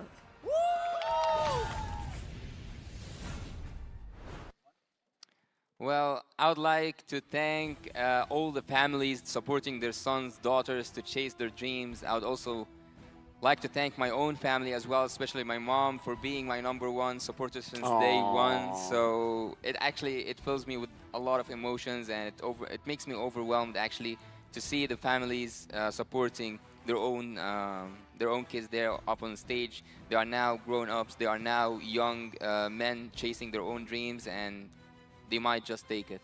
They might just. This is their I didn't prepare moment. something that wholesome. Me neither. But I was just about to say it. Like Redmar was taller than I thought. He was. Cheryl is about my height. Is she? I mean, with the heels, and then I'm like, oh, Redmar's not that far off. Hey, congrats, man. Congrats indeed. But it's time to get back into these games here because this is going to be an important match, especially with family on home soil as well. Team Flash are looking to even up the score against the Burmese Ghouls, who had their own journey, struggles to get here. Every one of these competitors have struggled to get on that stage, and now it's to make people proud. The question is, if the Ruby isn't picked up in the first 3 picks, will it get banned? Because that was dirty. I would rather actually ask the question, will the Fanny be picked again? I don't think so. I think they're going to revert to something a little bit more standard. I think they might even revert to, well, maybe even tank. But then again, who knows with KZP at the helm there with his Okay, now I'm missing Lancelot. Come on. That's the thing. I'm missing Lancelot. Where's the tank Salot, right? Something that's a good hybrid, a good in-betweener. And also, do not forget that Nico, the one that we knew for utility heroes so far, was the one playing the Nolan. So you might see a lot more surprises that you can expect. Exactly. So we don't know the entire arsenal just yet. That's why these drafts are so important for a lot of these teams before we even get into the game. But with that being said, it looks like Game 2 is about to kick off here. Let's jump into the drafting phase. And again, looking at the drafting phase, we have to see because both teams with the bans are kind of showing a lot about what they want. Will the Phobias get banned out again? And if it does, Nolan and 1-1 are very favorite picks. Yep, let's see here. Let's see if there's going to be some really big tells amongst these picks and bans. And once again, we are seeing Baxia, we are seeing the 1-1 get banned out for the side of Team Flash on the blue side. Up against the Burmese Ghouls have immediately banned out the Joy on the red side. So far, I think that there is nothing that catches my eyes because we have been, at least today, we are used to see Joy at the ban phase, especially at the first phase. And 1-1 as well has proven with, was it Zia? I think Zia, played it really good, and he almost flipped the game multiple times. So having that Nolan bans mean that Burmese Ghouls are afraid to see Flash play Nolan, and not just that, Nolan is one of the best assassin heroes in the current meta. Want to know one of the things that I might do crazy enough? What? Ban out something like a Faramis and then first picking that Bruno. Because Bruno has been so good this entire tournament. I mean, sure, no longer 100%, but still, Bruno's pretty good. Very dominant indeed. Yep, And I mean, Faramis banned. It looks like you were If they take reminiscent. Bruno, then I'm buying you coffee. If they take Bruno first. Boys, but quick, select the Bruno first pick, Team Flash. I need the coffee right now, man. You're doing game 4? I'm doing game 4. All right, yeah, you he need needs coffee. coffee. Burmese Ghouls, on the other hand, this is going to be their last man for the very first phase here. They could Gwyn ban? anticipate this, right? They could go for the Gwyn ban, but there's a good chance that Team Flash is going to pick it up if it gets let through. It's one of those either do if you don't, but let's just not deal with it at all. Okay, so at this point, they're really taking the time, probably really considering, do they want to go for the Gwyn ban? They banned out the Matilda, so the Gwyn is open, but again, not a big fan of a Gwyn first pick at the moment. Gwyn damage, let's go Hades. Yeah, you know what? Damage, yes. Gwyn damage. Damage, yes. Come on. Come on. Or just first pick Bruno. Come on. Yeah, maybe Bruno coffee. Come on, I want it so bad. 32. And then they just pick up a Valentine. They just go for the standard I think stuff. it's a Valentina though. It might just Wait. Arlet is open as well if they want to go for that. I think it's... no, okay, maybe not. As a first pick? It's fine, but I don't know if it's something that Adamir really wants or maybe even Lozy really wants. I think Adamir is more than capable of playing it. Lozy, I'm not so sure, because then it has been a while. But Gulliver have been stopped earlier today, right? Yeah. Like, I think they, somehow the team's so enough Gulliver that they know how to deal with it by now. Yeah. The spatial migration is that's the reason why people didn't pick it up, and then Munton changed it to make sure that when your spatial migration goes in, there's a mini stun. But now, even with the stun, it's not enough. People can still avoid it. I think more people have adjusted towards it. It doesn't mean that it's bad, but in most cases, you're not going to build it a very carry damage-oriented style, right? Now, here we go. Bruno gets locked in from outside of Burmese Ghouls. I think that was, a no-brainer at the very least. Let's see what's going to be the second pick. I mean, Valentina is still... This guy. If this is a Gwyn jungle, Oh, it's going to be Diggy Bruno is going to hurt. Diggy Bruno. Diggy, I can't. Sao changed me. I feel bad. Sao changed me. Yeah, I would feel bad as well. Sao changed me. You guys are Sao pilled already, man. With Arla already locked in for the side of the Burmese Ghouls, we still have a good flex pick for them. Now, coming back to Team Flash, they need to kind of complete the first phase. And so far, I mean, for the majority of the time, at least for gold laners, right, most kind of struggle overall against this Bruno unless they get a little bit of help. Well, actually, I will say it that way, but I don't want you to actually take it from me that way. Look, you will understand once I say it. So, I would recommend Diggy for Team Burmese Ghouls, and not just because Sao made a really good play with it today, but because it is the pick that can annoy all the heroes in the current, let's say, setups that the teams are doing at the M5. The crowd control, depending on the crowd control, I think that the Diggy is kind of solution to almost everything by now. But I would say now is a good ban to ban out the Ixia to make sure that you win your lane. Exactly. I think that at least for Team Flash, they took the safer route. They could have immediately locked in the Ixia and kind of given up on the mid lane altogether, right? But that's the thing. The mid lane is such a narrow hero pool that's viable for them. It's the center of everything. It is the center of everything, but you would have imagined that at least like the viable options would be bigger, right? Well, look. We are going now into the second phase of draft, and for the side of Team Burmese Ghouls, I think they will focus more on the gold lane. I would totally agree with you about that Ixia, because if Ixia on the side of Team Flash and they get an area crowd control, basically Ixia is out. But Team Burmese Ghouls, Team Flash on the other hand, they secured the mage, so they have to continue pressuring that mage. Something like a Novaria, Lilia, Hunt begin. The hunt begins. Okay, right. Forget what I said. That's the right band. Yeah. That's the right band. This one's good. This one's good. I think they're also going to pair it up with the Kufra band as well, just to ensure that their dashes aren't going to get canceled out at the very least. Burmese Ghouls, on the other hand, they're looking for another band. I mean, you might as well get rid of the Novari. No. It doesn't matter. Valentina's already been locked in. It's about supports and gold laners. I want to throw a pick here before it gets big. It will sound really good, but what about Phobius Smith for Team Burmese Ghouls? Come on, Dexter. It's our Phobius showtime. Smith for, let's see. I think it's okay. About it. I think it's okay. I'm a little on the fence about this one. Yo, they heard us. They know. Yes. They know. They know. They saw the game. They're also sour-pilled. This is.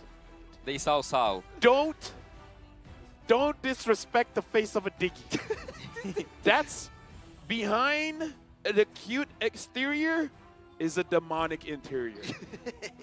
It's the glasses that's holding him back. Oh yeah. That's the truth. His best friend is Einstein. He goes way back. He goes even further back. That's actually lore accurate. Burmese Ghouls now going in for the second phase, looking for that very first pick on the red side. Let's see what they want here, because so far, I mean, in terms of CC, they got some pretty decent CC with the Arlet. I don't think they want the Arlet to go match up against the Khalid in the first place. Oh, they're going to get the Minotaur, rather. Interesting. They have a lot of front laners. They have really good damage output coming, like, let's say, physical damage-wise, but they need someone to balance that damage. They need a Lilia, I would say. They need a burst damage hero in the mid lane. I would rather say a Lilia or a Gort. Kadita. Nah. At least you're not really giving a decent ult, because at the very least, it's like you could steal a bunch of different ults, right? But at the very least, you're not giving over, giving over the rough waves, kind of meh. A pick I'm missing in the tournament. Eve. I want an Eve here. Haven't seen an Eve for a very long time, but speaking of which, the marksman role is getting a little bit low, so they're going for the good old Beatrix here. Okay. Ultra late game is going to be pretty strong, but you got to get to that point, and the Novaria gets picked up. Yeah, true, but also they can play like very much like a pick-off composition from the side of Team Flash at the very least, right? They've got combo components to work well with the Beatrix to be the catalyst for the team, but at the end of the day, I'm looking at Burmese Ghouls. I'm liking their draft just a little bit more. But think of it that way. You have area crowd control, you have the space, you have the crowd control itself from the Martis and also from Arlet, Minotaur. And also you have a good damage output. Why not just make the space much more, you cannot escape from it by using that Eve. I think that Eve perfectly fits into the Burmese Ghouls combination. I mean, personally, for me, I've been hit by a meteor before. It hurts. So maybe that's what Lina wants to do. I think it's also a safer option, right? Because Eve has to sit still, and there's a lot of abilities that would like you to just stand still for just a couple of seconds to punish as we go into the game here. It's match point for the Burmese Ghouls. Is it going to even up to a third match here at the M5 World Championship? It's going to be Team Flash on the blue side up against the Burmese Ghouls on the red side. Looking forward for it. Looking forward to see if Team Burmese Ghouls with a draft that, I don't know if you guys all agree with me, is a winning draft against Team Flash. Team Flash right now at match point, as well as Team Burmese Ghouls. It might be Burmese Ghouls match point, but Blinks is trying to annoy. Did he take it? Nope. Nope. Well, he tried. Luckily he didn't. He's not gonna live. I mean, when we say that, he eventually lives, but okay, not this one. Hades gets first blood. Okay. Go full damage, let's go. Yes, I really hope Hades goes full damage. It'd be so fun to watch. And he's immediately going for the invade for the Little Wanderer as well. Okay, at this point, Carbon is not having a good time going up against Adamir, but I guess it's that's your experience pre-level 4. Yeah. No, it's pretty dog water. It's pretty dog water for unfortunately for Carbon at this stage of the game. Man, Blink X is just taking so much damage here. It looks like Team Flash are, taking revenge for Adamir last game. But he should actually take a lot of damage. He should be punished for using that flicker earlier on. Yes, he did an invade, but a solo invade with a Minotaur, this is something to be punished for. And he did lose his life once. I believe he should lose it twice before he gets that flicker once again. But looking at the items here, Beatrix is going for a little bit defensive way, going up against Stitch. but Stitch, on the other hand, he plays damage. I feel like Lolzy at that point is like, oh, if only I had level 4. If only I only I had had level 4. It would be that would be the dream. But speaking of like early game items to play defensively, like Carbon, he skipped up on boots straight away, went for the steel leg plates. He's like, I'm gonna lose this lane. It's expected. I just gotta live. I cannot give any more gold over to Team Flash with my life. Yeah, you cannot do that much when you are dead. You cannot do that much. Team Flash are now zoning out the turtles. It seems pretty decent. They take the turtle safely. Yup, Blink's is there, Blink X is there, Nico hard goes towards it, but Hades still secures the turtle. Very good zoning coming in from Lolzy as well as Adamir. Yeah, very minimal interaction between both of these teams so far. Like, Burmese Ghouls recognize that they're going to need to wait until mid-game before something actually happens. And for Adamir, you need to feel his presence. He's winning out of this lane pretty hard already, so therefore, he needs to start pushing his influence into the river, up into enemy territory in their jungle. Well, Team Flash, actually, if you look at the draft of Team Flash, you recognize that they have a really good clearance at late game. If you look at the Beatrix, also I would say the same thing about Adamir on the Khalid. So yeah, I think that the late game is not looking so bad for Flash, but it's not. Yeah, and it looks good for Team Burmese Ghouls. I would say I would choose a Bruno over a Beatrix every time. Let's see whether they can find these combination pieces, right? Because Vanix, he still needs that goal. He's the linchpin of what makes this composition as deadly as it is. With one of those ults, here we go. Burmese Ghouls, nah. The wave gets cleared out. They can't initiate this dive. Yeah, Lolzy has the Way of the Dragon, but it's really about trying to find the correct targets, especially going up against a Martis and a Minotaur. It's going to be pretty difficult because they can cancel out your second portion of the Way of the Dragon. Yeah. Buying that like semi item or like a partial item from the cursed helmet, I think that Hades is actually going for a semi tank build, because the third, let's say, item he's now trying to build is actually a damage output item.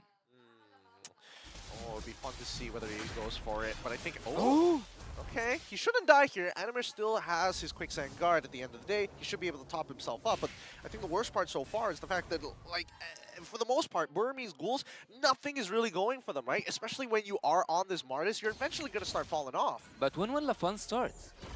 Honestly, looking at the situation, I'm a little bit surprised that Nico is not having a good time here. Hades goes in with his facial migration, and that was a lot of damage enough to take down Nico, and now Lina is the next target. Adamir drops Lina. Beautifully done by Adamir. Oh, and they're not done. Jay with the Minuan Fury, but Blink Axe showing the real Minuan Fury. Stitch gets a kill, but what was that final slash? Carbon gets them, but the follow-up was not there. Every battle spell from the side of Team Flash has been expanded, and this is just before the turtle as well. Hades has to wait 13 seconds before Retribution is back up, but man, what a play. Adamir? Adamir? Buddy. Just gotta get taken down, and Carbon really wants the damage. A good terrify. Stitch, if he wasn't terrified, he would have gone for it. Nicely done. All the spells from the side of Team Flash were just used more than perfectly. The flicker ultimate from Adamir, that was on point. Yep, Lolzy trying to find the space to go in. Hades as well. Oh, camera! Hades got it! Oh! Where were you? Camera! I mean, Stitch gets taken, but looks like he was able to purify out of it, but not gonna matter. Adamir secures the kill. Yep. So far, good shot!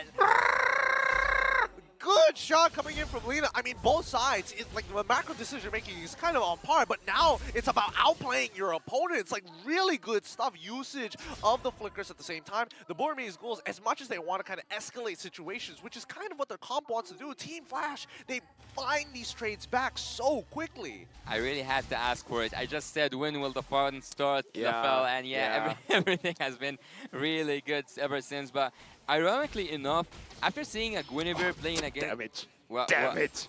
Genius one. Yeah, I told you he's going for a semi. He's going for a semi build. Some defensive items. He will also go for a genius one. So he's going that route. But I would tell you that, ironically enough, whenever I see a Guinevere going up against a Mortis, it always lands the second skill correctly, even though the Mortis have the immunity. Yeah, the Mortal Coil really needs good timing, but I'm a Hades fan right now. Yeah, I mean, let's see whether he keeps up with the damage build, right? I'm expecting Yasu to be correct about the semi build so far. Oh, okay. Hades goes on to Blink X. blink and you'll miss it, and he's gone. Let's go damage Guinevere. Okay, all right. I mean, he should have known, right? Oh, camera, please. I'm telling you, this Oh, entire combination. Jay goes on to Lena, and Jay gets the kill. Woo. I'm sorry, Observer, but you got your work cut out for you. There's a lot of things happening all over the map. I'm sorry if I disrespected you. When someone takes a kill and runs out like so smooth, did you call it a smooth killer, or what was the term for it? A smooth criminal. A smooth criminal. I think that's the word that can describe Jay after taking that kill, using the ultimate of Minotaur, using also his own ult, using his own first, second skills, and also going out with the flicker. That was smooth. At this point, it's just like a 1v1 5-man style. It basically is, right? At least for the side of Team Flash, they've been making some really incredible individual plays against the Burmese Ghouls, and now trying to play outside of what standard protocol is supposed to be, and it's working out well because this is the biggest lead we've seen from the side of Team Flash in a while. 4K underneath their belts. Team Flash. Actually, thinking of it right now, I'm looking at the statistics. Team Burmese Ghouls are looking for a match point, but it seems like Team Flash once. And I think this is the only time so far that we see Team Flash actually in the lead in terms of the gold. I would like to see what will they do with it. I think they're going to start increasing the tempo, right? Team Flash, whenever they have their ults up, and especially if they have Flicker up, expect them to find and look for a play. Lena kind of revealed the map, but I don't think that Burmese Ghouls can do anything right now. They need to just wait for the farm to come in, but freezing the lanes is it sounds just right for Team Flash, because by freezing those lanes, you will make Burmese Ghouls drain out. I think part of the reason why Burmese Ghouls couldn't do much is because I think even they didn't anticipate that much damage coming in from Hades, because it's like they're losing from the 3rd minute of the game. And looking at Stitch, his gold actually looks promising. I think that it really boils down to just standard protocols, right? You're expecting it to be a tank, and then you all of a sudden realize, wait, it's Genius One. I'm actually taking way more damage than I'm supposed to be, and by then, it's already too late. So I don't know whether the adjustment has been made for the side of Burmese Ghouls. Oh, Hades jumping in, unable to find the spatial migration. They are asking, actually they are kind of demanding Team Burmese Ghouls to deliver or like to leave that second final phase. slash from Carbon finds Vanix, and now Jay has to use the Minu and Fury, but Vanix gets targeted out, but Nico is going to get taken down, same as Carbon. They started the match, but Team Flash, they're ending it. Blinks goes down as well, triple kill for Vanix. Ouch, triple kill. Dude, Jay is playing on fire, man. Carbon had no opportunity to actually flicker on out of there.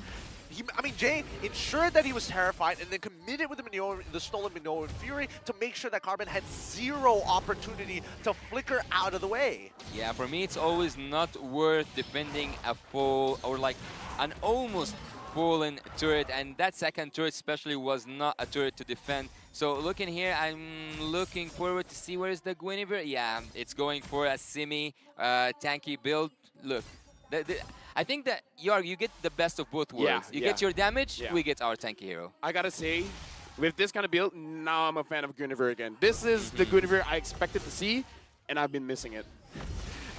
Let's see how long. Hades goes in, finds Nico. Blinks X tries to turn the tables around. And look at Vanix gets taken down, shut down. Stitch gets the kill, but Admir gets the double kill. And now Carbon tries to run away. He manages to flicker out of Hades' path. Dude, this damage is just disgusting right now. Even though Vanix is going down, he's just like, all right, I'll give the shutdown over. Doesn't matter. The rest of my team have just stronger counter engagement. Well, 3-1, I would take that on any day. And 6K gold lead right now. It will just we will see Team Burmese Ghouls be having that red line drawn for them. On the borders, on the lines of the inhibitor turrets. They cannot pass through that until they get the chance to get any minions in, and that's gonna be so hard because Team Flash are not gonna let them breathe. Excuse me, is this Cheryl Yao's buff?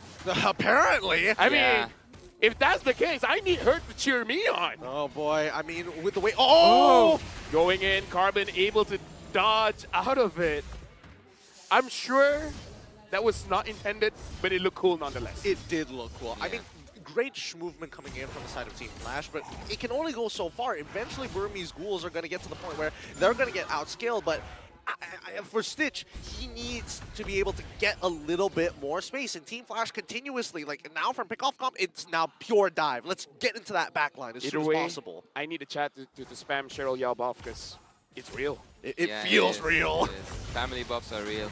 Look at the damage received actually by all 3 damage-taking heroes from the side of Team Burmese Ghouls. They are just getting tortured at this point. They are taking a lot of damage, and there is nothing that they can do about it. They need to wait patiently until the far late game for Stitch to have items, for Lina to deal damage as Hun did earlier today. Yeah. The Marta's not having a good game, is he? No, not at all. He's already been outscaled, and even if he does get his items, it's really not going to matter too much other than the Decimate. So he's just building full tank. He doesn't even want to finish the Hunter Strike at all. Tina's shield already completed, already with the Dreadnought armor, and I think at this point we're keeping our eyes on specifically Lina, right? I can't help but to wonder why Cho is not completing items.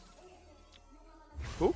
Cho. Look at Cho. Yeah, I feel like this is a cost-effective way to build as a roamer because you're generally not going to have a lot of items. So just having the stats is enough. Like the unique passives is great, but honestly at this point, especially as a catching hero, yeah, just straight up stats is enough. But I wouldn't go for a partial item as just the HP. I would go for a defensive one. Yeah, That's what I was wondering about.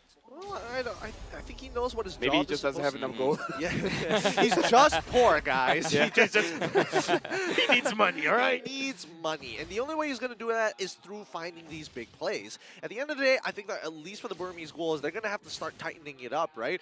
They need Lina to be able to kind of poke down Team Flash members and have some relevant damage, because keep in mind, every single time they fought so far, even if it looks good, Adamir comes in towards the later side, Lolzy gets a really good kick in the back line, and then it turns around for the side of BG. Honestly, right now, even the difference in level is a bit too much. Nico is level 12, Hades is level 15, Hades jumps back in, and Blink X gets 2, and the final Flash catches 3, Carbon gets J, but Adamir somehow finds Lina on the backside, and now Nico tries to get a kill for himself, but Vanix gets Carbon, and it looks like Lolzy trying to help his teammate out, but now the Lord is the focus. Hades jumps in. Hades secures it. Almost stolen by Nico. Oh, that was so close. So very close. Luckily, there's a 3-level difference between the two junglers, so Hades was more than confident to be able to take that Lord and secure it for themselves. But at least we're seeing at least some hope in the Burmese Ghouls as we jump into this instant replay to see how it all happens. And let me tell you,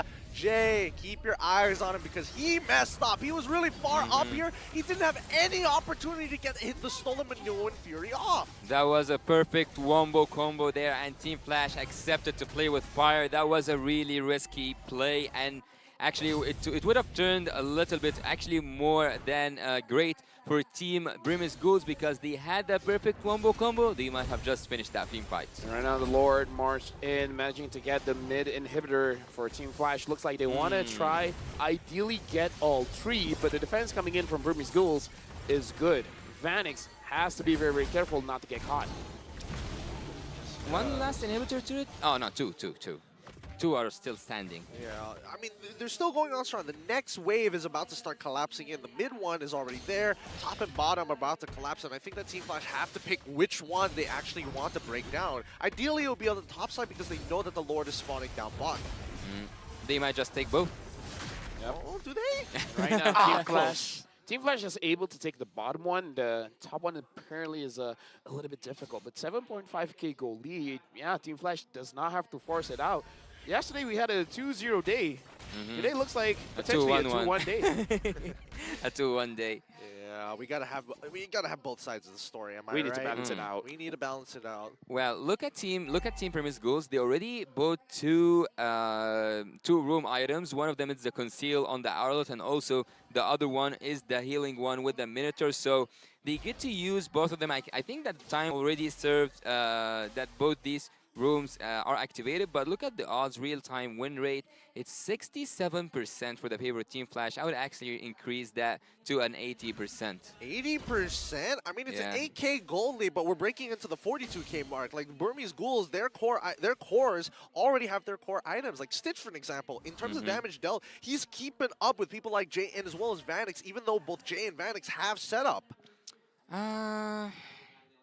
Look at Stitch damage. He's doing really good, even though he's on the losing side. But it's not only about damage. Look at the turrets. Actually, only one turret is down for Team Flash, which doesn't really indicate that even with a blunder or like a really huge mistake from Team Flash, Team Burmese Ghouls can win. I think it's really hard to flip this with one mistake. Well, Needs more than one. I mean, I think it always starts with the Lord. Every single time we expect these situations to go one way, a single Lord steal could break. Oh my god!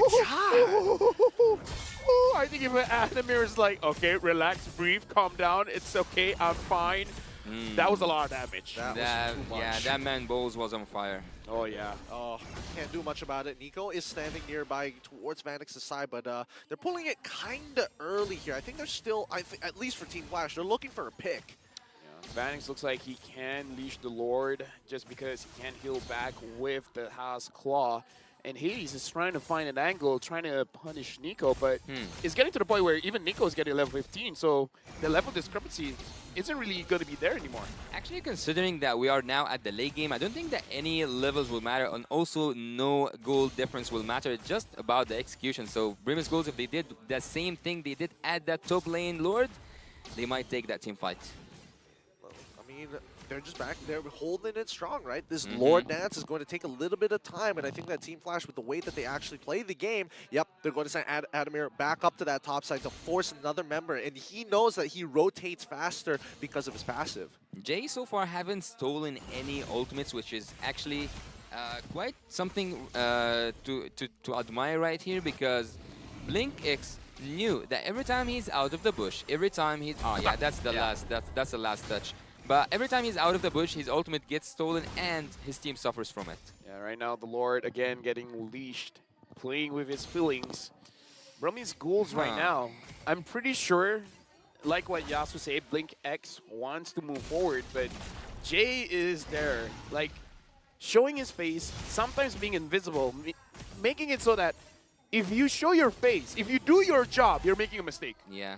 It feels bad when you're doing your job, it is a mistake. There's nothing much you can do about it, though. Like, look at Lolzy. He knows where Carbon is. He knows that he barely takes any damage. And Nico and Carbon put together still won't be able to take out Lolzy. So that's why you can see that Hades is confidently walking up to harass. And now Jay's got it. Yeah, actually, looking at the top lane, because I don't think... I think that this Lord dance will take a little... more time than it should, actually. But look at the top lane. We see that Khalid is trying to split bush over and over again, and the only one defending that is Lina, which is not the best choice possible. But at least they've got the lead to kind of do the work on that top side. Like, really force Lina to stick back at their base. Because, look, even the mid wave, like, 2 waves are being dealt with by Team Flash, right? Constantly posing a threat. And Burmese Ghouls, they're running out of patience, but at the same time, there's so little they can actually do about this because of the cooldowns coming up from this Novaria. It's not the most effective way to clear up these lanes. So they send Stitch up. Well, considering something here, taking something into account, Team Burmese Ghouls don't have that clearance at all whatsoever. So just single target for all of them. Lina can maybe do some damage, but that's not the damage you need to clear a wave. So Team Flash, actually, if they go in with a wave and just like ignore that team fight, maybe they can take the win. Actually, I know it's risky, but it's there. All right. Things to consider. Lord's already at 50% of its HP, and if we look at the damage received, I mean, Nico has just been taking shot after shot from the Super Magic. In the meantime, look at that. Burmese Ghouls wanting to take control of the mid. Stitches. He finds a target. Blinks X using the maneuver free, actually getting Vanix. Vanix now has to retreat from the fight, but Adamir is there getting a kill. Blink X is taken down, but Lolzy the same. Roamer for Roamer. Yeah, I wouldn't take that exchange. Adamir, look at Adamir. Yeah. He might It's a secret. It's a secret. Oh, Nico found it. Oh, okay. He got sniffed out at the end of the day, but it's rather interesting considering everything that has happened so far. Burmese Ghouls were able to find a pretty good opportunity, and I think that at least one component has been taken out. But I think that they got Nico. Nico's gonna get taken down. Oh, why? Oh, really? Why? How? Stop! Lina gets taken down, and now Stage wants to do the damage onto Jay. The minions at the base, but let's look here around the Lord. Adamir is going up top, but since Stitch is coming there, probably not going to be ending the game just yet. Believe me when I'm telling you, there are a lot of opportunities for Team Flash to finish this game. The minions are coming from every direction, and if it was any pick but that Khalif, it was a Guinevere or a Beatrix. Yeah, look. Now they want to do what I'm talking about. They want to have that Khalid in front and to finish with the Beatrix. I'm telling you from now. Right, let's see whether that's going to be the case as they start moving back down towards the Lord to restart this Lord Tango once again. Despite, finding these picks, and Lina, in this 4v4, it is very, very Team Flash orientated, right? They still have their combo pieces. Unless Vanix is down, then I think the Burmese Ghouls are just going to keep on struggling. I don't know, this Lord Dance is starting to feel like a fight for custody. No, he's my kid, I swear. Yeah. Like, he's getting pulled around quite a lot here, and now Nico has a little bit more confidence to go for this Lord, but just got to make sure that Hades can knock you up and wait. Initiate. Carbon's in good position. No one knows he's there. Initiate team fight. Have Vanix on the opposite side. Finish that game. 3 people force end. 3 people force end. They're doing it. I'm telling you from now. They will finish it from top. He's going to do it. I mean, like, Team Flash are going to try and go for, like, an engage or something of the sorts, unless we see Lina use the Astral Echoes to reveal everybody on the top side of the map, right? Yeah. That's the only way. Yeah, and there's no reason to do so. They've given no indicators. Oh, look. Yeah, found out. They found out. Go. Man, this has been disappointing, huh? Is this what it's like? Oh man, is this what it's like, man? You're getting Christmas cards and you're just like, oh boy, wow, exciting, whatever. Hey, you know what? Team Flash does not want to make a mistake. Cheryl Yao is watching. Position. Please. Look at Carbon's position. Yeah. Carbon's been waiting for quite a while, and again, Blink X finds Vanix. Hades secures the Lord. Adamir tries to end the game. Lina is there to make sure that does not happen. Carbon now has to exit from the fight. Hades finds Blink X, and Jay takes him down. Now Lolzy making sure that Carbon doesn't move. Final Slash not able to stop it, and now Lina is able to stop Adamir. Stitch is here, and Hades cleaning it up. Good snipe. Adamir taken down, but can Burmese Ghouls defend this? They need to close. I mean, Team Flash, they should be able to close this out. They got a Luminous Lord coming out on their side, and the majority of the members from Burmese Ghouls have almost a minute timers before they come on back. 2 versus 4 doesn't seem likely. Oh, Lolzy finds Stitch. Stitch gets taken down. And now we're going for game number 3. Oh, boy. Oh boy, what a Lord Dance that was. Really took their times with it, looking for the right conditions to make that happen. Singapore representatives find a game against the Burmese Ghouls to even the score up 1-1. Shoutouts to Cheryl Yao. The buff is real. The buff is real. The buff is actually real. Team Flash, that was a really good performance. And as I told you guys, they could have done what I said earlier on in the game, but again, it's actually the same perspective.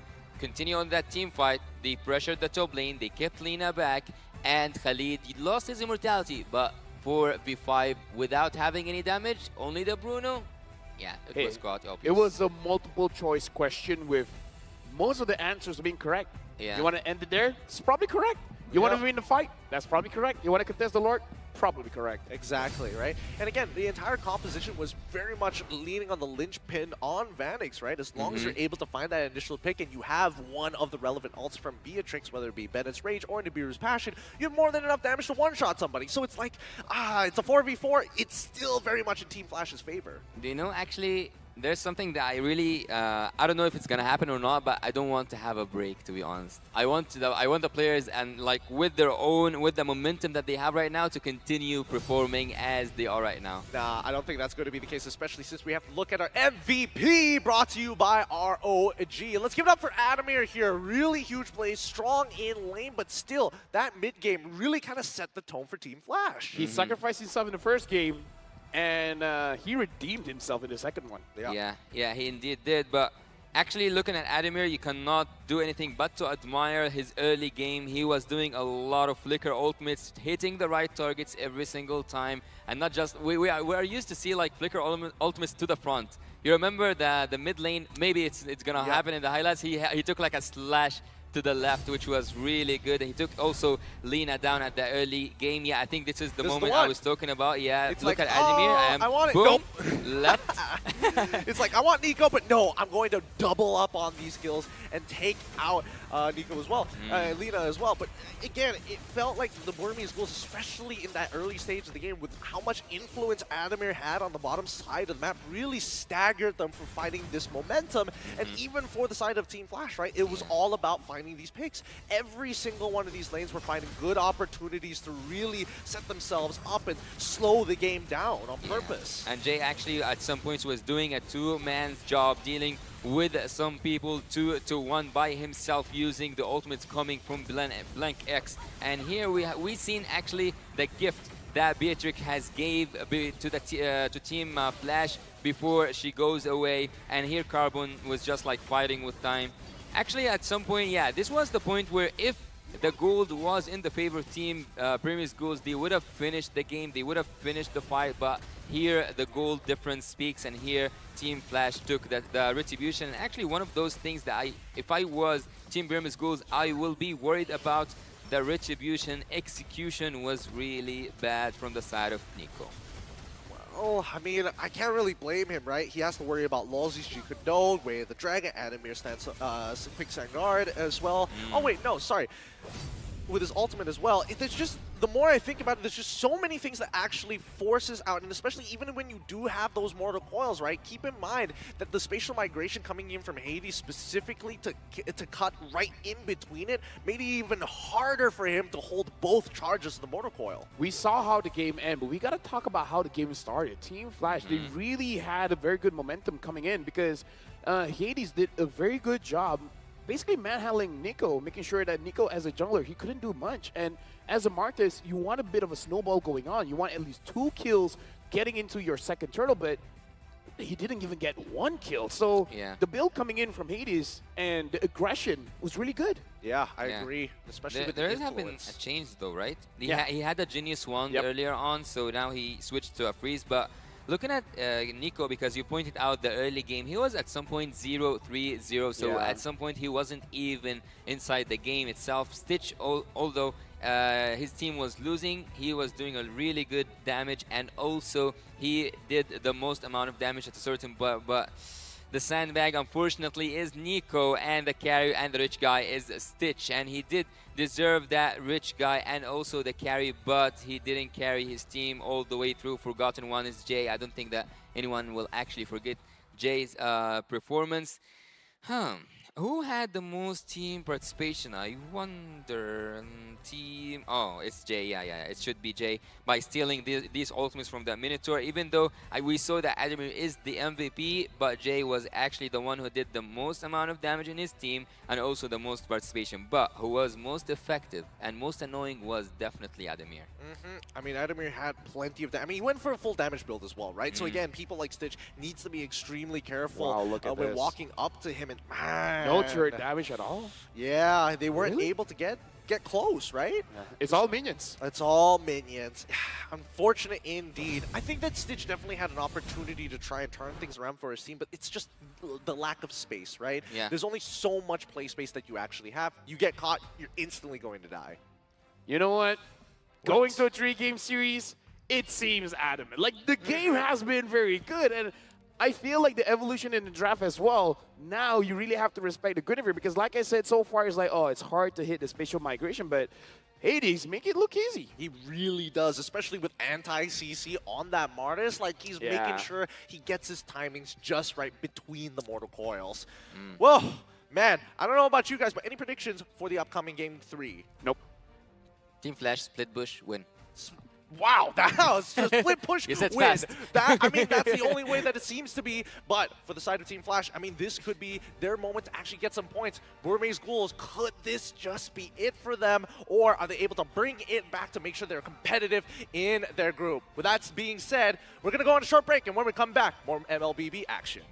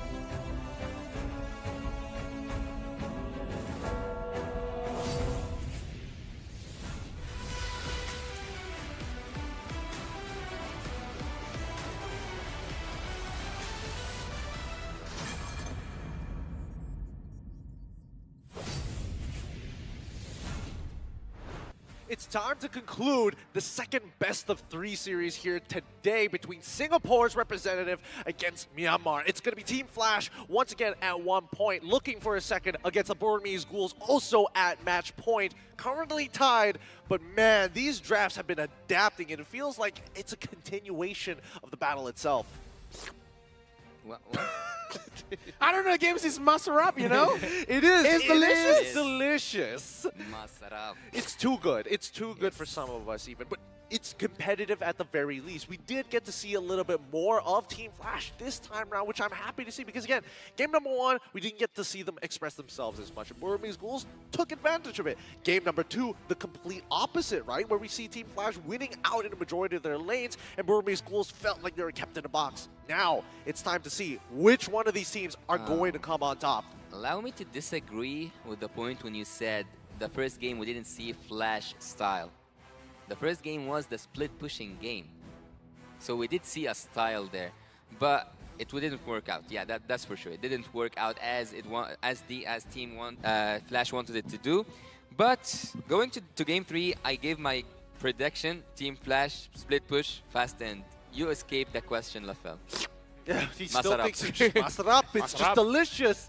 Well, I think that at the very least, as much as we want to believe, as much as I wanted to see Team Flash actually win out on that split push, at the very least we did see good responses from the side of Burmese Ghouls.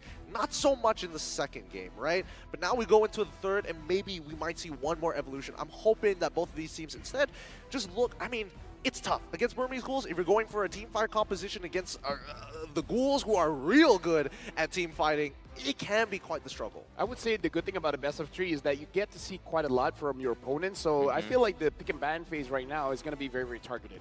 They have a rough idea of what the opposing side can do. So I do want to see if Burmese Ghouls in game number 1, they went for comfort, they did well. So I want to see if the first 3 picks, they pick up the Ruby for themselves, because it was a big factor of how they won. Oh, is that really how it's going to boil down to? Whether this Ruby gets through or not as we start moving in towards the drafting phase between both of these teams? Or maybe there's another pick that we may have not been considering. Yeah, maybe they're hiding it. They could be. Koopa Jungle.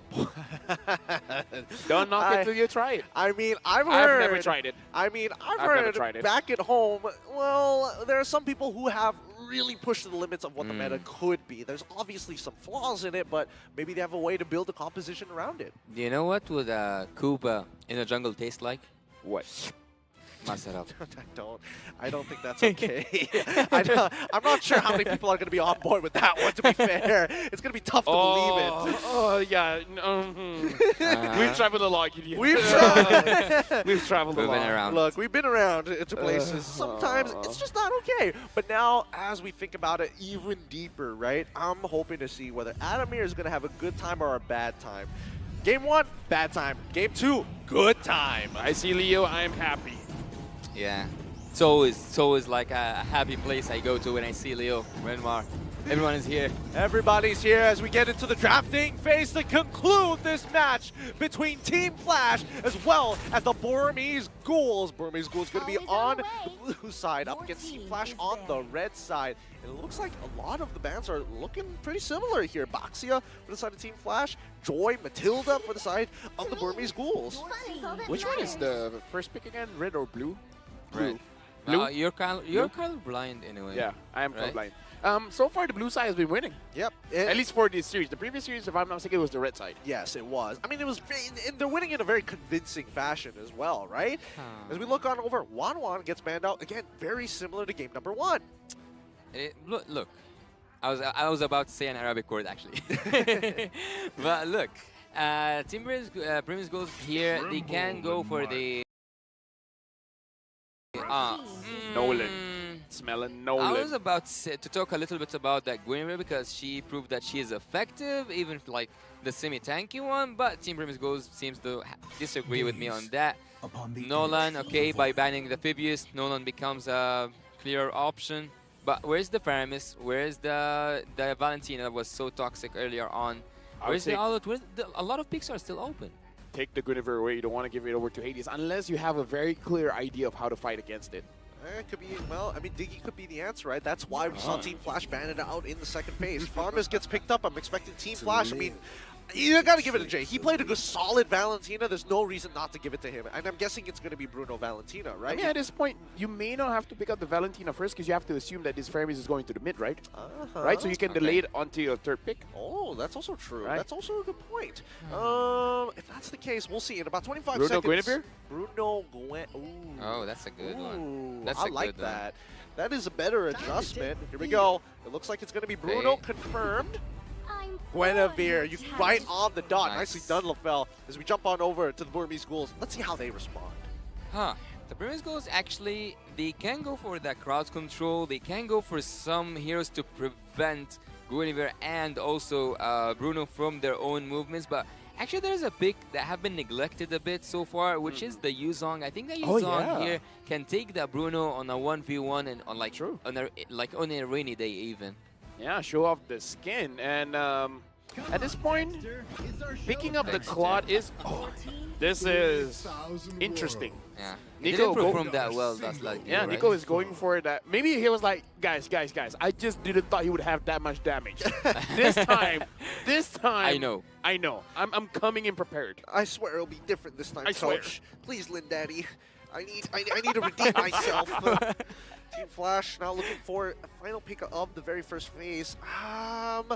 So far, considering that everything that has been done, I mean, Diggy super early? No, Valentina. Thank God. They're still following through with the game plan, right? 62% overall pick and ban rate, Ruby. 56 win rate. Ban out that Ruby, ban out that Diggy, call it a day. Yeah, for me actually taking, and Jay especially taking, the Valentina is quite reasonable after seeing what he did last game. He made Team Burmese Ghouls experience hell.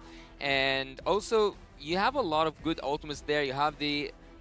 I would say mainly we'll go with the Faramis one and then the Nether Realm, but that prevents Team Burmese Ghouls from making good setup heroes or like taking good setup heroes as the Minotaur or even any others. But as you said, LaFell, by nature, Ruby out. Yeah. Honestly, at this point, if Flash wants, because Lozi has been using the chill quite a bit. Okay. I was about to say Minotaur would be a pretty good pick as well because going up against a Faramis wants to clump up. Minotaur kind of counters that.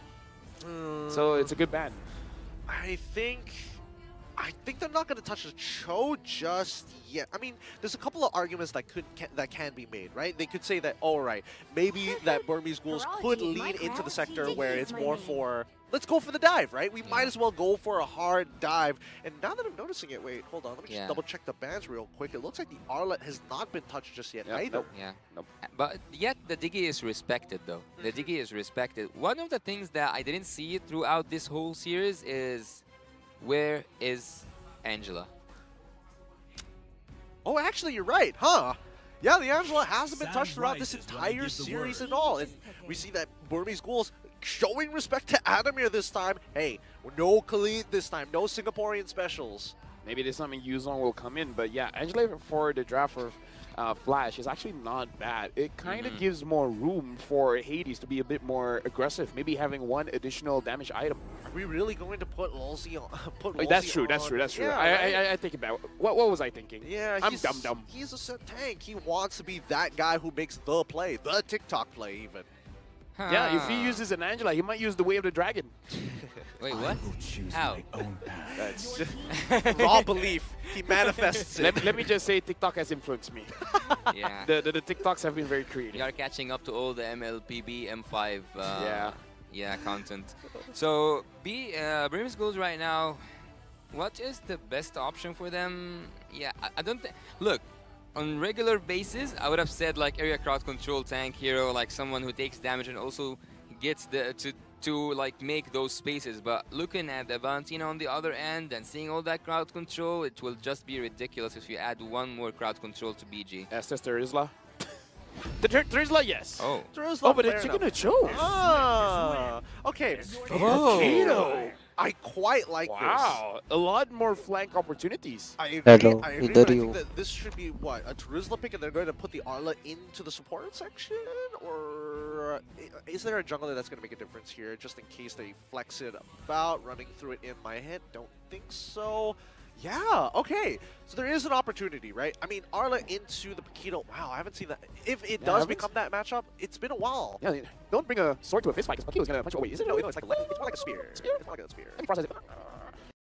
Is it like a... No, it's not a wooden stick, right? It's like... It's a brew.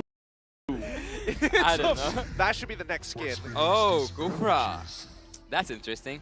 We forgot that his Kufra was banned. Yeah. Okay, so now that he has the Kufra in hand, at least this is starting to look pretty good for both sides, right? It's going to be dependent on whether or not Burmese Ghouls are able to win out on their lanes individually to create these advantages in comparison to Team Flash, who are looking for these big set plays. Yeah, speaking of the Kufra, actually, you guys are more experts about how does Lolzy executes that Kufra, but when it comes to me, I feel that it is the best fitting hero here because a lot of dashes can be prevented, whether you are talking about Stitch, Blink X, or even Carbon. You know what? This game, I'm looking at Hades. Can he replicate what he did in game number 2 and shut down Nico, making it a non-factor? Let's get into this game, whether that non-factor is going to be the extra +1 in the equation at the M5 World Championship group stage. Only one of these teams are going to be walking away with some extra points in their own individual standings. Let's find out as we come to the conclusion of our second best-of-3 series here between the Burmese Ghouls on the blue side up against the Singaporean representatives on the red side, Team Flash. Huh. It's a good skin. Yeah, it is. It is. It reminds me of Tarzan. What? Oh yeah, it does. Jane? Yeah. Is her name Jane? Yeah. That's a really good take there. Oh, is that a kill? Yep, Lolzy right now. He's dead. Not much ways for you to run away from this. He's not gonna. Yeah, well, he's wasting time as he should, but the first blood does go over to Carbon. I was literally about to say, he's not going to flicker, right? Proceeds to flicker the opposite direction. Boy, what a way to start this. In less than a minute, we've already seen first blood. Well, look, we have seen a first blood, but you have to admit the fact that Burmese Ghouls at this point, neglecting what's on your screen right now, look at the bigger picture. They are in desperate need for this victory because if they didn't get that point, to support them in this group, they will face hell upon the upcoming game. So that being said, let's look here at the itemization. I think that Bruno is going for his Has clause earlier on, but while it's not the same case on the other side, Clock of Destiny earlier on for Lina. I think that Clock of Destiny is something to take care of this season. I don't know, it's kind of weird because he does have like a leather jerkin at the same time, so it's like, are you going for the still leg plates? Are you not? But here we go, gank on the top side. Adamir, ooh, good game sense coming in from Burmese Ghouls. Yeah, Hades tried to engage a potential engage coming in from Burmese Ghouls, but yeah, they're taking this game step by step. They're not really trying to force things out, especially because the turtle is coming up.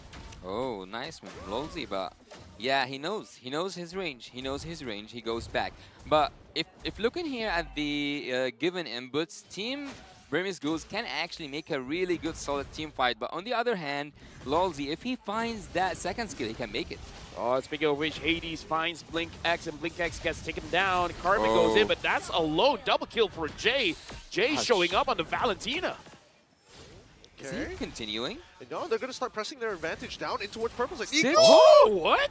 Well, Lina tried to protect Nico. Nico didn't really need it, but it would have been a disaster if Team Flash just continued to engage because Nico was out of range. Yeah. He was not in the nether realm. He really was. And I mean, now like Team Flash are finding some significant momentum over the Burmese Ghouls. Maybe, I mean, I don't know when it comes down to stamina, but they're really grinding them down. Yeah, speaking of grinding, Vanix is grinding that gold down in the bot lane. Every time I see a Bruno action, every time he gets that Has clause earlier on, it's so dangerous, it's so heavy. Yeah, he already got its minute 3 and he already have the Has clause. Stitch will face fire. He'll face that balls of fire coming from Vanix. Hades look to engage, find Blink X, and it's gonna fully commit there. Blink X is not the target that he wanted, but Vanix gets what he wants. He wants some of that juicy HP on the turrets. Gold plating is just so nice, especially when once you start cracking. Oh no, Hades finds Lina, but the flicker does save Lina.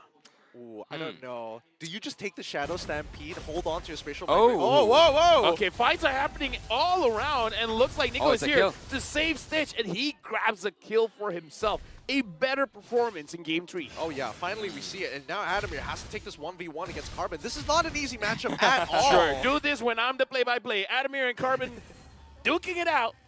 And then Blink is just like, hey guys, I'm a fighter too. Okay, thanks, bye. Yeah, the players coming back from the rooms, they choose violence. They choose violence everywhere, all around the map. But I would highly recommend for Vanix to go to that top lane, but let's see what's happening. BlinkX finds Hades. Hades was pulled in the range of the turret, and looks like BlinkX is going to secure the kill for the team. Jay having to use his NetherRealm very, very early on. Yeah, they disengage once again. But again, I would recommend for the Bruno, for Vanix to go top lane after taking all the gold from the bot lane side. Oh, I think he also wants to take that Lord. He wants to finish what he started. Yep, he definitely wants to crack it open, but let's see the finish. BlinkX finds Vanix, but again, Vanix using the worldie, able to get away from that situation. And Lolzy with the flicker, I wonder if he's going to get taken down. Nico unable to get his target, but now his target is the turtle. Adamir did use that final slash as well, so they're not going to have it for the upcoming turtle fight, but in the meantime, let's see how this... Whoa, okay. Well, you know what? As long as they're damaged, he will give vengeance. Hades is here now, so it's not going to be a very clean turtle take, especially now that Nico is half HP. Adamir doing quite a lot onto Nico. Hades as well as Jay are on the turtle right now, and Adamir is not taking damage. The man smurfing. I'm not going to lie. Look at that movement. Lolzy? Is he going to actually find somebody here? Nah. Yeah, the Tyrant's Revenge not going to hit onto Nico, but it's enough just to waste time. Hades secures the turtle, and Adamir, you did your job well. Now let's see if your team can help you out. They can help him out. It's a really good thing from Adamir there, and I'm so excited to see his itemization. Yep, and now Hades as well as Adamir finds a target, and their target is Carbon. And a pause. I think something needed to be done there. It felt too good to be true with everything that Adamir was getting away with at some point. That was, okay, an interesting set of events, especially around the turtle of the game. And man, it really did feel like Adamir was smurfing there for a second. Manhandling 2 people at once, even 3, still getting to walk away and regroup with his team after the turtle take. Like, I feel like during those dashes, he probably winked at opponents like, ting. So you see what I did? I mean, he was playing well. He was dodging some really good stuff. And like you said, Masarap. Masarap indeed. Masarap indeed. Oh, man. This has got to be... Honestly, this has to be a little taxing for all the players, right? Because at the end of the day, this has been going on for literally 20 minutes, 30 minutes for each one of these games. And now that we're coming to a Game 3, I feel like, you know, the patience is running thin. And that's why they're getting more aggressive, wanting to find these big motions across the map. Well, Valentina, actually looking at the statistics, she has 2 kills. I think it was a double kill. They didn't like happen separately. And Valentina is one of those heroes. If she got a good early game, it's so hard to stand against her in the lane. Yeah. So far I think Jay is kind of the strength point, or maybe the center of all the events. I would say Claude will have a difficult time going into the fray because the damage from Bruno is already a lot. You can use your Wind of Nature to kind of like survive that kind of damage, but you can't really use the Wind of Nature against Valentina. Oh, wait, hold on. It looks like I'm seeing thumbs up coming from the side of the Burmese Ghouls. Let's see what the Marshals have to say about this, going for their double checks before we start sending it back off in towards the game. Also, to know, interesting that the Burmese Ghouls like to sit towards the right side. Well, it's reversed for us. So right side, all in one train, rather than having their elbows right up onto the table. I don't know if that makes a difference for them, but the only person who does so is sitting right at the end. Let me just say, it doesn't matter to me. I don't know my left and right. Do you play elbows on table? Not on table. Yeah. Oh, do I? Something to think about, huh? Yeah. I don't know. I usually play when I'm lying down. When you're lying down? Wait, what about the times where we were at like the, what was it called again? Small little competitions we have after the tournament. I put my heels on the table. You put your heels on the table? That doesn't sound right. Yeah, that does not sound right at all. You play with your feet? That sounds arrogant. Bruh. Even though I don't know what are you guys talking about, I also think that it's not sound right. All right, let's get back into this. Thank you to our Marshals for handling it. We didn't even need the full 2 minutes as we jump right back into the action. Huh. Vanix, yeah, it is reasonable that he has the most amount of gold because he took that bot lane totally on himself without needing any help from Team Flash whatsoever. But Team Burmese Ghouls on the opposite side, they haven't took anything in return. Turtles, it's for Flash. Turrets is for Flash. So far, I think Team Flash are in the lead, right? Yep. Yeah, they are. Yep, 3.4. Biggest lead we've seen so far, 6 minutes into the game. And hopefully we get to see this start to snowball out of control with Vanix being able to do so much for the team. Like, oh, wait, he's still moving down bot side. Yep, Yeah. Blinks is there looking for a possible opportunity to get onto Vanix, but Lolzy making sure that Vanix is pretty safe. Yeah, almost all the way through, he made it. Before even the items are gone, the Berserk Fury comes here, and on the other side, Cold hasn't even got close to get his golden staff. So in terms of lane phasing, Vanix is smashing it. I mean, it's not just him, right? Hades 2 levels ahead against Nico. We're seeing that Jay even is developing a 2-level lead against Lina. So it looks like it's across the board for the side of Team Flash, winning out in their lanes. Now Hades unable to get Blink X, but so far I would say Hades isn't as aggressive As the last game? Yeah, as the last game, but I kind of feel like it's because you don't have a Khalid to really win out your lane, so that's why he's kind of taking it a bit slow.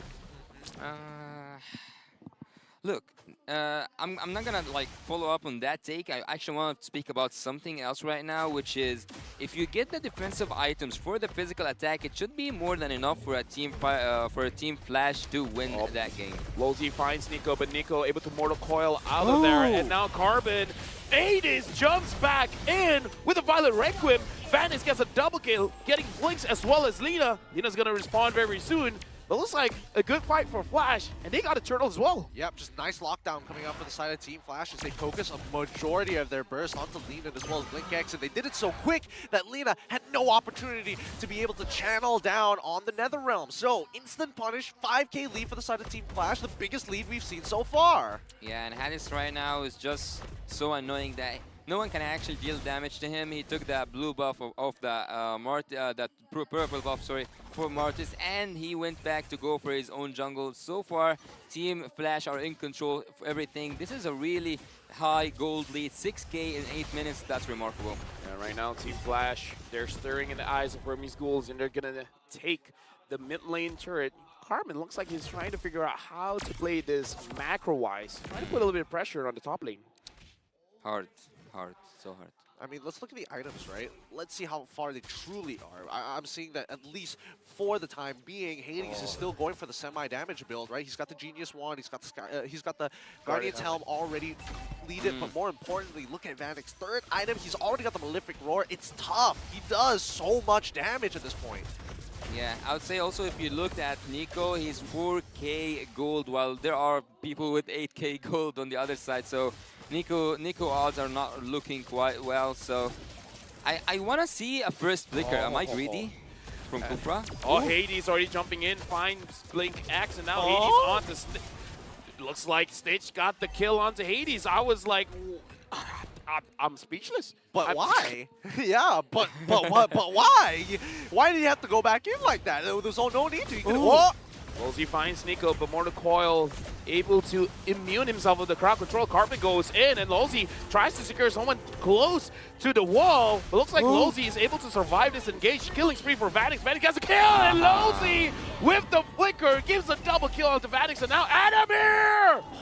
Ooh, clutch flicker. Ask and you shall receive. Oh my Lolzy with the flicker first. I can't. Adamir, he's really smurfing right now. Look at him. The man is really showing the depths of his mechanics. He's dodged everything. He's making sure that Stitch doesn't get in on these fights. He is doing it single-handedly while the rest of Team Flash are just cutting down his teammates. Do you think that he made it up for that first game frustration? Oh yeah, I feel like he accumulated all of his emotions into Game 2 and Game 3. He's the kind of guy that takes it all. It's like, you know how you don't challenge nice guys?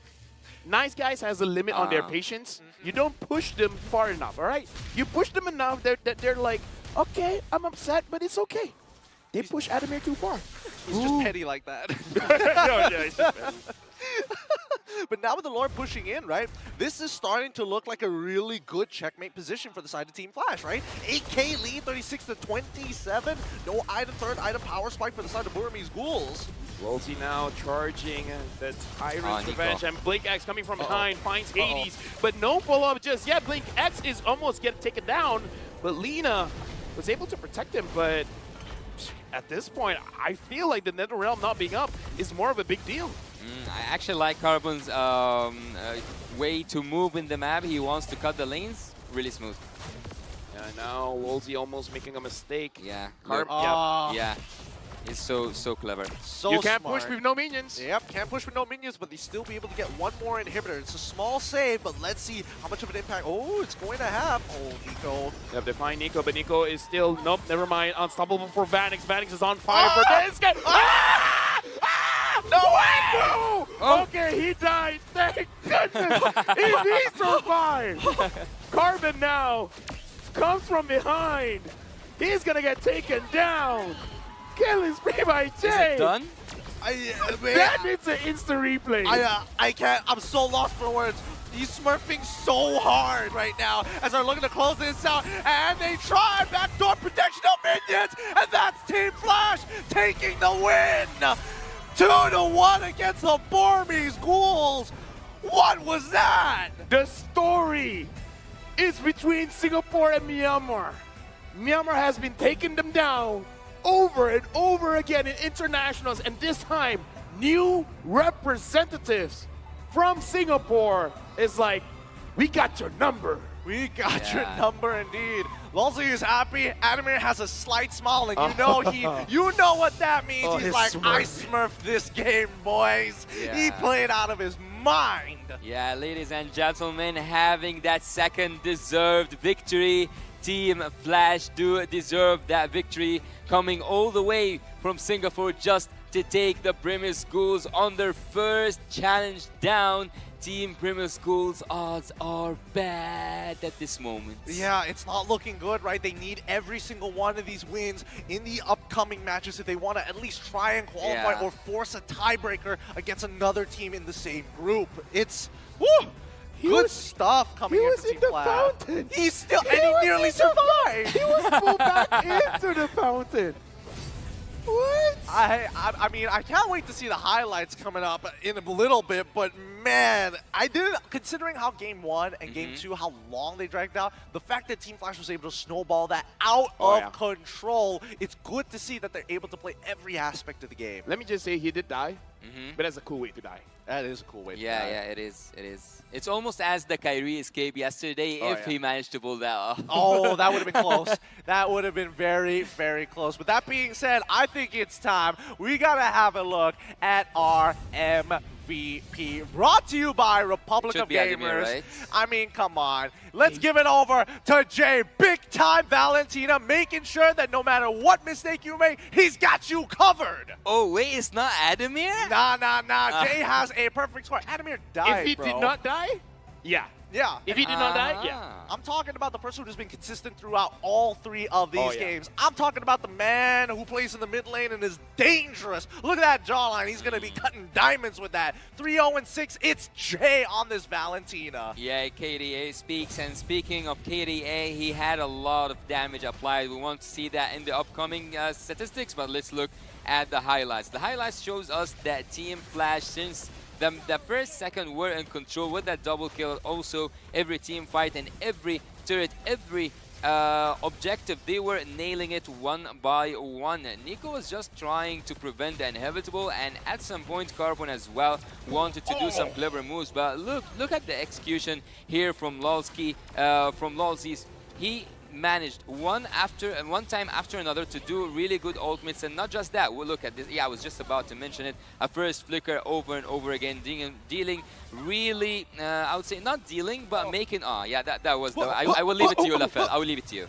I don't know. Throughout this highlight, all I can say is Jay is dangerous.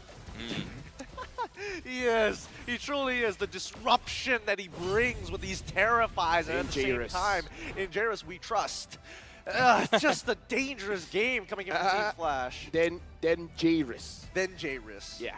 Dangerous. Jairus. I want to look at someday and find the one that fits so much. Like when you put a name that's for someone and also like let's leave it that way. Sure. Dangerous, right? Let's make it like Dangerous. 5-11 is the final score of game number 3. 12 minutes 28. So drastically different for game 1 as well as game 2. And we're looking at the items like Vanix had the time of his life. Not only did he win out his lane, broke that turret, he was able to snowball that lead out of control with the coverage of the rest of his team. What actually is quite devastating for Nico is that he was almost doubled by in terms of the form on the other side on Team Flash, because if you look at Vanix 11k, if you look also at Hades, he was far ahead from Nico, so he didn't have the best time at jungling. He didn't have the best time for sure at the early game itself. Rich guy, also the carry. Vanix, he should be look at, actually the gold per minute. I think this is one of the highest, if not the highest by far. 931 gold per minute, taking turrets down, taking their gold before they even leave before the 5th minute. Yeah, Vanix was all around and was all about the objectives. Absolutely. He was taking jungle camps just for fun at that point, you know, as he's moving across the map. And yes, I would say that the rotations from Team Flash, I would have expected them to instantly move to the top side as soon as they broke bot tier 1. But no, he decided to put a bigger brass tax on the Burmese Ghouls, taking away Beetles, taking away River Crabs, taking away Lethal Wanderers, even absorbing mid waves before he got to that top side. Honestly, in this game, all the Singaporeans that didn't believe in Team Flash, in your face. Your face!